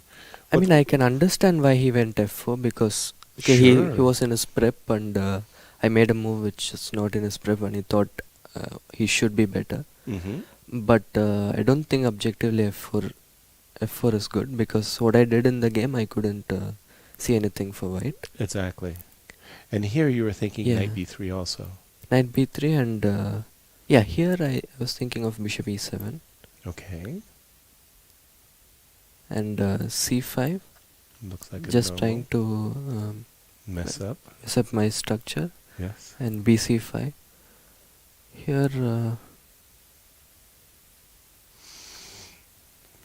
yeah, I couldn't really find anything for it. I mean, bishop a5 I thought first was strong, but then queen c8 and Mhm. if I take, then queen c5 knight d3 is the problem. And in that position, instead of bishop a5, in that position where you've played, knight b3, bishop e7, c5 takes, f4 here has a little bit more, maybe Yeah, impact. here f4 You will give back. I wanted c4, or maybe I'll start with knight d3, Right, and rook d3, rook now d3 c4. and then c4. Okay, but white's... Maybe this is better for white than the game rook d2 Yeah. when you take, and, well, you still have to face... I don't think... Yeah, I would prefer white, I think, because Yeah. of the strong center and all. Exactly. But I wouldn't really be like too worried with black. Okay. Maybe I should. Okay, fair. Show us the game, Gukesh. Yeah. So you got this really nice counterplay coming suddenly. Yeah, maybe knight b3 was the move here, but f4. It's very hard to resist because if you have this position, you say to me, white to move, I'm playing e5 and I'm waiting for the score sheet to be signed. Because here you're back to the wall, but you came up with some very nice moves. Yeah, so rook d8 was logical, knight f5, f6. And here there were some nice lines actually. Yes, exactly. First of all, e5. That was our principal move, yeah? But here it didn't work because of rook d1. And queen d1 there is fe5, so rook d1. Yes. fe5. fe5 I thought knight e5 should also work, but I saw a nice line here. Trying to... Yeah, so queen f7. Right, bishop e4. Bishop e4, bishop c8. Yes. And e6, bishop e6, knight g7, queen f1, yeah. So rook f1 and knight e3 is made. So. Bravo. Yeah. That's very pretty. That's just a nice line I saw. But okay, here knight e5 should also work, I think. Right. And yeah, what he did was best. Here if e5, then I take knight a3 and he can't protect his knight. Yes, it took us a while for us to find knight a3. Yeah, and it's nice. Somehow the knight suddenly became vulnerable. Yeah, queen e4, bishop d3 is the problem. So. Precisely. Yeah, this didn't work. Maybe he missed knight a3, I don't know. But even queen e2. I mean, it looks also tempting to get the queen to the king side, also pinning the knight. G6 was but G6 was also a very strong move, I think. Agreed. And yeah, again, like rook d1, I mean, instead of knight h6, which was the main move I considered, I also saw some rook d1, but here queen c8 was very strong. And like next move, I just remove the knight, and his knight doesn't have a good square. Right. So you're protecting the bishop, yeah. So, yeah, g6, king g7. And actually this move was kind of interesting. Right. If I take the king, I mean take the knight, then ef6. And at bishop first I thought d4, this works, but then g4 is quite strong. Like a puzzle rush or something, yeah. Oops. But then, yeah, so I think king h6 is quite dangerous. But e5, yes. Yeah, e5. But I can just take fe5. And if knight g4, bishop d4. As in the game. It's even a better version for me. So exactly. Yeah, that was a tricky move, but it doesn't work. And knight g4, yeah, bishop d4 is again, I think, quite precise. Another possibility was to go knight e5 or knight e3 to have this. But after h3, knight f2, king h2, I don't think... you made a nice, very impressive... But what did you get? Yeah. Now he gets e5 and maybe it's even dangerous for me. So understood.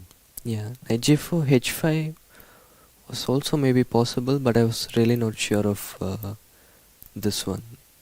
I mean, I get 2 pieces for a rook, but then he has the center and I have a weak king, so I was really not sure about this. That you wanted that, right? Yeah. Yeah. So I thought this was quite simple, and instead of rook d1, if he had gone take rook d1, then I guess just queen c5. I mean, it looks kind of scary with rook d7 and all, but I just trade the rooks and I'm just a pawn up with with no counterplay for white. Right. So this was also quite good for me. And rook d1 c5, yeah, it was... I thought his best chance was to go here. The idea of this. And okay, it should be winning, but the line I was calculating was knight e3. Oh wow, that's a surprise move. Yeah, take, queen e1, e2.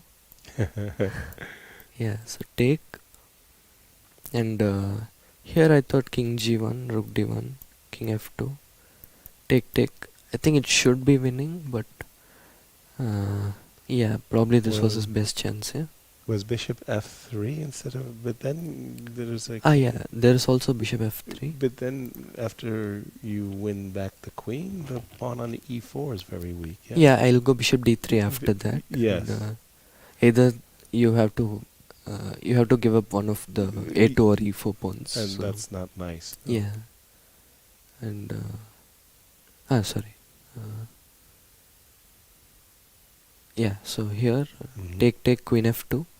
Right. I also considered this move. I thought knight e3 and I thought it should win, but after I calculated the line, I thought maybe there's something even better, and I saw queen c8. Right.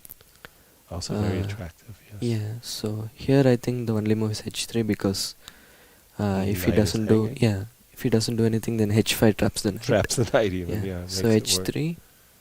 h5. Yeah, h5, knight Knight h2, e3. knight e3, rook d4, queen c1, queen g1. Queen g1, of course. Blindness, sorry. I mean, it should be better after queen c3. Right. So Well, now I'm this not knight very on sure e3. the rook a4. Yeah. Oh. No, rook Maybe he a4 might is get a little some. confusing. Yeah. Yeah, you're confusing us with this move, rook a4. Yeah, you have to go down. Here, yeah. There it is. So I think I would have just gone for knight e3 and this endgame. And even what if you showed. Sorry? Yes, what you showed. The knight e3.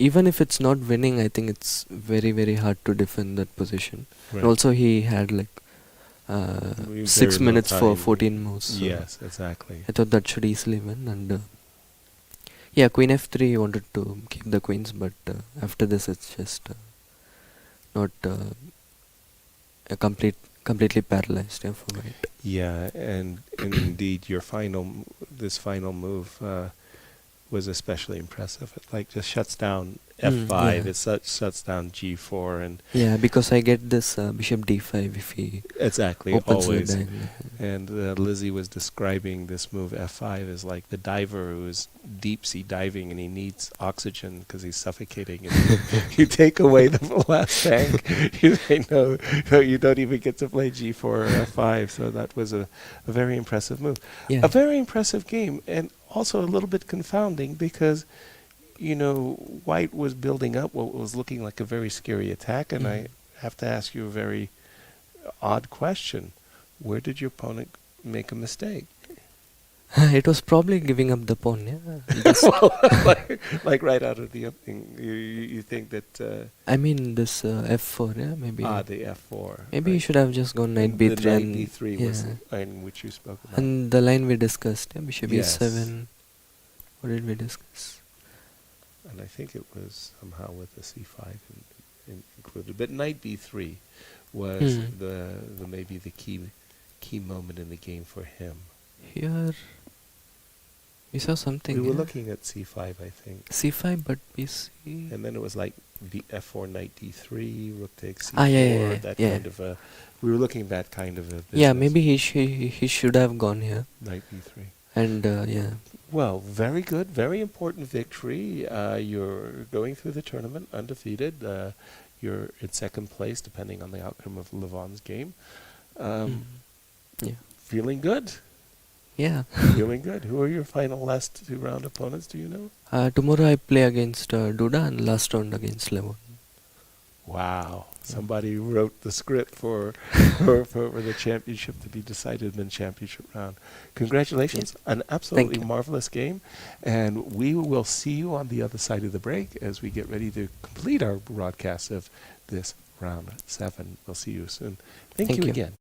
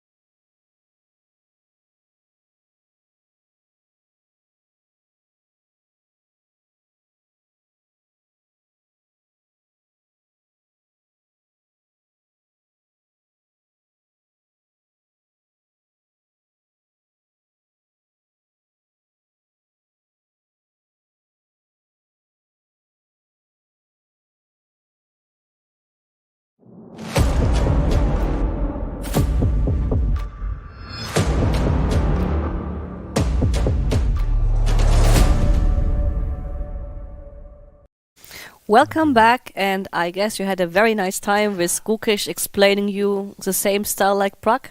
Absolutely, a master class of understanding with sacrifices and tactics and confidence throughout.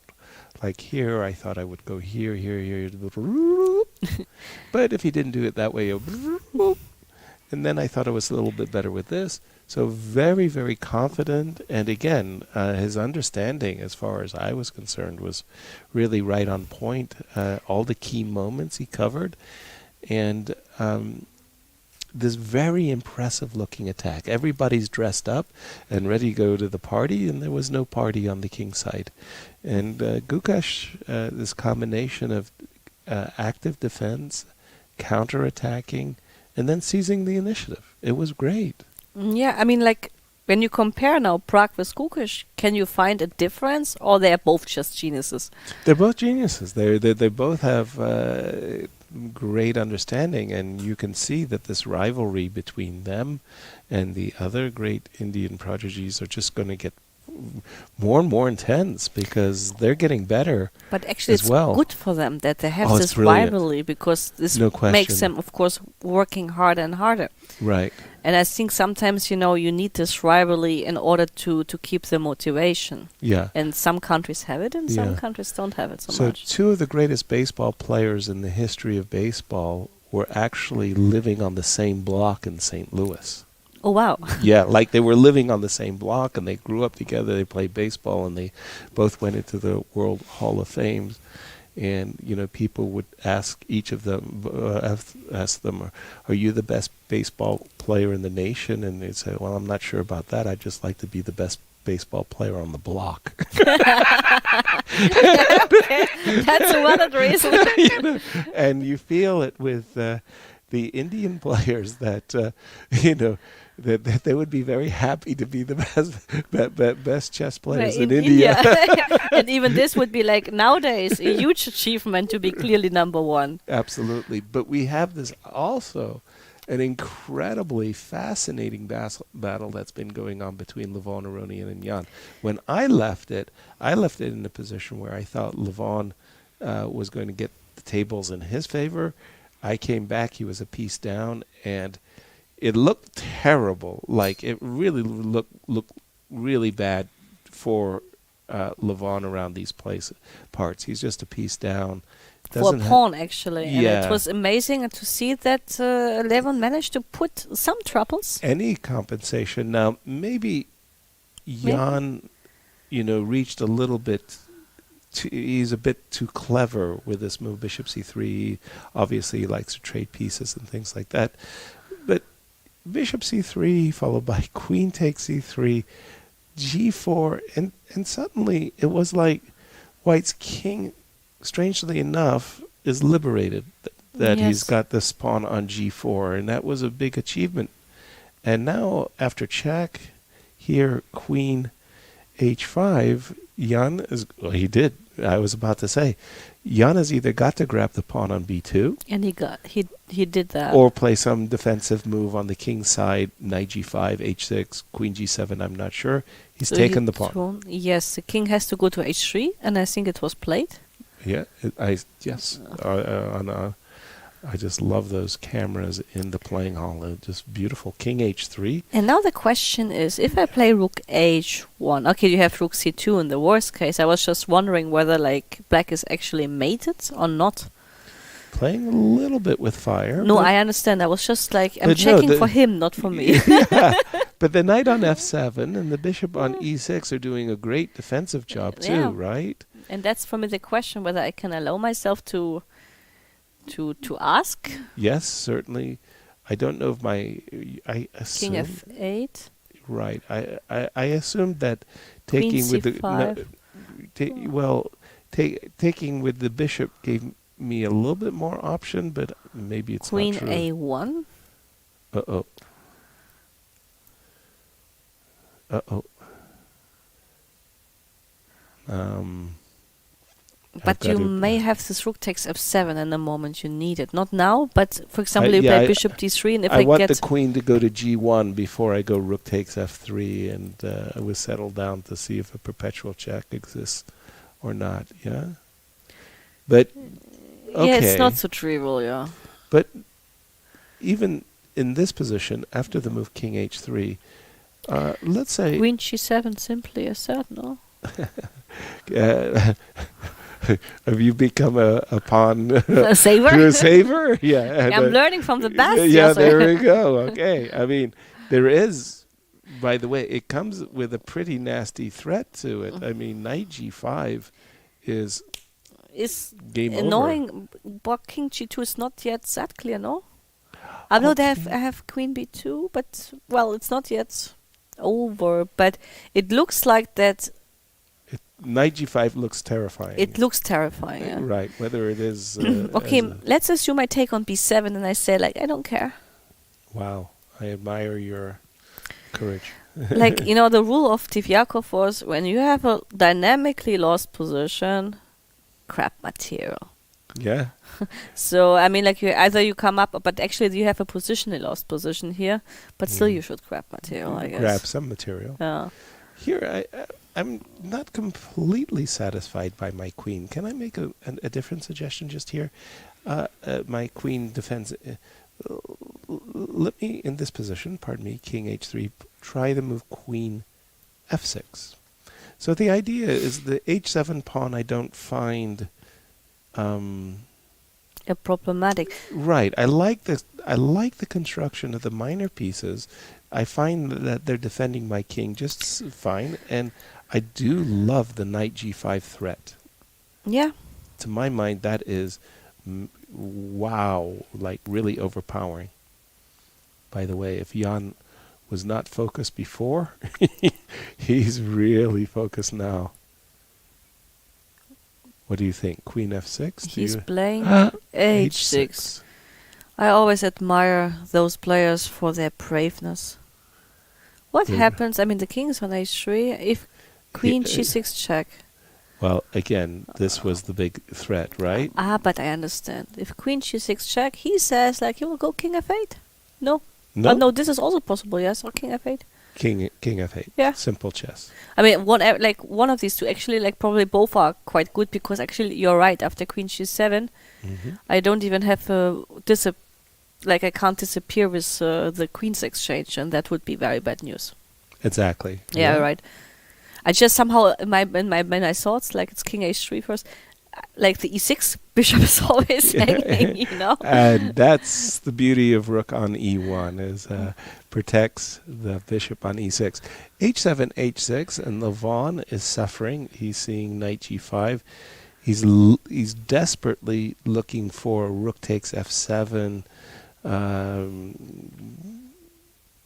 and trying to make a perpetual check. It's just simply not there. Rook f7, bishop f7. There's no. Yes, I think as long as the queen is on the diagonal. Yes, precisely so. It's very difficult.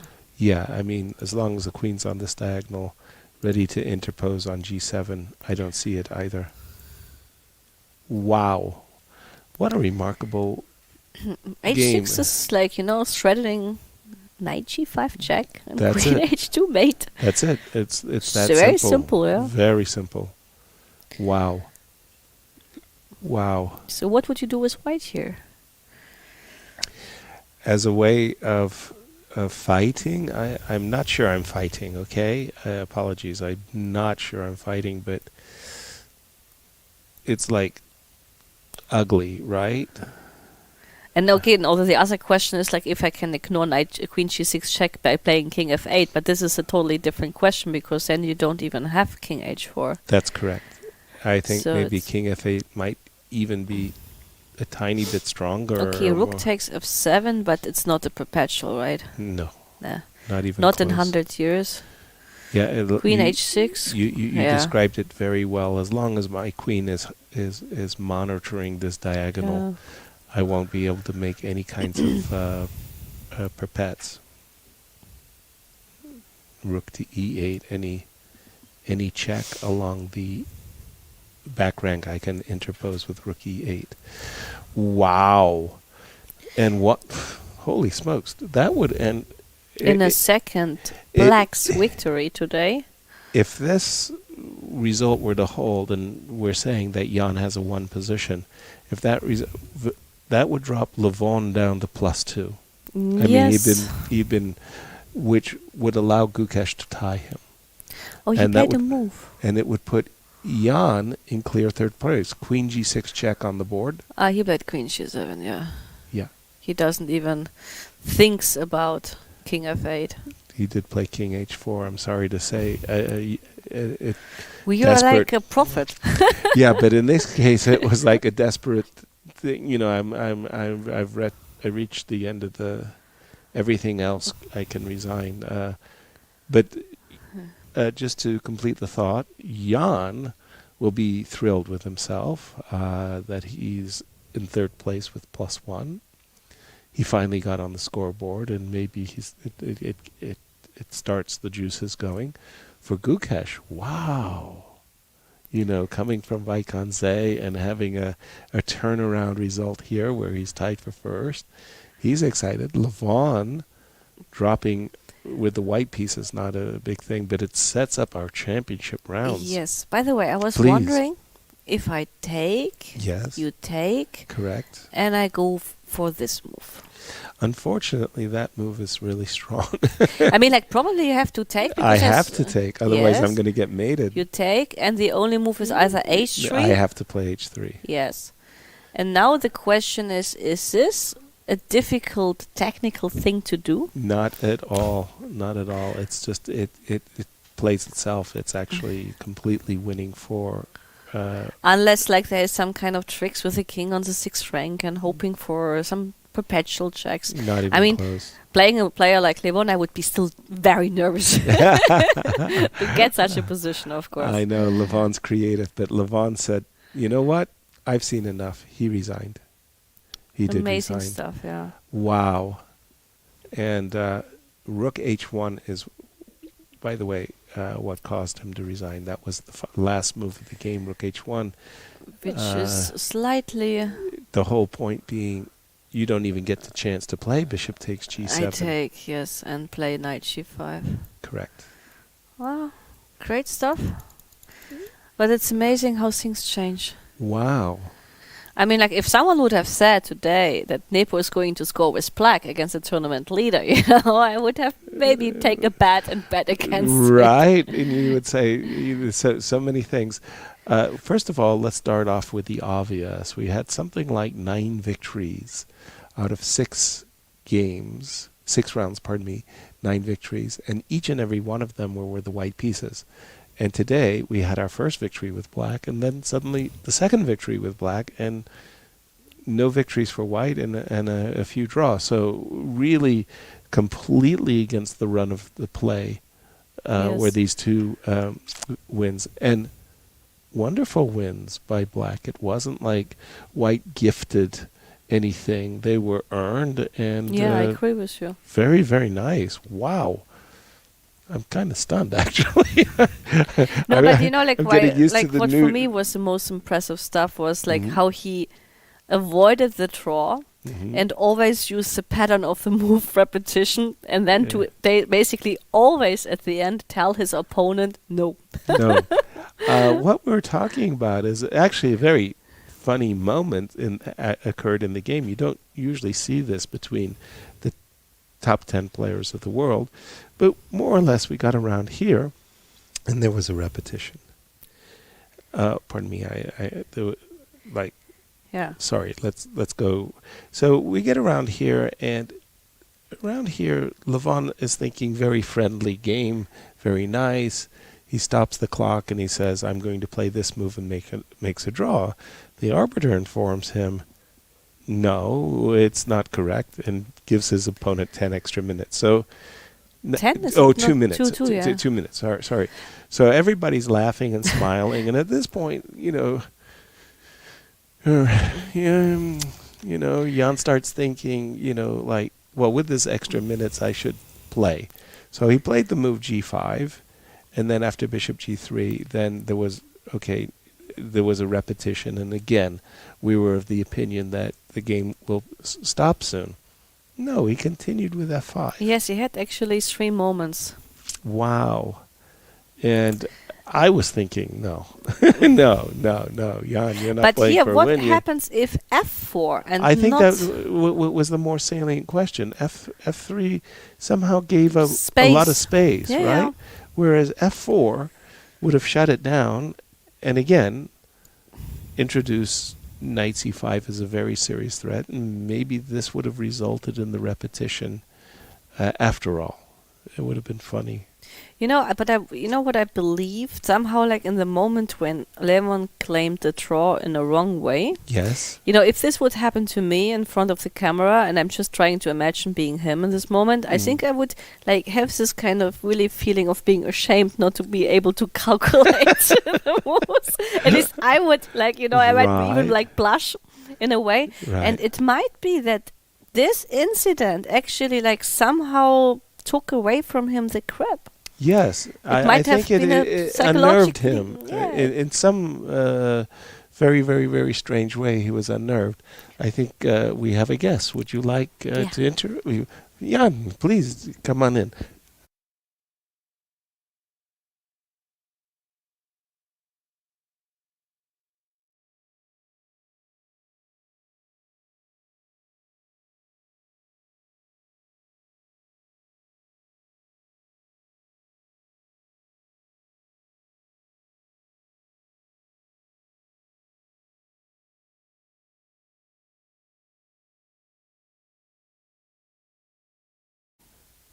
Welcome back and congratulations, Jan, for an amazing win today.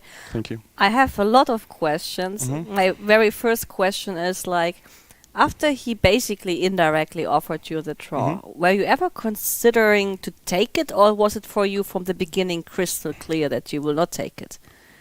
Well, it was like I was thinking a lot about this. Well, first of all, I was really mad at myself that I played like rook a8, not rook f8. So I think rook a8 I played quite quickly, but in fact I think rook f8 black is just somewhat better because okay, queen on d5. I do all the same, but my rooks are connected when my bishop is on d8, so it's a huge plus for black, and I think what should be accurate. But I felt like I didn't feel like I'm really like that much better, so here I wasn't sure, like, do I start with g5, h5, and then a6? Because yeah, like white's queen is a little bit stuck. Yeah, so it took, I don't know, it took plenty of time to decide what to do. Yeah, but here actually I repeated once. Then okay, this g5, f5, and g5 in many different ways it was very tempting. But I couldn't, make up my mind what to do, and if I should like continue, because I was relatively low on time. But good for me that I can, choose the moment. I can always repeat. So I think I repeated like 5 times. This bishop d8, bishop e7. So it was basically 2 hours for 30 moves, not for 40. Was very smart of me.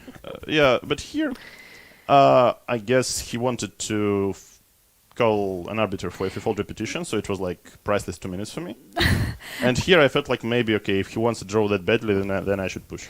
Yeah, actually I wanted to ask you like how it feels for you in the moment when your opponent claims a draw. You probably knew that it was not 3 times repetition. Yeah. And at your level, I would say it's very unusual that such things would happen.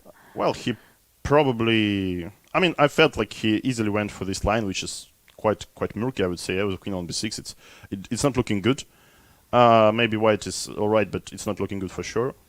And clearly, because of like tournament situation, I think he was okay for a draw, like more or less to make a draw anytime. Because you're one of the most dangerous opponents. I also thought like that. Anyway, I'm losing some rating, so not so much at stake. And it's one of the very few games left in classical until the match. And anyway, the position is very rich and fascinating. Like this g5, f5, f4. I didn't know like if it's good or not, but it looked like very tempting, with a lot of nice tactics. But I couldn't calculate everything, so I just decided, to go for it. And here, in this moment, when you repeated, it was already clear that you would play on the moment you played g5, or you were still hesitating? Actually, after g5, he smiled, all right, so you're gonna repeat sooner or later, yeah. He was expecting, so this was another way to demonstrate another reason to play on, yeah. Yeah, f5. Okay, f4 was surely the move, but after f4, I felt like there is. Also, okay, knight c5 was the move. Yeah, very, very interesting position. So I think knight c5 is quite critical. Bishop c5. Let's say rook c5. But I think here after f4 takes, and bishop h4, bishop is a little bit misplaced. That's what we thought, and maybe we're not despite F3? the two bishops, yeah, okay, f3, but then bishop returns. I think maybe queen g7 or something. Yeah, I can also try to play for attack because it takes ages for white to retreat with the queen, and after queen g7, probably I can also provoke g3 at some moment. Yeah, so it looked. Maybe white is okay, but it looked like black is risky, is playing.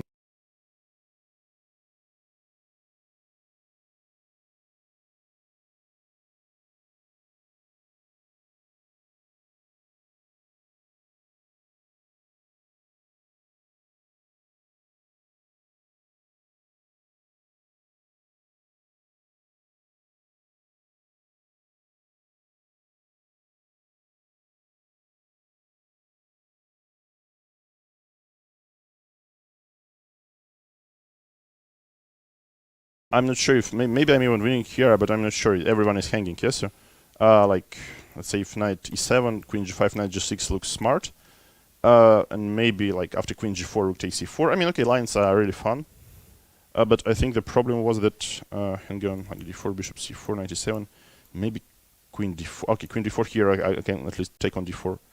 I mean, I wasn't sure. Maybe takes here, and queen g5, and then knight d4. Okay, it looked very insanely promising, and I just didn't see this move, and I was relatively low on time, so I decided to go for this.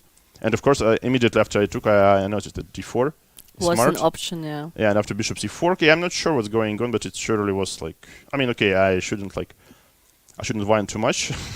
Because the game ended in a good way, but I think this was one of the critical moments. I have a question. If he had played not f3 but f4, what was your intention in this my intention moment? Was to immediately repeat once.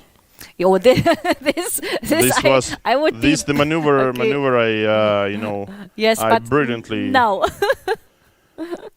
Yeah, probably there is a way to play bishop d8, queen c5, bishop f6 also. And to allow the capture on g5. No, sorry.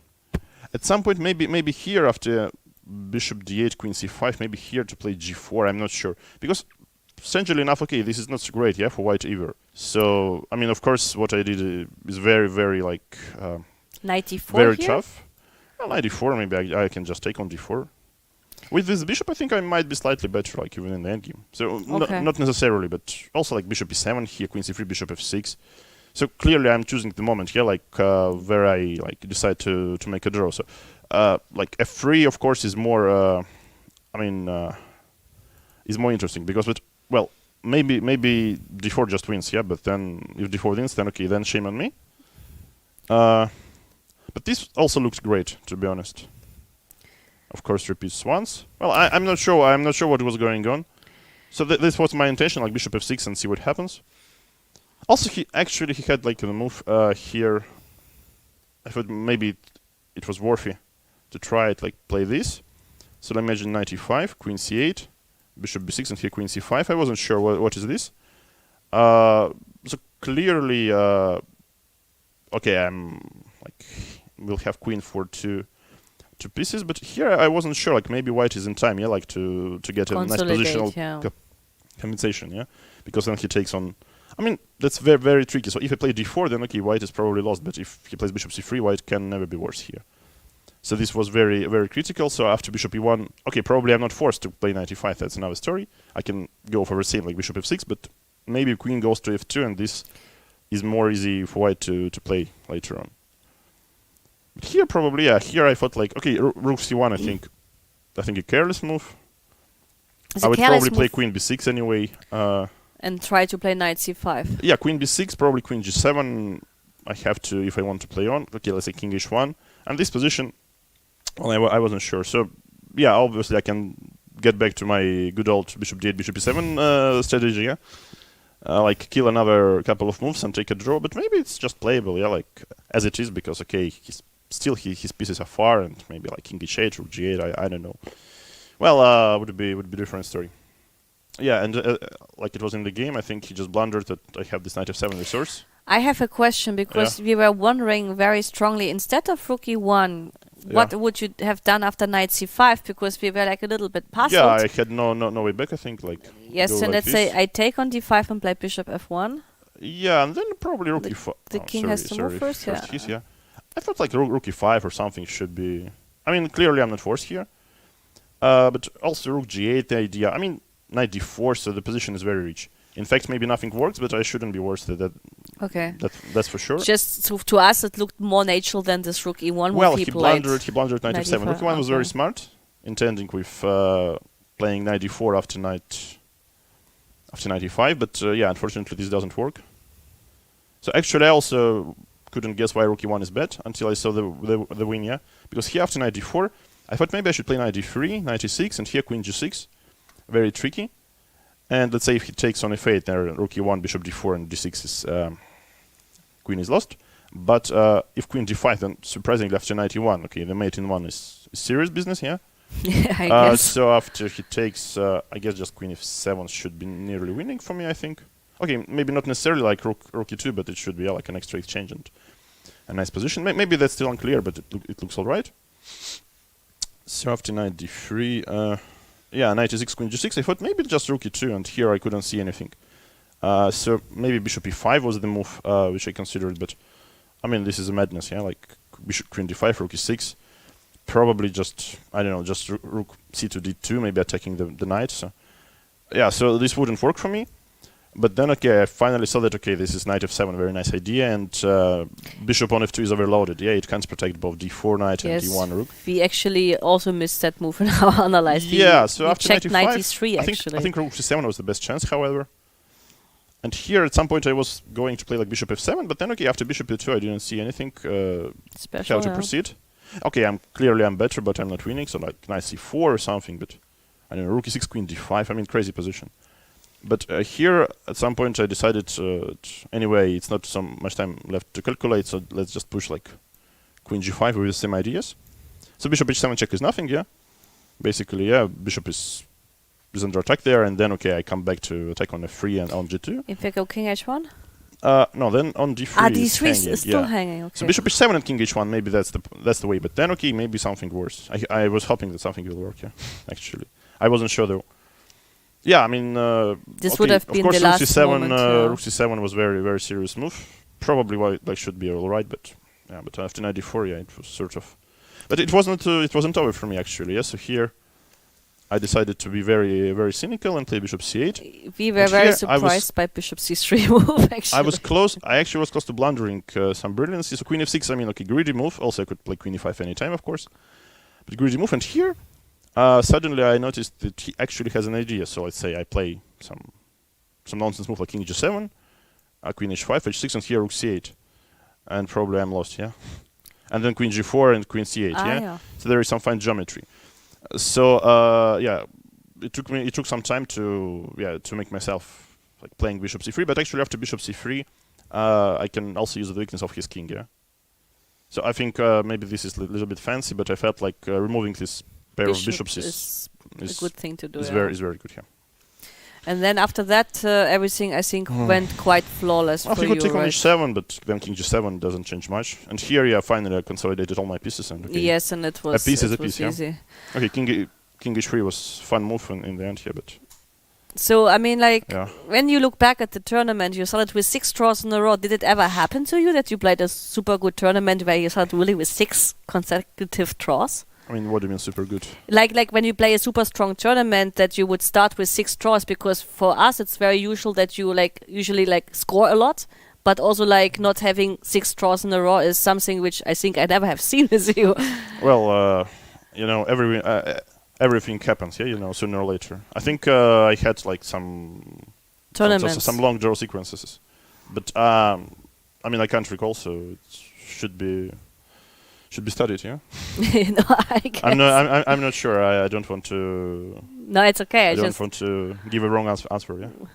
No, we were just curious because we never, like, I was discussing with Yasser that we don't remember a tournament where you would start with 6 draws in a row. Yeah, probably start with 6 draws. Yeah. It was something unusual for us. Yeah. And after the tournament, you have any like plans till the match or something special, or you want to do a lot of sports?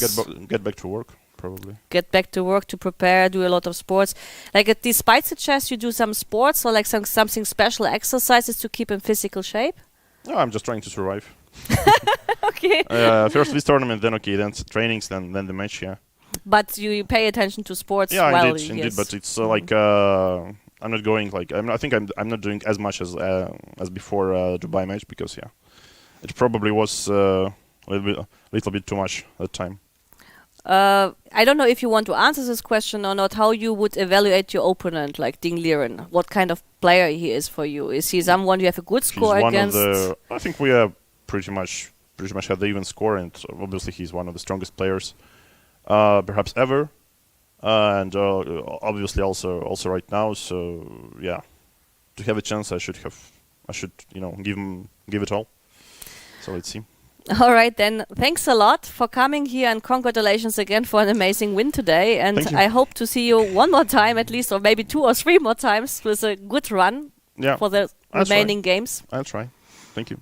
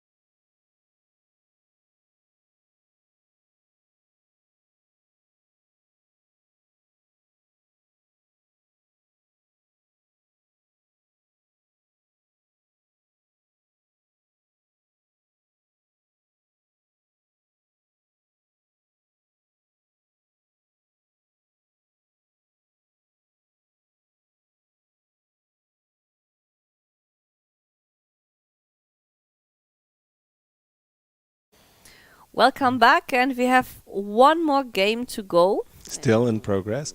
And I was listening to the whole interview. Yeah, Jan has this self-deprecating way, right, of cynically saying, I didn't play well, and da-da-da-da. But today he was like the reluctant winner. But today I was wondering by this draw. Coin. Like the speed he was showing the lines, probably like he felt similar with Gukesh and with Pragg, right? Absolutely. I was thinking like, okay, I can't follow, which is fine, Right. But if I can't follow, I mean, how the audience will follow, Right. I was thinking like, this was very difficult. But yes, Jan has his speed of calculation, which is pretty high. But I love it when they just do their thing. They're in their flow. This is what was going on in my mind. I had calculated this. Maybe it didn't work. Okay, I could be bluffing, but then maybe it does work. And you get a really very honest insight into the way they play. Jan has just thrown the tournament a loop. I mean, Levon was cruising to victory. Yes. Now we have 3, maybe, I think there are 3 potential winners with 2 rounds remaining. Yes, it's Gukesh with +2. It's Levon +2. And it's Wesley, depending on today, but if he doesn't win, he's also on +2. Yeah. And Wesley is at least the one with the sunny side of the torture. I mean, he was escaping yesterday, objectively, but right? yes, it's always, as you said, like for Ulf Andersson, it's nicer to make 2 draws than to lose a game. Exactly. So yes. No, we said it even worse. In Ulf's case, Ulf would rather not win 2 games and lose 1. That would give him 2 out of 3. He would rather have made 3 draws, which would give him 1.5 points. Than to win 2 and lose. Was so bitter for him. Yeah, bitter. All right. Well, we do have this position, and let's just see the last few moves, because more or less, I would say about these parts, Wesley has kind of maximized what he could do. I mean, his rook is as well placed, his knight is as well placed. The knight always wants to go to this square, and the reason he's keeping his knight on e6, which in turn keeps the knight on e2 tethered. So his king is maximized, his rook is maximized, well, his pawns are maximized, and he really hasn't made any progress. If I could, I would think that the next position I would like to do with black, and again, this is taking a page from Jeremy Silman, is don't calculate, just imagine where your pieces might end up. So I can imagine putting my rook on c4. Yeah? Because then on c4, the knight is tied, and da-da-da-da. Yeah?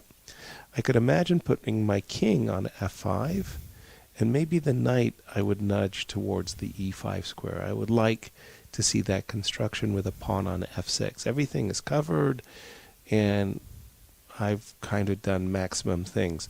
The problem is there's just not enough imbalances in the position. The double pawns are sometimes are not that bad. Not that bad. They cover good squares. G3, G4, E3, E4. Question, like, please. If I try, like, for example, something like rook e1, rook takes e2, knight f4, and go for the pawn ending. Yes. Is it anyhow dangerous for white? Because yes. It is. It is. But then the question is, if I go for a move like rook e1, how would you prevent me from this? Are you playing knight, and I don't have knight f4 because the rook on e3 is protected. Yes, the double pawns. But you're absolutely right. What I desperately want to avoid is an ending, a straight-up king and pawn ending, for example, rook e1, rook e4, because in this case, I'm absolutely terrified I will get zugzwanged. Like something like, I don't know, king takes, king here. I'm absolutely terrified something of this nature will happen. But can you play this kind of tricks, like not like this, but in the moment you have the option to play f4, yes, and then give you the pawn and play king s3? It doesn't work in this scenario, right? Sometimes possibly. These are kind. Sorry. Yeah, no, I understand. You can. I mean, like, for example, yes. not here, but let's say here, like, to have this kind of pattern. Hang on, f6. Yep. Like, I mean, okay, here you can play g4, which is very, very strong. Because but you this want kind to of stuff, sometimes it can make you escape, but probably even here it doesn't. Even here, I would It be doesn't, afraid. yeah. I would be afraid of c4, king e2, king g2, king g4. Pardon me. But this means after rook e3, if I play rook e1, and you have to go something like that, right? But yes, but this move, king g3, does introduce the possibility of f4. Or even of this, no? Okay, yeah, which goes to show that it's still white who is the one who's playing. And I have to go even king like g2. I have even these options. King or maybe g2. Is king g4 ridiculous? Probably it's ridiculous. But you don't have a check on g1. That's the saving grace. Like this. Yeah, something weird like this. Okay. Now I'm Knight g3, knight e4, and okay, and maybe like I'm this. beginning to feel like I'm untangling a little bit. Yeah, so it's not. I mean, I was just wondering whether this is a deadly plan or not. No, but it goes to show that there is at least something in the position that's really, like, entrapping. If I, imagine the rook on e1 looks a little bit strange. The rook on c2 less so, because the rook on c2 looks like a good place to hit the pawn on c3, and then you suddenly get hit with rook takes e2, the fork. You're in the king and pawn endgame, and you're dead lost. Like, you can't get out. Yeah, I mean, rook e1, pawn. rook c2 is of course also possible, or rook a2, something like this. Yes, here. exactly. That's what I meant. One of the things that's very intriguing is this idea of 3 pawns and a rook versus 2 pawns.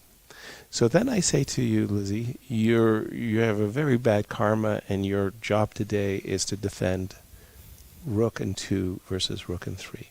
But and your opponent has the normal f2, g2, h2 setup. And you give me g3, g2, right? Or no, you get the choice of the defending side. What's your best pawn structure to defend with? And I was really shocked by the answer that Viktor Korchnoi gave. We speak of f2, g2, h2, and I'm black. I would take g6, h5. Okay, that's a very good setup. And it turns out that the absolute best is f6, f7. The double pawns. And you have f6, f7, you give the pass H pawn. Yeah, you give a passer. Oh boy. Because the H pawn's going nowhere, and it's almost for sure that white is going to have to play g5. At some point, you're going to have to play g5, and you get rid of this pawn. And it was this idea that the double pawns in a rook and pawn endgame can be the best. So here, if these double pawns on f3 and f2 are ideal in a rook ending, not a king and pawn endgame. I see. Not a king and pawn endgame. And there we see But Pragg. that's something new. I didn't know, actually. Exactly. I'm learning now. It was such a surprise for myself as well when Viktor revealed what for me was really... What did he was suggesting? Pardon me? What was Korchnoi suggesting? I mean, we were just looking at rook and pawn endgames in general, and I mean, he was busily writing a book about rook and pawn endgames. I had blundered into his apartment, and he said something like, "Yeah, sir, wonderful, sit down. I've been looking at this position for a month, and I'm not sure." Like, what? You're not sure of what? I'm not sure what the proper result is. I was like, what? Where's the exits in this place? It was pretty funny. It was one of those, it was rook and pawn, and where there was 4 pawns versus 4 pawns, an outside pass pawn for white with the rook in front, so the rook was in behind. Yeah? And he was saying, I was unsure of the result. I said, well, it's a draw. It's a draw. He said, I'm not so sure. I said, well, I've got the active rook. So he demonstrated bang, bang, bang, bang, bang, bang, bang, that it's a win. I go, my God, I'm really, really, really stunned. You're right, it's a win. No, it's a draw. He demonstrates how easily drawn it was. So he was always getting the maximum result. The guy had been working on the position for 30 days. Well, it's very difficult in general to play rook endings. True that. Let me just update the board. And what move number are we on, by the way? Already 49, Queen H2, King H2. Last move was King H2. So he's waiting and doing nothing and seeing how black would improve. Okay, so let's say Wesley just does his... King G3. Very, very steady. Let's go. King G3. So I'm a little bit afraid you might want to play the move f3, f4. So I'll step up to prevent that. Rook e4. Okay, so now we have something going. I'm very tempted by the move rook to d3, but okay, let me tie you up in another way. Rook e3. Okay, good. Rook e3. Now it's time for me to find a better place for the knight. Yeah. King h2. King h2. Then you can take maybe knight f4, right? No, I was avoiding the rook ending. Okay. At all costs. Yeah. Knight g3. Okay. After knight g3, I have a double threat. Yeah, I was maybe a little bit careless. I agree. Then I play king g2, but then you have anyway knight e5 coming. Correct. And with the knight, guess what I have on my agenda again? That's sad news, yeah. That is the sad news. So the endgame actually seems to be a little bit more difficult than it looked like from the first glance. Exactly. And Wesley, again, very, very gifted technical player. He likes, like Magnus, drawing the blood from the stone. And here you see that this redirection of the knight on d5. Now, it's true that you could have probably back here avoided, maybe you should not step into the fork. Like g2 is a kind of a danger square, maybe g1, so that, say knight d5, knight c7, come on, you can do it, Yaz. Come on, Yaz, you can do it. Knight here. Something like this. And yes. Here, actually, black has an easy plan. Yes. Right. That was my thinking as well. Impressive. I mean, like, it's impressive how difficult. I mean, I saw it like that when I looked at the position just now with you. It's okay, it's nothing special, but actually it's much more problematic actually than I believed it is. Exactly. And by the way, what's your need? I do not want to play the move knight f4, okay? But just if you were, once again, if you were assigned this position. Okay, rook d4 it works, but in general, sorry. yes, you're right. Just a second. If I can't do this. That wasn't what I wanted. I wanted this position, rook to d3, knight to f4, knight takes f4, king takes f4, rook to e3, yes? Mm-hmm. Yes. f5. f5. And let's say here. Mm-hmm. Rook e3 and c4. Correct. I was trying to get that Zugzwang okay, king h2. Kind of position, right. King h2. And that's right. Here you're okay. You just simply, I have some spare moves. Yes, the squares. Very, very good. Whew.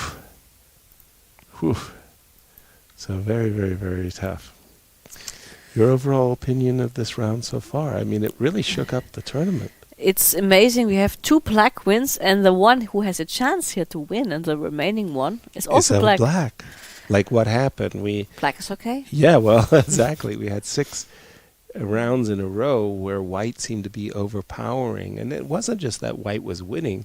It was like the games that that black drew, let's say. Some of them were very awkward.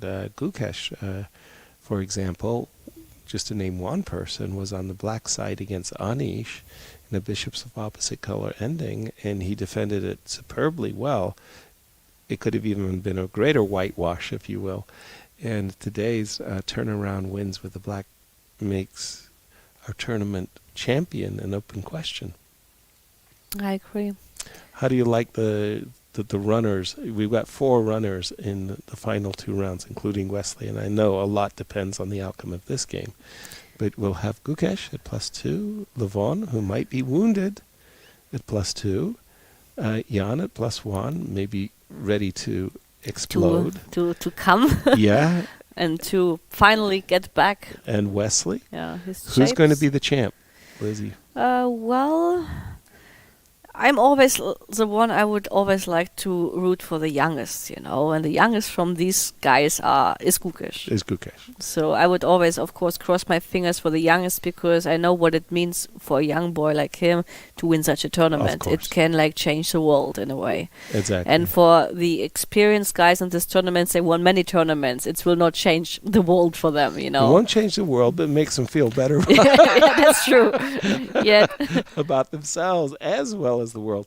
So you go with the youngest, I'll go with the oldest. At the start of the tournament, you had asked me who my favorites were, and I said, look, at my age, I'm always okay, but you're also very often in America, so you have a special relationship to Wesley and to Aronian, so it's not like that you can be totally neutral to that. That's true. But yes, and I agree with you, by the way, about Gukesh. I mean, it can be a game changer, a yes. life. I mean, I'm just thinking from this point of view, for whom this victory would mean the most. Mm-hmm. And I think for Gukesh, clearly it should mean the most because he's not used to win tournaments like the other guys. Mm-hmm.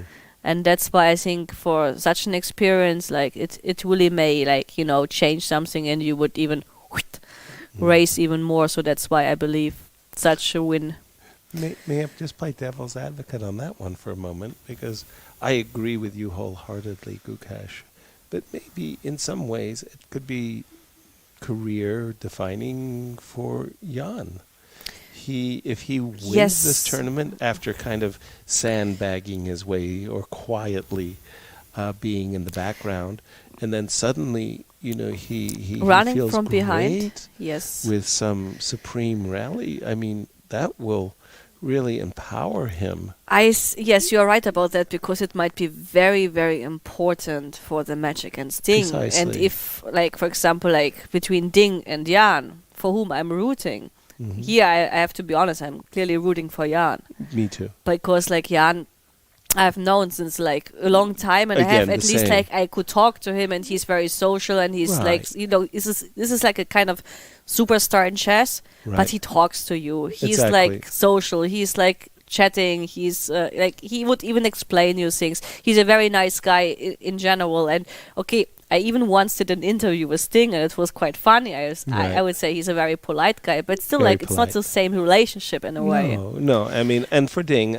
he understands that, of course, because he's coming from China in the East, where, there is the language barrier. Here's doing his best to try to communicate. English, obviously, is a very difficult language for him, but he's really trying very hard. And as you said, English is not incredibly bad, hard. actually. And he's working. He's been working very hard. And he's a very modest guy. I mean, I Yeah. was actually astonished when I did the interview with him that, first of all, his English was quite decent. Because, for Chinese, you are right, it's very difficult to It's a learn the very language. It's difficult for us learning Chinese. Mandarin, yeah. So it's hard. But yeah, he seemed to me very modest and polite, which was, Yeah, it's endearing when you. And by the way, Rook C2 on the board, King G1 on the board. It's there's this landmine square. Don't step on the G2 square with your king. You just, there should be a arbiter comes by with a warning. What you have that kind of atomic thing. Yes. The There's this kind of mind chess. Don't touch the square anymore, because otherwise it will explode. Do not step here. Exactly. So you're right, actually. But Jan is currently on +1, the others are +2, so that's why I thought it was a question among these three. But yes, if I could choose a second one, then I would go for Jan, because I know what it means for him to get this push. Wesley has won many great tournaments already. He's got that under his belt, and it's not like he has a world championship match tomorrow. Yes, that would really send his spirit soaring. So, still 2 great, wonderful championship rounds coming up, rounds 8 and 9, back to back, and then we'll have a Bug House tournament. Did you learn the rules yet? Yes, I'm glad you did. But here's the problem with the Bug House rules that they play here. The European Bug House is different from the American Bug House. American Bug House, you're allowed to make mate in 1 with the piece that's off the board. Just imagine we had to comment on mate in 1, and we would miss things. Yeah, it's so much exactly. better that they don't have this rule. True. Rook E4, I think we had something like this in our just little brief, how do we do You are still trying to maneuver around. maneuver around and, get the pieces where we want them. Maybe Pragg is clever, and at some point he can put his king to F1 and threats Rook C4 if you want to regroup your knight. Just to do not allow you this kind of activity in your dream of getting the knight to D5. So if you move knight C7, for instance, maybe I just go king F1. Fair. That's a very fair move. And as you say, you're now ready to tickle me back to E6. That makes sense, Lizzie. I'll definitely credit you with that one. Yeah, I'll probably end up having to go back and admitting that I can't get the adjusted maneuvering that I want. So if he cannot improve his knight, then I'm not sure how he wants to improve at all. Exactly. Because I don't believe that pushing F5 and then losing the anchor on E6 is anyhow Well, you mentioned appealing. it. I mean, give me a chance here. Okay, so king here. Now, king F1 makes perfect sense to me. King F1, yes. Okay. And so if F5 even, I don't have to go to C4. Let's say I go to A4, not to be annoyed by any kind of attacks, right? Fair. And I'm not 100% sure what my king is doing, but I'll put it on an active square because that's what the god said. Yes, sir, activate your pieces. So your next move is king D5. I'm not sure what my next move is really. Okay, because first I was thinking like, what about knight g3? But you can have, in the worst case, you have always king e5. So let's say I could go king e1. And that's the point. I think I can say it like that. The one thing as white I would be petrified of is allowing the knight to get here, because there's like some nightmares that I've had where getting checkmated by the rook and the knight combination. But I do like what you're saying, king and maybe having on the this fourth rank. approach, Yes. yeah, makes a lot of sense. Actually, I think there was a move by Wesley. Let me refresh my board in that case. No, we just saw a move by Pragg though. No, rook e4. Rook e3. Okay, so no king e7, f7, f5 business. Yeah. Any interesting comments from the chat? Any questions that had been like saliently awaiting a good answer? No, actually, there was nothing of questions, actually. They were just astonished by all the variations Nepo brought in. Yeah. And they were not the only ones. Because it was very hard for me to follow. Right. And it was even harder for me to ask him questions because I had to find a moment to interrupt him. Exactly. And it was not so easy to interrupt him at No. all, actually. No, he had a flow. And by the way, he said something that I personally found, wow. I mean, Nepo is not a guy who throws bouquet of flowers at you. If he doesn't call you an idiot, that's a pretty good sign. Let's put it like that. But he said, Ding is like one of the greatest players ever. Yeah. He just he's an amazing player, and he is. And it was quite the compliment. I mean, it's one thing to say, I look forward to playing against a very strong player. It's quite another thing when your opponent's saying, he's one of the greatest players ever. Yeah, I mean, but he didn't mention Carlsen, but basically, he excluded Carlsen from the discussion in this way. Magnus taking himself it's out like of a the special discussion. chapter anyway, Right. but yeah. Then he's playing the best opponent he could play in Obviously. Ding Liren. Yeah. And it was, in my opinion, that was really a very fine very fine thing to say. Do we have more moves from the players, by the way? Just checking. No, that's it. Yeah, so Yes, please. Until which age you played actively professional chess? Well, I retired at 43 in 2003. You retired you didn't play any more tournaments? No, I played tournaments, but I retired mentally, and I also retired in a way to say, I'm no longer focusing on chess. I'm no longer training for my games. I'm no longer doing this. Yes, I played in some tournaments. I played in Barcelona in this casino tournament. It was pretty interesting. And it was kind of funny because I actually tied for first. That's, when they say you're not professional anymore. And then I tied everything, for first and wasn't invited back. And it was like, what? That was pretty funny. But maybe my favorite after I had retired kind of an event is I played in an open tournament in Vlissingen. In Vlissingen, Holland. And it was a very strong tournament, very, very nice tournament. And it was like a nine round open.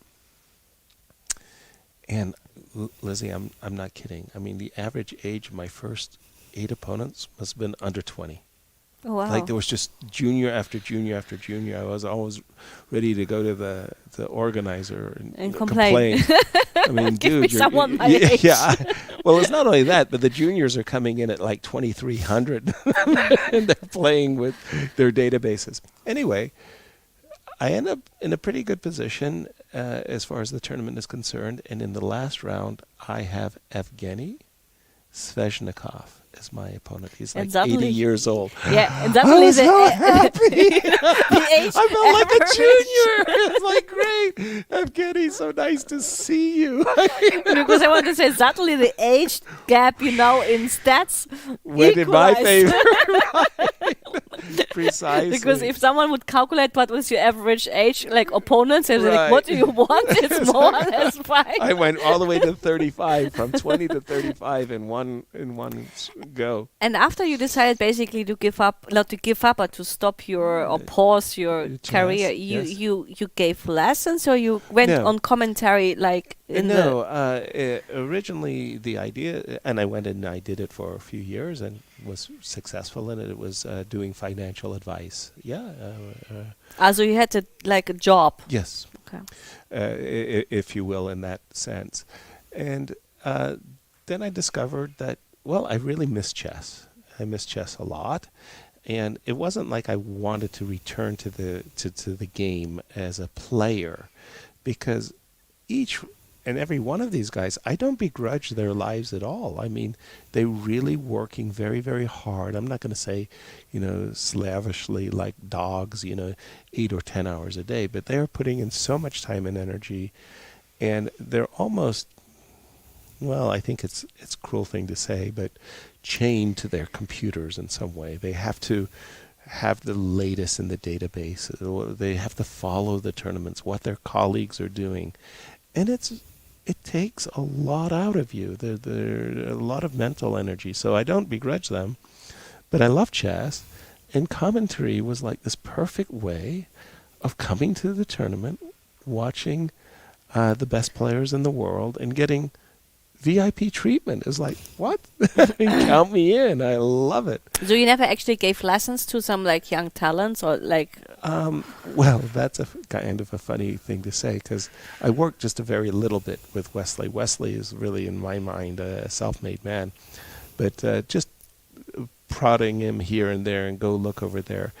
I did some work with Daniel Stellwagen and Erwin Lamy and Jan Smeets. And they were all IMs at the time. They were really, really junior players. They all became very strong 2600s and above. But it was more fun than, let's say, anything professional. I kind of moved away from that. It was like, it wasn't something that I found attractive, but commentary, on the other hand, is really fun, because I can tease you, I can tease the audience, I can tease Jan. And you learn things. And I learn things, inadvertently, of course. And again, I have this great pleasure of watching, look, this young Pragg, and looking at this young man and saying, wow, what a bright future he has, and what will happen in the future with him? Well, I mean, that's what I asked actually Zagar, if he's a prophet, what you would see in the next 10 years, And he came up with? Well, no, he didn't come up, I think, with a clear answer. He just, gave me the list of players who could do it. I mean, we spoke from Indian players, of course. Of being a future world champion. Trust me when I say that Gukesh and Pragg made such strong impressions upon me that if they're not in the candidates in the next 2 cycles, I will be shocked. Well, but you forgot about Arjun Erigasi. You forgot about let's put him in Nihal there too. Saren. Yes, let's put him in there too. Let's put Vincent in there. Pretty soon we have a candidates of the junior players, right? Yeah, I mean, we have there are a to lot forget of about Levon. And, yes, a lot of players we can Keymer put in there too. Yeah, yes. And seriously, I mean, we haven't spoken about him too much because he's been having an awkward tournament. Jan Christoph Duda. I mean, come on, he's a really young player. I mean, at least he's also by my like standard. 20 something, no? Yeah, 22, 23. Early 20s, and very, very ambitious. He's looking for his opportunity to play in the candidates. So, just getting to the candidates is really quite the challenge these days. Always has been. Pardon me. We have some moves, but not much actually changed because he's maneuvering around. question for you. I mean, I want you to ask the same question of me. It's like, who do you consider the most unfortunate player in chess? Like, he didn't get his chance. Unfortunate. Oh, now I have to think. You mean like from the modern world or from the... just historically, yeah. Oh, boy. Oh, boy. That's a tough question. So, I mean, they said Akiva Rubinstein, because of the outbreak of World Wars, didn't get his chances of playing the world champion. I like Geller's games a lot. Geller was another, an amazing. Paul Carrez called, Paul II because he kept coming up no, I in mean, second place. The thing is, like, I mean, I know a lot of players who hadn't been world champion, but I mean, I know too little about the historical background because, okay, we had times of the World War II, and of course it influenced a lot of top players, obviously. So that's why, I mean, I don't have the knowledge like you to understand who was influenced by the war, who was influenced by the Cold War, who was influenced by the conflict between America and Yugoslavia. So, I mean, there are a lot of like political circumstances, of course, which are also like, hitting in a way. Yeah. I just say for me, the most amazing player was Lajos Portish. So Lajos Portish had this incredible career, really spanning, 4 or 5 decades. And Lajos, in the early 60s, he's in the top 10. He makes it to the candidates. And along comes this force of nature, Michael Tal.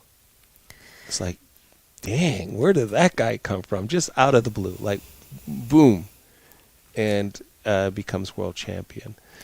And then another player, Tigran Petrosian. Tigran Petrosian, completely opposite of Michael Tal. Yes, by almost style. Almost unbeatable. And he is the world champion. Who was your favorite from these old world champions? Tal was just amazing. But this is amazing. I mean, like, he was my biggest idol when I was a child. Before I understood that half of his combinations didn't work, Because once you had the chance to check with the computer, you understood that actually, like, this was not like always flawless. But of course, he was successful because defense is something very difficult in general. Well, not only that, but it was just that across the board, you felt that there was this radiating energy coming towards you and ready to consume you. And he was very, very convincing at the board. And he said something along the lines like, 2 months of analysis to refute a combination is not the same thing as 2 hours on the clock in a tournament game. You could refute the combination months later. But to continue with Portish, after Petrosian comes Spassky, this most unbelievable universal player. He can play attack, he can play defense, and Portish is thinking to himself, my God, when am I going to get my turn? Yes, it's coming, I feel it. And then suddenly comes Bobby Fischer. Who invited that guy to the party? I mean, when am I going to get my turn? Then Anatoly Karpov, and finally Garry Kasparov. And I mean, Lajos has literally played against and witnessed, the greatest, pantheon of geniuses. And of course, Vichy, is the exclamation mark at the end of all of these guys. It's like, wow. So Lajos Portish, for me, was one of those guys who's like the most unlucky person in the history of chess because he literally witnessed the greatest players ever. Yeah, that's of course sometimes bad luck. Yeah, sometimes you just have bad luck and you've got to tip your hat.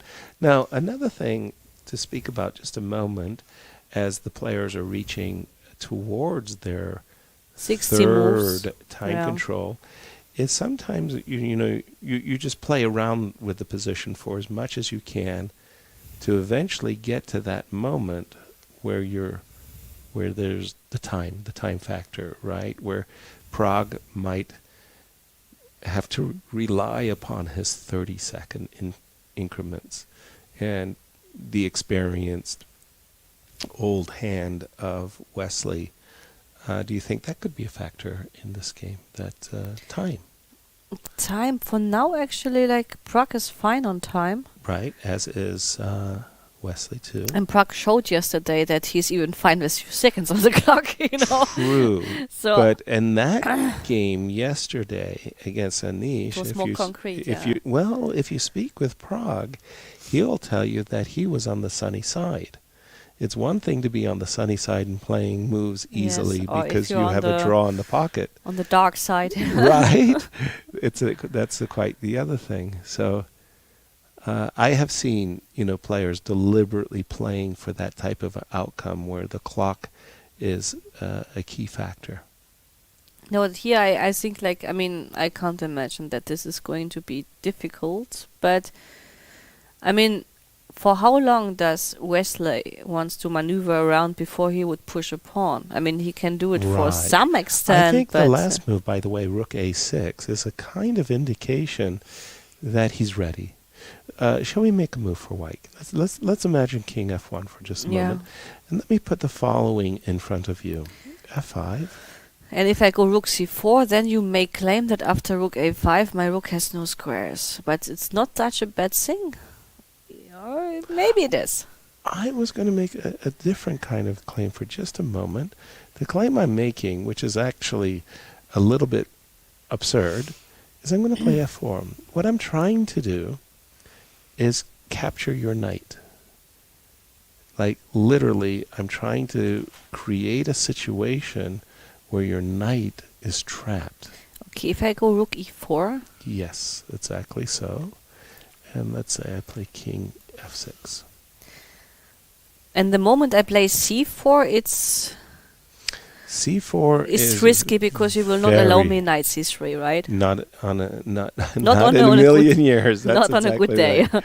That's exactly. Here you can start to understand where things might be going a little bit off the rail, in the sense that, okay, your rook can't move, your king can't move at least the cost of the f3 pawn, and if your knight can move, exactly where would it go? So you can see h3, but okay, then the other knight comes and yes. Yes. Yes, I agree. Yes, this is not starting. It's starting to look a little fearsome. There goes a pawn on c4, by the way. So I can imagine that f5 and f4, completely different construction than we've been looking at. The pawn gets to f4, the knight can't jump to g3. Might be a moment to play f4, like by white. f4 now? Yeah. Sorry, I didn't even consider that. No, since you spoke about f5 and f4, I thought maybe it's time. I was so convincing. Yeah, you are so convincing that I thought it's time. Okay, I'm a pawn grubber. Tell me what you have in mind. I cannot take... Wait, I take on f4. And I go here. I take on e6. And you have a check? There's in German we call it Zwischenzug. Nice. No. Wait. No, I don't. I thought I had knight e3, but this trick didn't work. Okay, okay. Okay. And of course we're teasing one another because Lizzie wanted to fork me with knight takes c5 brilliantly. But that was Zwischenzug. But that old Zwischenzug got her every time. She was very close, but not close enough. But there are even some positions where one pawn and knight are draw. But probably not if the pawn is so much behind. Then it should be winning, right? Exactly. I think it was a game. I may have it wrong. Edward Lasker versus Emanuel Lasker, where Emanuel Lasker made a draw with king and knight versus rook and pawn, and he actually created a study out of a game by accident. It was a practical game that became an endgame study. It was really remarkable. Okay, hold on. Let's get the current position. So f4 doesn't work. And we think Wesley is aiming for a position, with f5 and f4.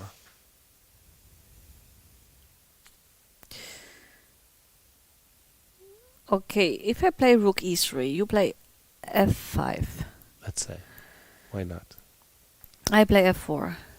Okay, you're really you're really showing that this move is uncomfortable, and so you play f4. Okay. So I take it, and we're in a king and pawn endgame. Are you taking on e6, Lizzie? That's what was my plan, actually. But I didn't calculate it. That's the thing. Once you're in these king and pawn endgames... No, I should calculate whether I'm in time to king c2, but I'm not. I can. Exactly. But maybe I could. No, maybe I should run towards the f pawn. But I suspect that you're way behind. My pawn is on c5, and you're starting here. Yeah? Wait. Wait. Yeah, I take. Yes, and let's say here. I don't know. f4. C5. And I'm not getting towards... Oops, sorry. Yeah. This. Queen first. Gotcha. And you have the king, queen, c5 move. Yes, yes. Say but I could have gone with the king to g6 instead, no? If you like. I think you're... It doesn't matter, probably. No, it doesn't. No, not at that point. Yeah. So, whoops. Let me just update my board, pardon me. So there is an element still of danger, and Pragg could be lulled into a false sense of security that the danger is past. But that was with f4. No, you went rook e3, yes? I went f5. You went f4. But I thought this was a clever idea of you for a different reason, Lizzie. I thought after takes, you weren't going to necessarily capture this. That was just the first thing to check because it was concrete. But of course, you're right. If I can't do it, then maybe I just move on. Yeah, yes. You just like step aside and you go, okay, I will in the future play f3, and your double pawns might get in the way. Wesley looks like he's really enjoying himself, by the way. He's kind of... Ooh. Did we see the move rook e3? Yes, we did. So this could be the big moment, f5. And really putting Pragg under that microscopic moment of, are you afraid of f4?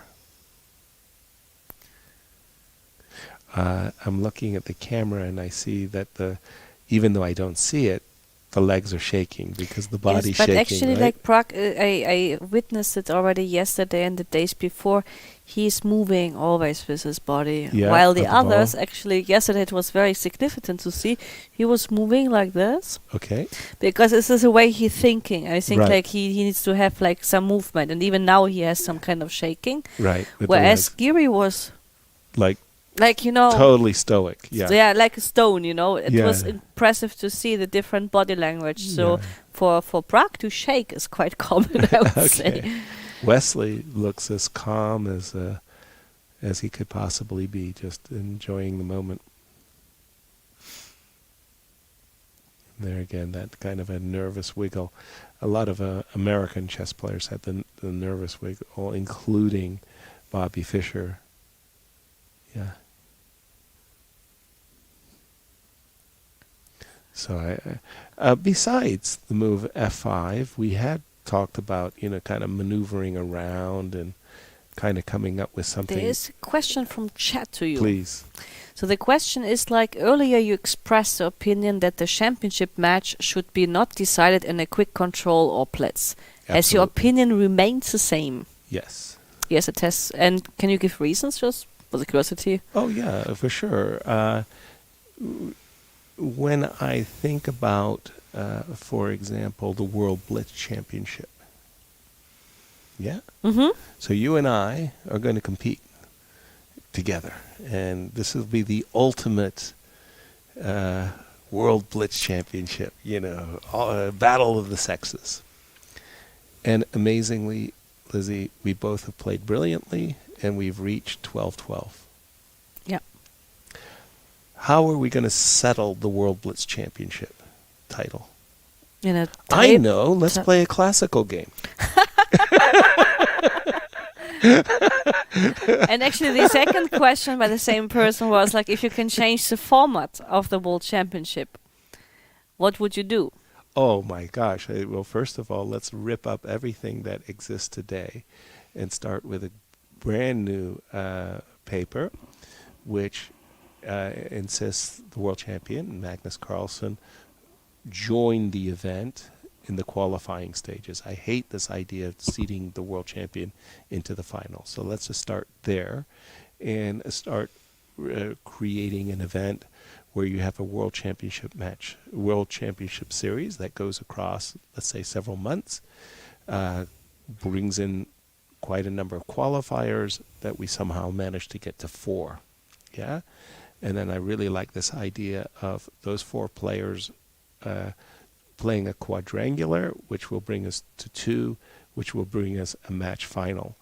I like the idea that in this World Championship quadrangular, you have seeds. So the idea is very, very simple.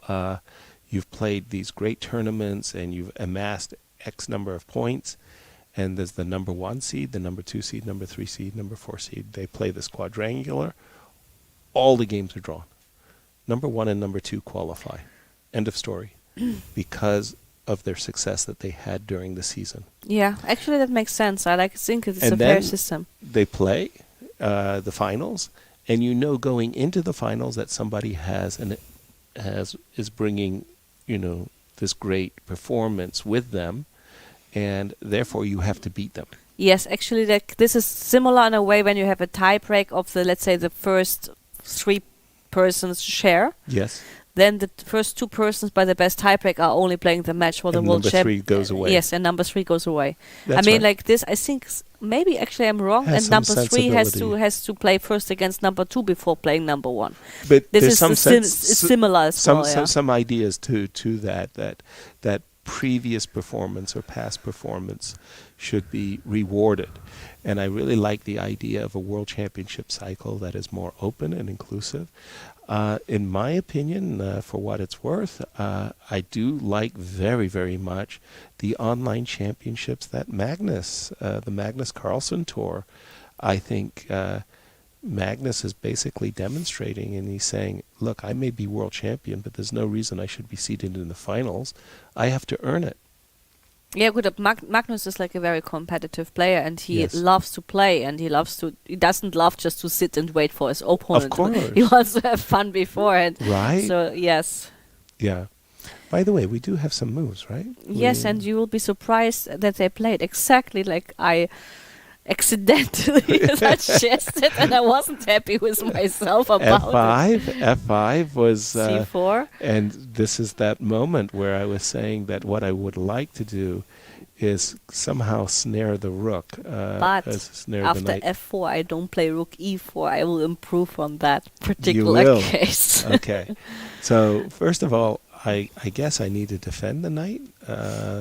Let's defend the knight. Yeah. But then I can play knight c3, no? Or you want to say you win the pawn? No. I was always of the opinion that I can get the knight to f4. I was a happy camper. But now I have knight e5 and I check. No, I mean check. King h2, of course, and knight f4 and knight e5, or like knight f4, I have rook e5, which is probably even more annoying. Okay, let's. I wanted to play rook e5.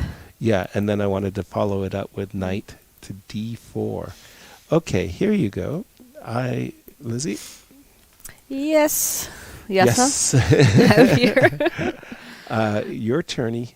Yeah, tell me all about it. Knight b5. I'm going back to tricky Hausen. Relying on the tactics to making some funny tricks. Definitely. King f6, I guess. Knight d6.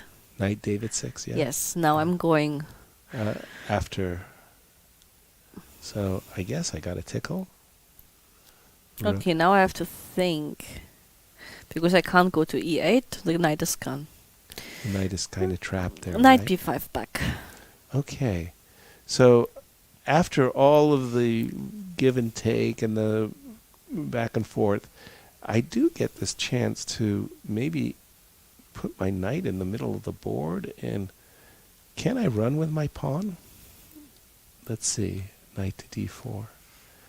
Your king on h2, and any rook ending with the king on h2, I'm a little bit concerned that Okay, knight let's say takes I d4. take, and you take with a rook, I guess. With the pawn, With a pawn. yes. Rook e8? Yes, and I wanted to make some... Rook d8? Yeah, I wanted to make some great pretension that your king... No, I guess not. I guess c5 and king g2? I think I will Yes. survive. Gloria Probably. Gaynor. I will survive. Yeah. Yes, very good, very good. I did not do it in a very nice way there. Okay. And by the way, we do have knight to c3 on the board. Now actually I'm getting more and more convinced that Pragg is okay. And I went the other way. Really? Really, I'm getting more and more convinced that Wesley has made A progress. progress, yes. In Okay, the then I will change my mind because you are more experienced. No, it's just that I trust you on this more find- because you have much more experience than me. I find that the king on h2, when I give a rook on a1 to check, the king will be on h2. Black's king is closer to the center, and the knight and the rook and the king are dueling just the rook and the knight. So I do feel that Wesley made a progress. What would you, for example, after the move knight f4? I mean, that the was first my move. question is like, how bad is knight e5 this ending? But probably I will just lose this pawn, and that's not a good thing, right? Right, knight takes d5, pawn takes d5. You're absolutely right. I will immediately play rook d6 and eliminate the pawn. Yes, and I And can't then- hold it, right? No. So rook d3 and king e5, and that's over. Okay, then let's play king h2 instead. And knight f4, king h2 instead. Okay. And mean something prophylactic, and just to wait. King h2 instead. Okay. So, You can play rook a3. and fall for some nasty girlish tactics. Yes, you're Uh-huh. welcome. Thank you. Knight f4, king h2. You know, you have to think about it, but all the time, whenever your king is out, obviously if we take the pieces off the board, black wins easily. King e5, king... No, I agree with you. Take the rooks off the board. Does black win easily or not? But the thing is, like, I don't have to trade now. No, not Like, at all. if you On the trade contrary, yourself- you don't have to trade, and you should not trade. I mean, I can just wait and sit there. I mean, because if you take, obviously my pawn structure improved a lot. A lot. But imagine that you sit and wait, just for example, and I sit and wait. You can easily see that at a certain moment, you're not going to be a happy camper. King f1? Yeah, it's actually black to move at this exact moment, and I'm just thinking about the situation after I go for this pawn. I didn't know where I wanted my king in terms... But wait, Yasser, if I go Please. like king g2, you go knight e5, and I go knight a4, and you get... no, then I start with knight a4, I'm sorry. Okay. Oops, not king g2, you mean? Yeah. Okay, I have to take my last move back. Knight. Yes, knight e3, you have this sneaky threat, and I go knight a4. I go king d6. And now I protect with king g2 Okay. I go and knight b2. It looks ugly, but what to do? ugly, but what to do? Also interesting, instead of knight b2 might be knight b6, and if king c6, knight d5, and I would attack the f5 pawn. That's right. But let's not be too active. Exactly. Okay, fair enough. I'll stand corrected on this one, that I won't go into the knight ending per se, but I will say that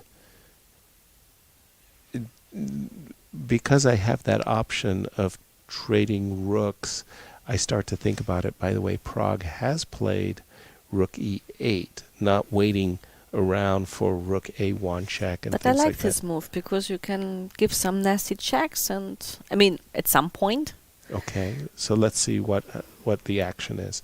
Check, no king question. h2. Gift me your pawns, baby. Hmm. Oh, that was a... Step too much forward. Exactly.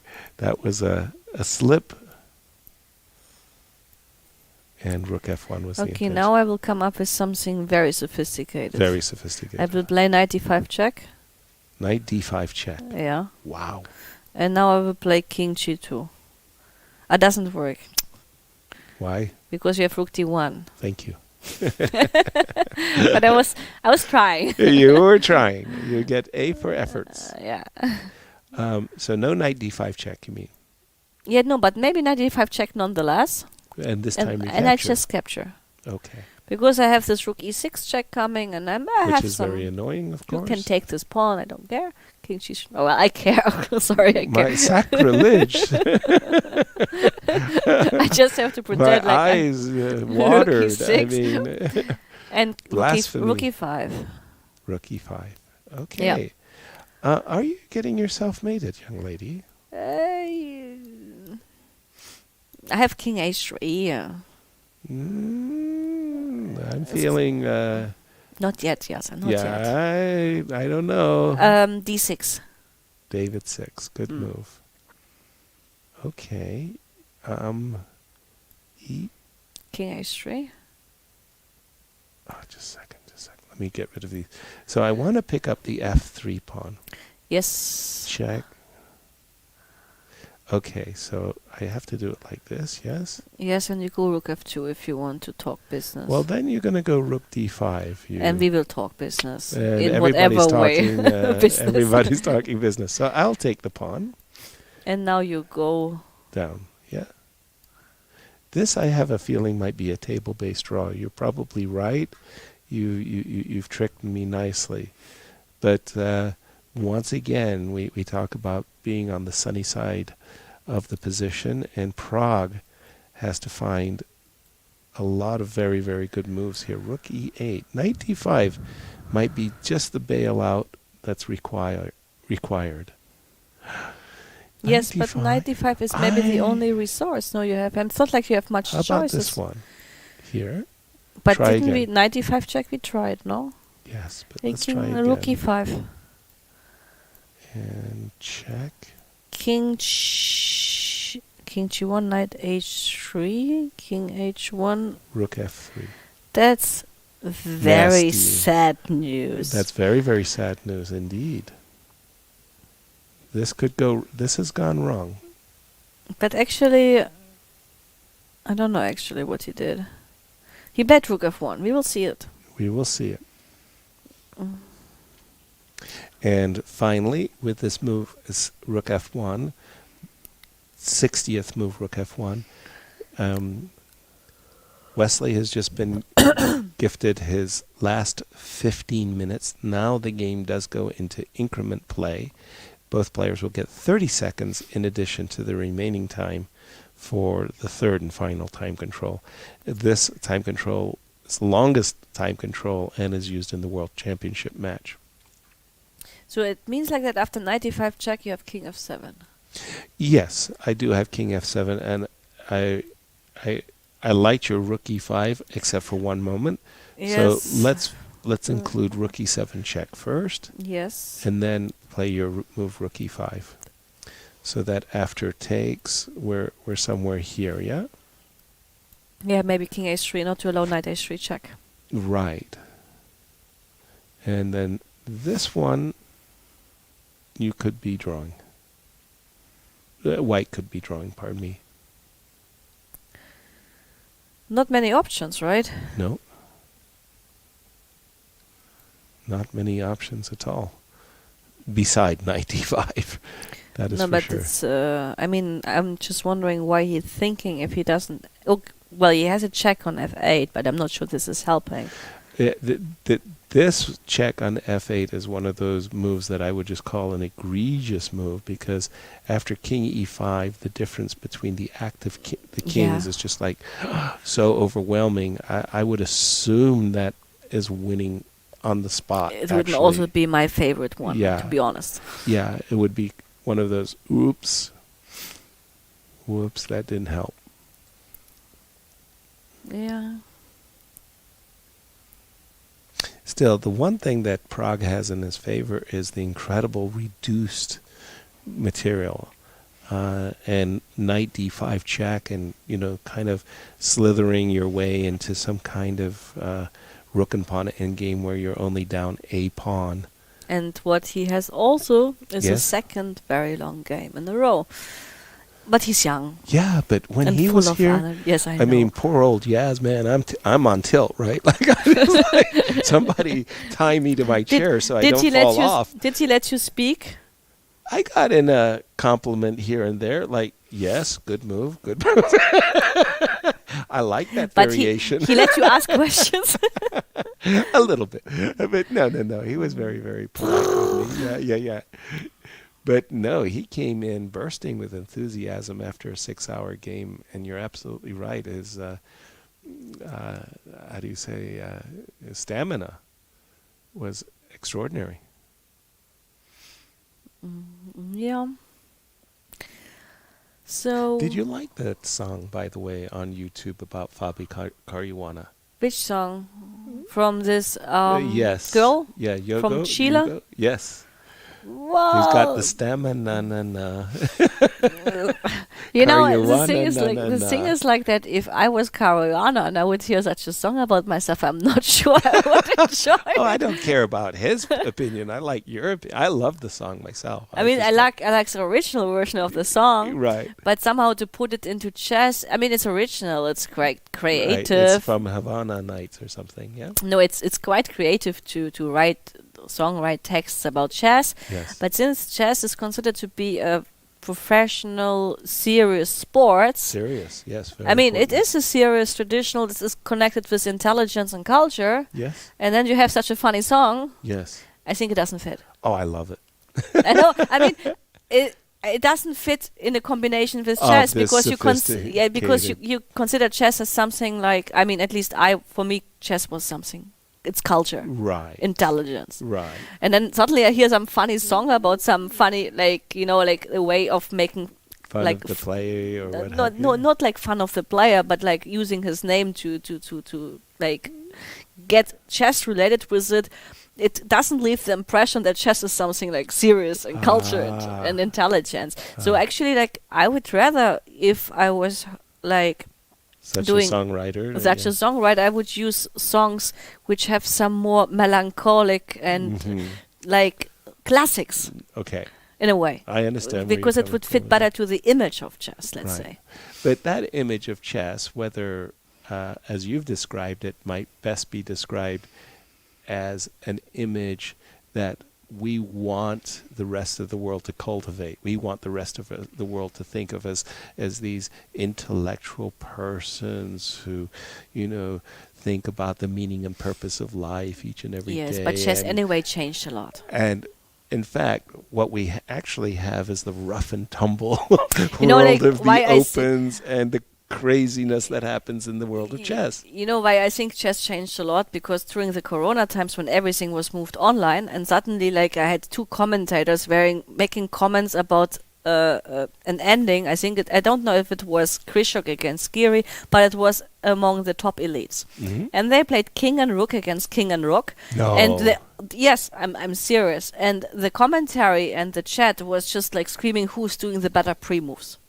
Who is the master of the pre-moves? And then, of course, Hikaru is the absolute elite master of the pre-moves. And suddenly, these kind of bonk cloud events with even this King E2 and King E7 became so popular.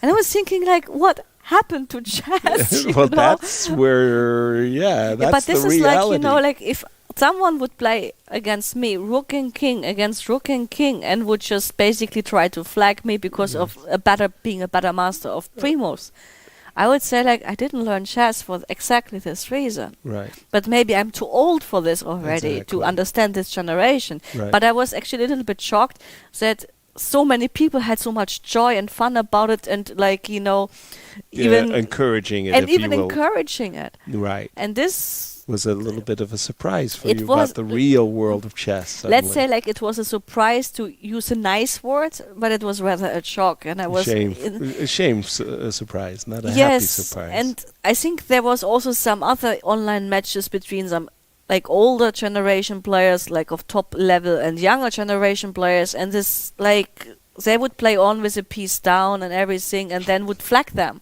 Yes. And then even some of the older generation players, they would like feel insulted and everything, and saying like, this is out of respect, why you don't resign. Mhm. On the other hand, time is a part of the game. That's right. It's a skill to get you to overstep. But if it's about mouse click and pre-move skills, then I would say this is Gone too far. this is gone too far. If it's really about like time consumption, the way how you spend time, it's fine. But Yeah. it gets to the point when we speak about who's a better pre-move maker. I you know? understand. That is, that's not the skill set that you had learned and expected to be gifted at. So knight d5 check, no king f7 by Wesley. He instead is going for this rook and pawn endgame. Now, a moment ago, I played king g3, and I think I absolutely had to. There's no reason for me to allow rook takes f3 and king to d3. So I do think this move is forced. And then following that move, I go behind, right? And then we got to a position like this. And tell And me once again. F4? Oops, sorry. What? But Yeah? F4 doesn't make much At of a what time? difference. At what No, moment? now at this time, but it doesn't make a difference because I go king g4. Right? So rook e6, I meant king f7, rook e5, and I was wondering if you can play f4 to improve. That might be helpful for white. Yes, I also slightly agree. So it means, like, if I can't win here, Well, but what I was thinking is, wasn't this the variation we were having, where I was trying to play f4? yes, and now I went for d6, right? Yes. d6. There might be some very, very clever Zwischenzeugs here, but it might just be a table-based draw as well. The one position I would say that you absolutely want to avoid as white, if I can just put it on the board for just a second, I would say this position would be really egregiously bad. And let me just put this move on the board and this move. Something tells me that this... But why, if I go rook b3 and I do nothing? You can't take on f3. I can, but it's not good. Yeah. I guess you're right.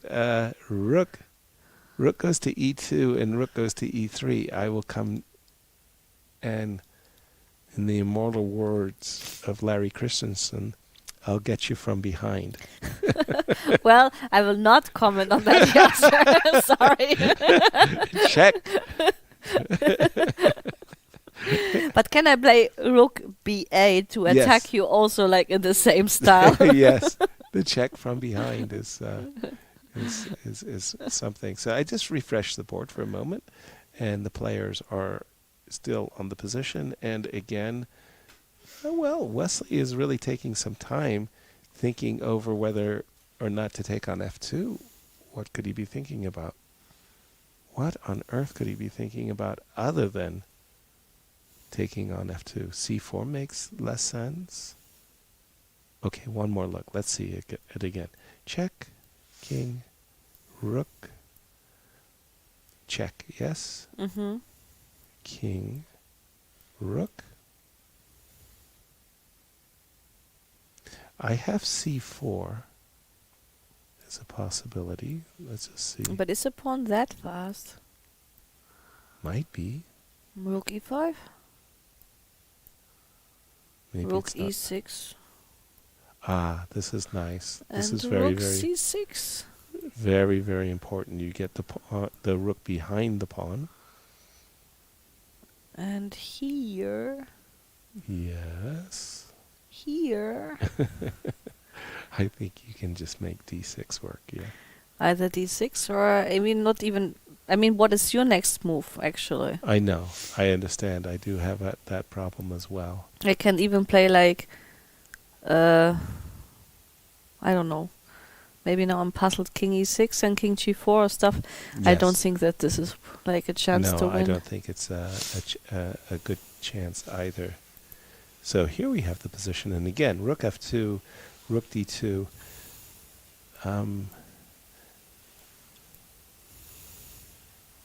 Rook f2, rook d2, king. Maybe I've done it the wrong way. King to g7, rook to e5. Are we agreed about this position? What is the difference? The difference before was my king was on f7 and you were taking on f5 with a check. Here I could play c4, rook takes. You're not taking with a check on f5, and maybe I can go c3. Okay. Shall we have a look? Here. I take. c3. And d6. Okay, just in time, I would and say. I take on g5 and I go rook c5 and I'm the happiest person on the planet. You made your draw for sure. Yes, very good. Nicely done. Well done, Lizzie. You know, like in my previous rook endings in the last tournament, I didn't win a totally winning position.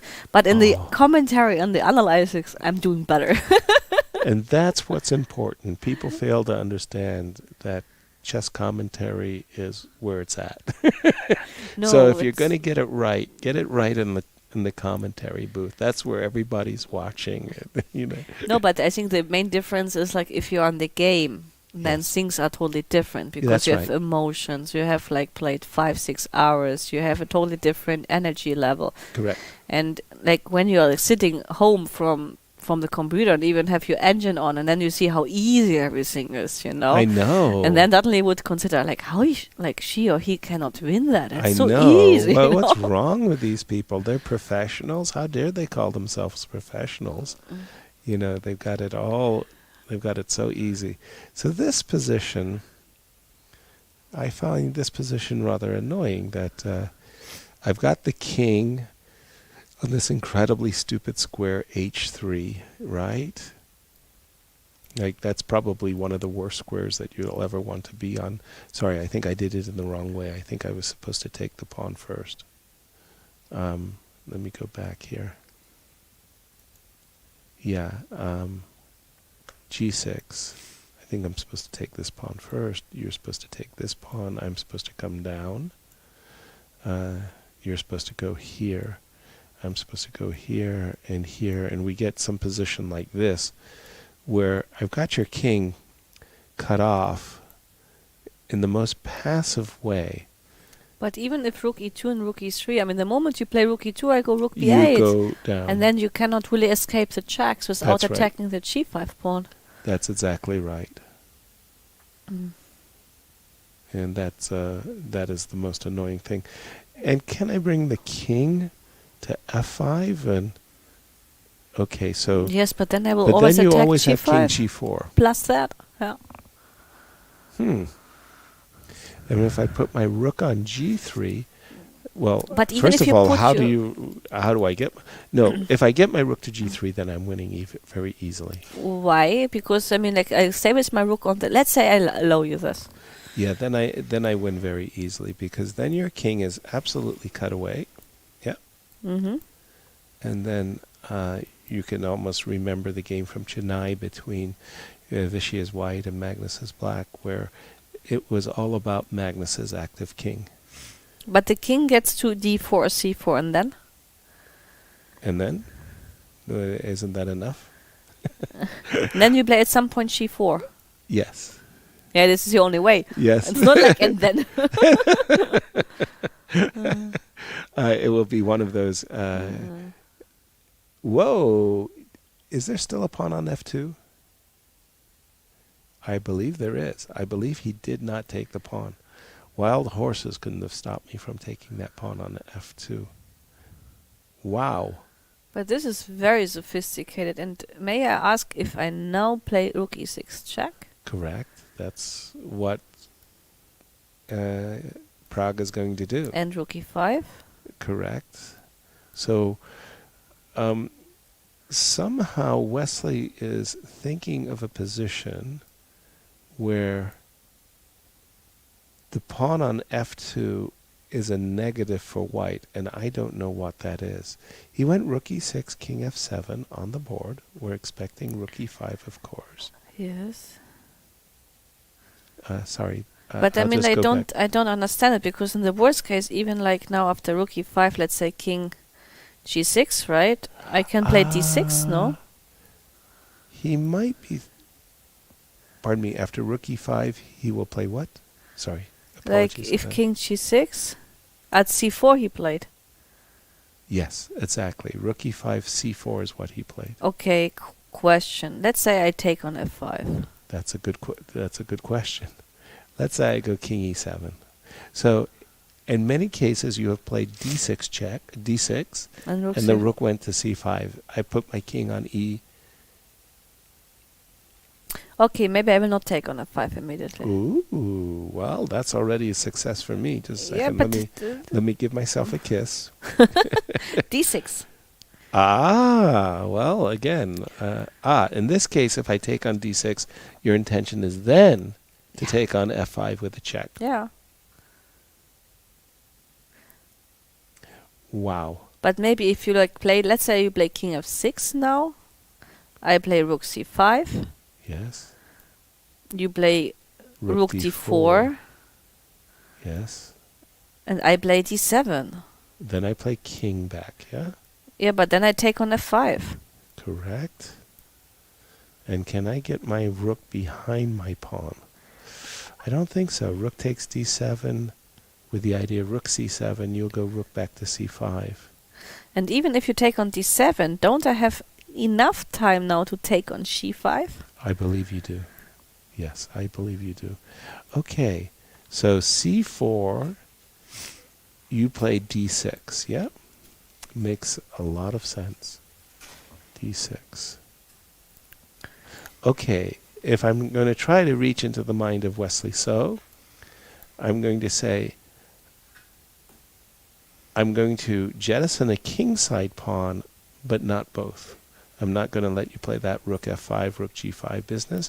I'm going to put a rook on d4, and I'm going to round up this guy.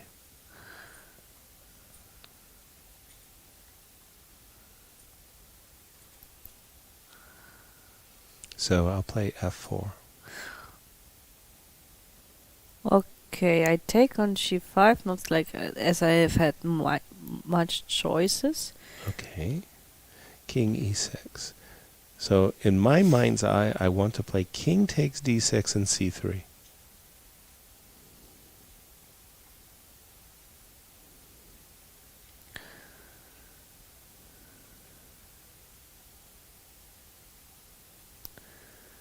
This very heavy pause over here. Yeah, I'm thinking, but in this scenario, at least, I'm at least understanding why he didn't take on f2, because the king would be on g3, but now I get it. Right.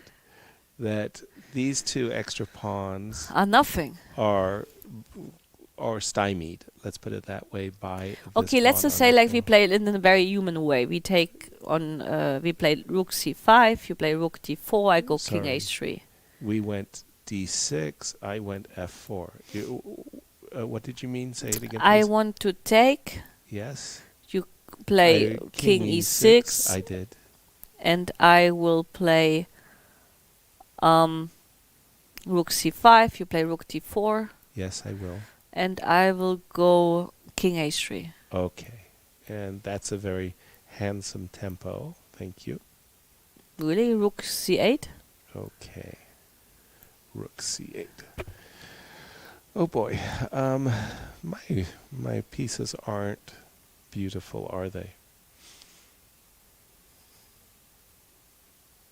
My pieces are not beautiful. I mean, your rook cannot move. Your king can move to d5, but hypothetically speaking, I could even give a check. I'm a little bit gummied up here. I don't feel that I did it in the most incisive way.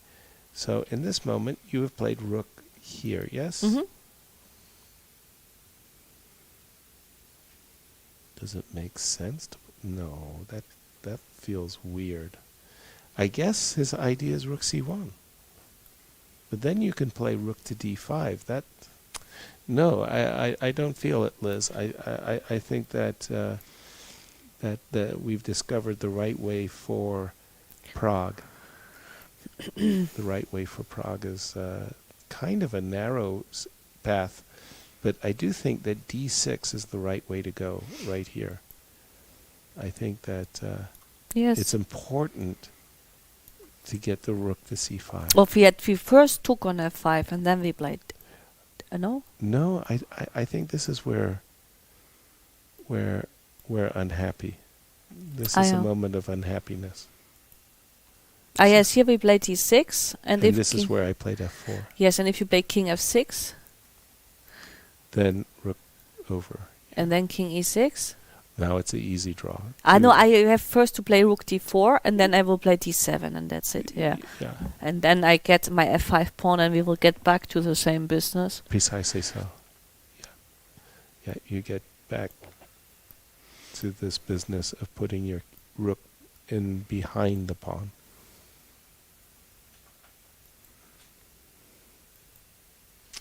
Wow.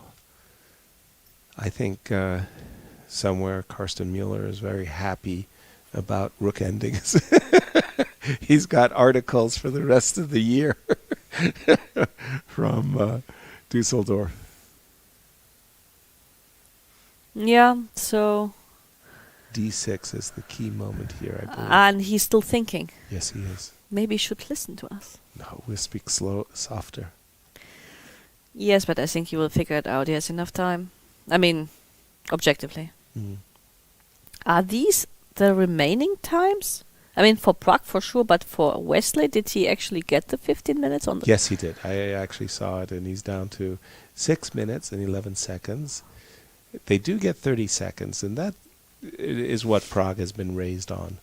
And he came and he spoke about the fact that he had just a few minutes left, but then he consciously, was getting nervous because he knew he wasn't going to get that 30 minutes, and there goes D6. Yeah. Calculated his way through the variations and found the correct move. D6. It looked like the most logical one, because I learned once on the rook ending, the rook activity is very important. Very important. But I also thought that king activity was important. Now, once again, f4, rook takes, yeah? Mm-hmm. This is probably just fine, yeah? King, rook, rook, rook. That is the key move right there. It's rook d5. It's a rather pretty, it forces the king to step back, and then there's no problems. Then we can activate our king, and we'll be very, whoa. Is that true? No, we go, no. No, but this is like the wait. old one. It's just a chat I'm sometimes reading. Yeah. This is not taking, this is the actual board. Yeah. And then after c2, we can go rook to c3. Yes, that's the easy draw. Easy draw. Whew. So c3. What do we miss? What do we miss? Not missing. Missing? No. What are we missing?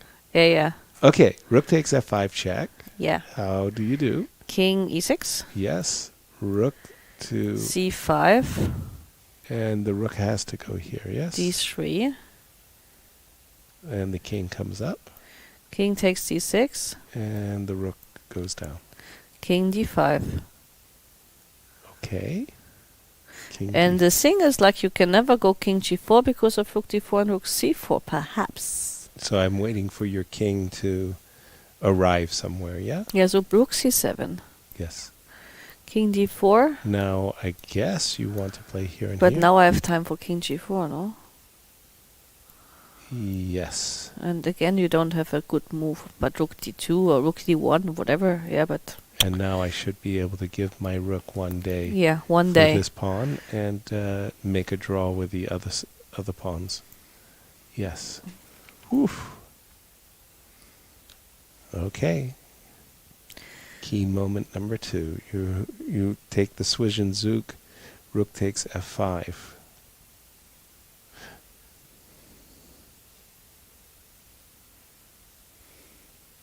Yeah, I almost feel for Pragg. He's like just close to the finish line in the draw. Is able to be grabbed, but like one slip at the end could be so costly here. But rook takes f5. Again, I admire that Wesley came up with a try that didn't involve rook takes f2. I mean, wild horses, like I said, couldn't stop me. And here we go. Boy, it just feels like such a long day. I almost forgot. How did Vincent play? Vincent made a draw. Very good. Very solid. That was the game with Anish Giri for a second there. I haven't looked at any other games for so long. They're kind of out of mind, out of body. No, I mean, like, we had only 2 black wins. Only is like the wrong word, but we had 2 black wins today. No white clash. Remarkable. Remember, this was like decades ago, and when we were doing these natural language programs, Microsoft was coming up with some really fantastic stuff, and they had this translator, and you typed in the words out of mind, out of body, out of mind, out of body, and you put it into the Russian. And then you have the Russian, and then you translate that back to English. And what did it come back as? Invisible lunatic. Out of mind, out of body. So, rook f5 on the board. King e6. Rook c5, that's an automatic. Rook will come to d3 in order to protect the pawn. Yes. White will play king to g3 in order to protect this pawn. King takes c6 and rook c8. And rook c8. And this is where we played king d5, Only inviting one clever trap. Last one. Yes, which would be something of this nature. But is it actually even this? That, I mean, not even sure that this, even if Pragg were to fall into Wesley's trap, whether it would be a win, because by the time we actually managed to pick up this rook. Well, my pawn is a very fast pawn grabber. Yeah. I mean, pawn mover. Pawn mover. Yeah, no question. Yeah, but actually even this is fine. Even this is fine. Yep, a draw. So probably it's enough. Rook c5 and king g3. Very eventful rounds. We had a number of rounds where we had 5 draws. All great games. I think I missed these rounds, no? No, they just... No, I mean, in one round I wasn't here. It was with 5 draws for sure. Okay. And yesterday it was 5 draws? I think so, yeah. Yeah. Could be. The days are all yesterday it was merging 5 draws. together, but Levon and rook c5, rook d3.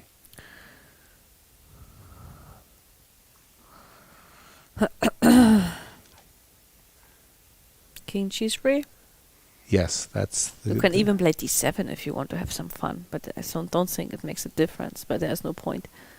d7 to have fun. Well, doesn't matter, no? Mm-hmm. No, I would be playing king g3 with alacrity. Fast. Actually, question, if I play d7... Yes, and I take it. Yes. And And while- I take on g5. I mean, I know it's super risky, and I would never do it in a lifetime. But I was thinking if we can try. You are flirting with dynamite. Takes. Rook, king g2, king. You're flirting with dynamite. Yeah. No, but I think you're right. I think you can even get away. It's like one of those sad situations. If you can get away with this, you get away with everything. exactly. And once again, rook c8, and this is where we expected king d5, and we said avoid the trap king g4, rook d4 check, and that actually is not a problem This is probably not even a problem. Yeah. anymore. Underlines I the think- phrase all rook endings are draw. There you go. I don't know who first came up with that phrase, but it's been around for a long time. I mean, and the reality is it's not true. Not all rook endings are drawn. This one is, but not all. Yeah.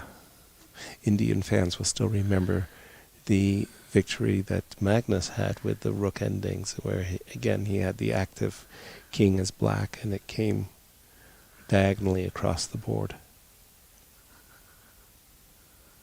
King d5. And again, we're thinking that king g4, falling into Wesley's trap, Which is not a trap. which isn't such a dangerous trap, let's say. And Wesley's posing. I guess he's going to play king d4, which he has done. And if I give it check now, I mean, why I should take on g5, right? Well, taking on g5 is definitely something I would Not advise. advise at all. A move I might find attractive is f4. You like rook check, but I also like to get my own pass pawn and make sure that when I give up my rook. Yes, so actually f4 I like, yeah. You like f4 also, me too. I think just getting rid of these... Because it's very difficult now for you to improve. You have to take, and play something like rook d2. Yes. And now question is, king g3, f3, does it matter? I don't think it matters. I think what's important is by the time your king ends up on c1, and my rook is in your pocket, Well, my king is like on e5 and my pawn's on f5. actually he's doing a waiting move, because the moment you play king d3, I can take on g5. Again, say that again. He made a waiting move, because the moment you move your rook, I can take on g5, which is quite Fair. clever. Yeah, it is very good. Yes. Zugzwang. Zugzwang. Kind of. Nice. So let's say that Pragg is waiting for a move like rook d2, just to show our audience. Now he wants to take the pawn. Because you can't grab the pawn on f3 anymore. Correct. And now I have my runner. You definitely have your runner. I have my runner. And again, what I'm saying is by the time your king lands on c1, grabbing my rook, I'll be doing the same thing on the other side of the board.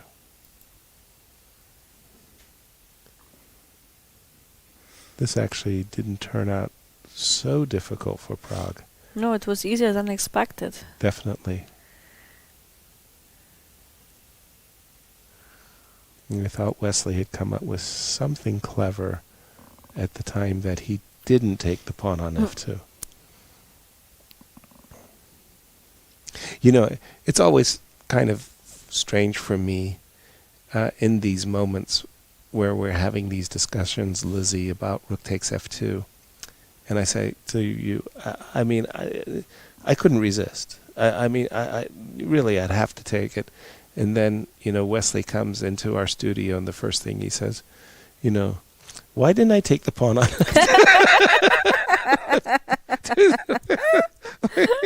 Like, of course. We've been asking ourselves the question for the last half hour. But I don't think it would have mattered much, because it would have been an extra tempo, But still, how did I trick myself into not taking the pawn on f2? No. We've just seen king g5. I'm anticipating rook takes f2. Is there is there a reason why rook takes? Is there some tricks that I'm missing? Is he going to go for king d3, Wesley? And or c2? I mean, from White's point of view, White has a single aim, get his pawn up the board as fast as he can. I'm not even sure what they are calculating here. Right? Because there's not so much left to calculate, no? Not much at all. You can take on f2, you can play c2, but at some point,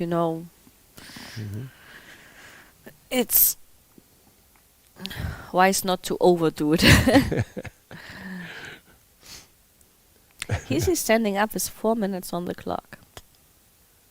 Well, there's a man who is very confident in his running ability.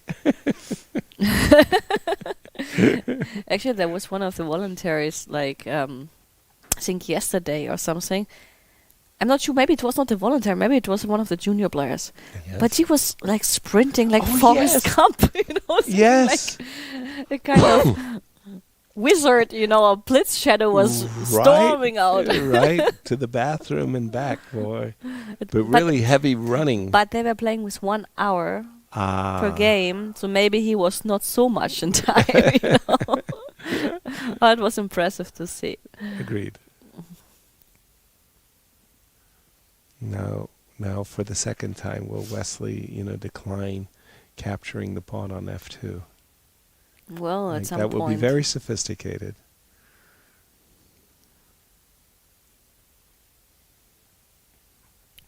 I mean, since Pragg stood up and was already walking around, I think for him the game is done. Mm-hmm. I think it's at the Olympiad that the bathroom breaks are like the most difficult, because if you're in a situation where you said, okay, I'm a little bit short on time, but I've got a 10-minute run, and then you go and there's a line. By the block. But I think by FIDE rules, you can ask for a special permission to stop the clock. To go to the bathroom. Oh, that's interesting. Okay. I mean, like, you have to request the fact request and maybe explain why, but do you see the line? No, but I think you can actually, that if there's something urgent. That's a new FIDE rule for me too. I've always never happened to me, but I think you can, because actually, like, not to get too much into detail, being a woman is actually very necessary sometimes to have this chance, Yeah. So just imagine you're pregnant, for example. Wow. I mean, there had been women playing in the 3rd month. Or something like that, and you never know what's going to happen, but then you should be able to have this permission. Clear. Now that you mention it, I do remember seeing this cartoon. The man comes to the arbiter and he says, arbiter, chief arbiter, I think my opponent is suffering a heart attack. No, hold on. How does it go? Comes to the arbiter and he says, I've won the game on time. My opponent's suffering for a heart attack, and I waited until his flag fell before I came to tell you that. It's sort of like, what? Terrible. Rook takes f2 on the board. Yes, he took f4. on f2, yeah. That was played very quickly, and now the draw is completely inevitable. King d3, f5, c2, f6. Yeah. So if you sum up this round. Exciting, great chess.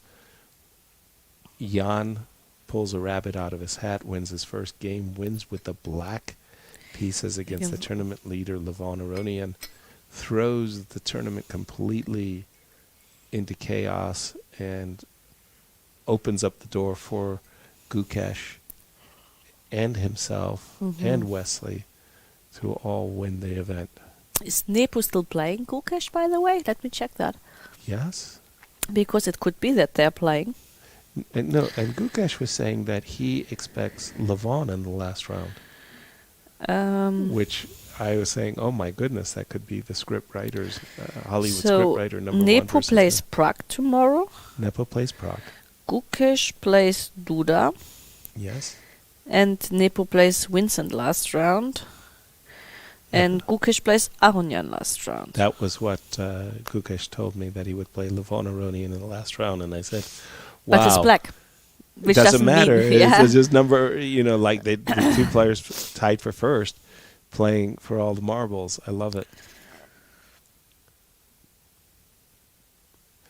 Sorry, Rook G2. I was wondering why hasn't Pragg played F5 yet? And because it's a check. It's because it's a check. So I am assuming King F6.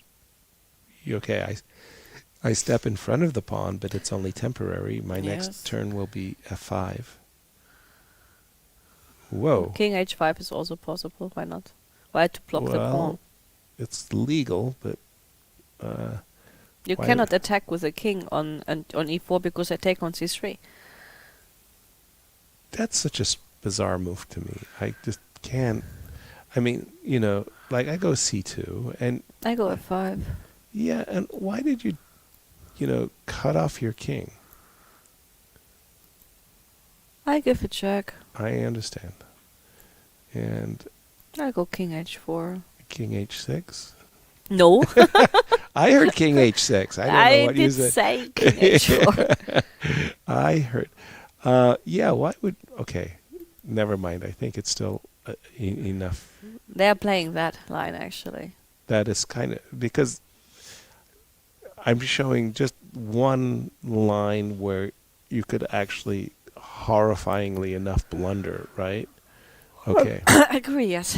Okay, I'll tell you what I'll do. I'll go King F4. King H6.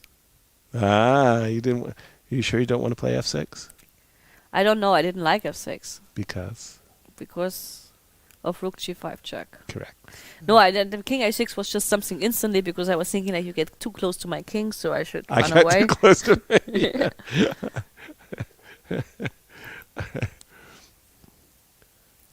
Too close to my king. That is a strange move, King H5. Wow. And what did Wesley played King F6. And now the move King H4. Yeah. Yes. Yes. And Wesley will give it a rest. Make a queen and take on F5. Do you reckon that? Well, normally these guys figure out a way to play naked kings. Mm-hmm. Usually they come up with some sequence that allows them to make naked kings. But, yeah. He played King E7. King D6. He tries hard. It certainly does. Rook C8. Logical. And after Rook F2, King goes back to G4. Or King G3, yeah? Mm-hmm. I think any rook move here would do it, as long as on the C file, right? Yeah. Or not to C7, right? Slip.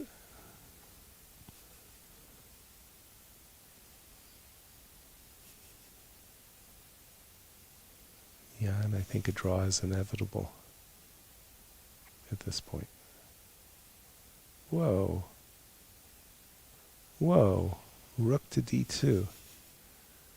I mean, Wesley is trying to find all sorts of ways of trapping and tricking his young opponent, but... Can I play F6? Yes. Perfectly good. A perfectly good move, in my opinion, too. Because, I mean, you're actually threatening to play F7, so it almost provokes King E6, and then you have your rook check, and the king is so far away, now you can bring your king all the way back to the C2 pawn. Yeah, sometimes, you can be a little bit too clever in trying to set tricks, and I think this failure to take on F2 was one of those... failure. missing moments There ought to be, one of those books, you have these wonderful books, Modern Chess Brilliancies. Modern Chess Brilliancies. But there ought to be a book like Modern Chess Failures, where people have messed up their prep. Actually, there's a book. There is like a book of Turetsky. It's called Tragic Comedies. Tragic Comedies. Of the endings or something like. Yeah. There you go.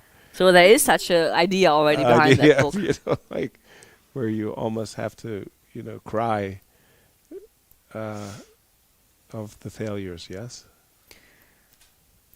And now I do nothing. And now I think it's just time to bring the king towards the c2 pawn. Yeah, I have seen people mess up, including Viktor Korchnoi, one of the greatest players in the world, mess up their preparation, and sometimes it's rather comical. Okay, it's over. And there they have it. Wow. Whew. A long day for us. Yes. A great day for us wow, the events, the results have created a tumultuous new gambling of the tournament. Exactly. Where we think now 4 players have put themselves in great position. Levon, Aronian, and Gukesh share the lead with +2. Jan, Wesley share third with +1. Anybody else in the mix? No, I think the rest stays with -1. Right. Apart, yes, even like now Andrey joined the group of -1. Yes.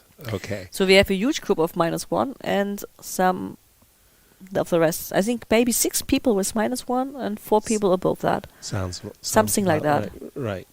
Sounds about right. But there we have it. And join us tomorrow as we have our penultimate round.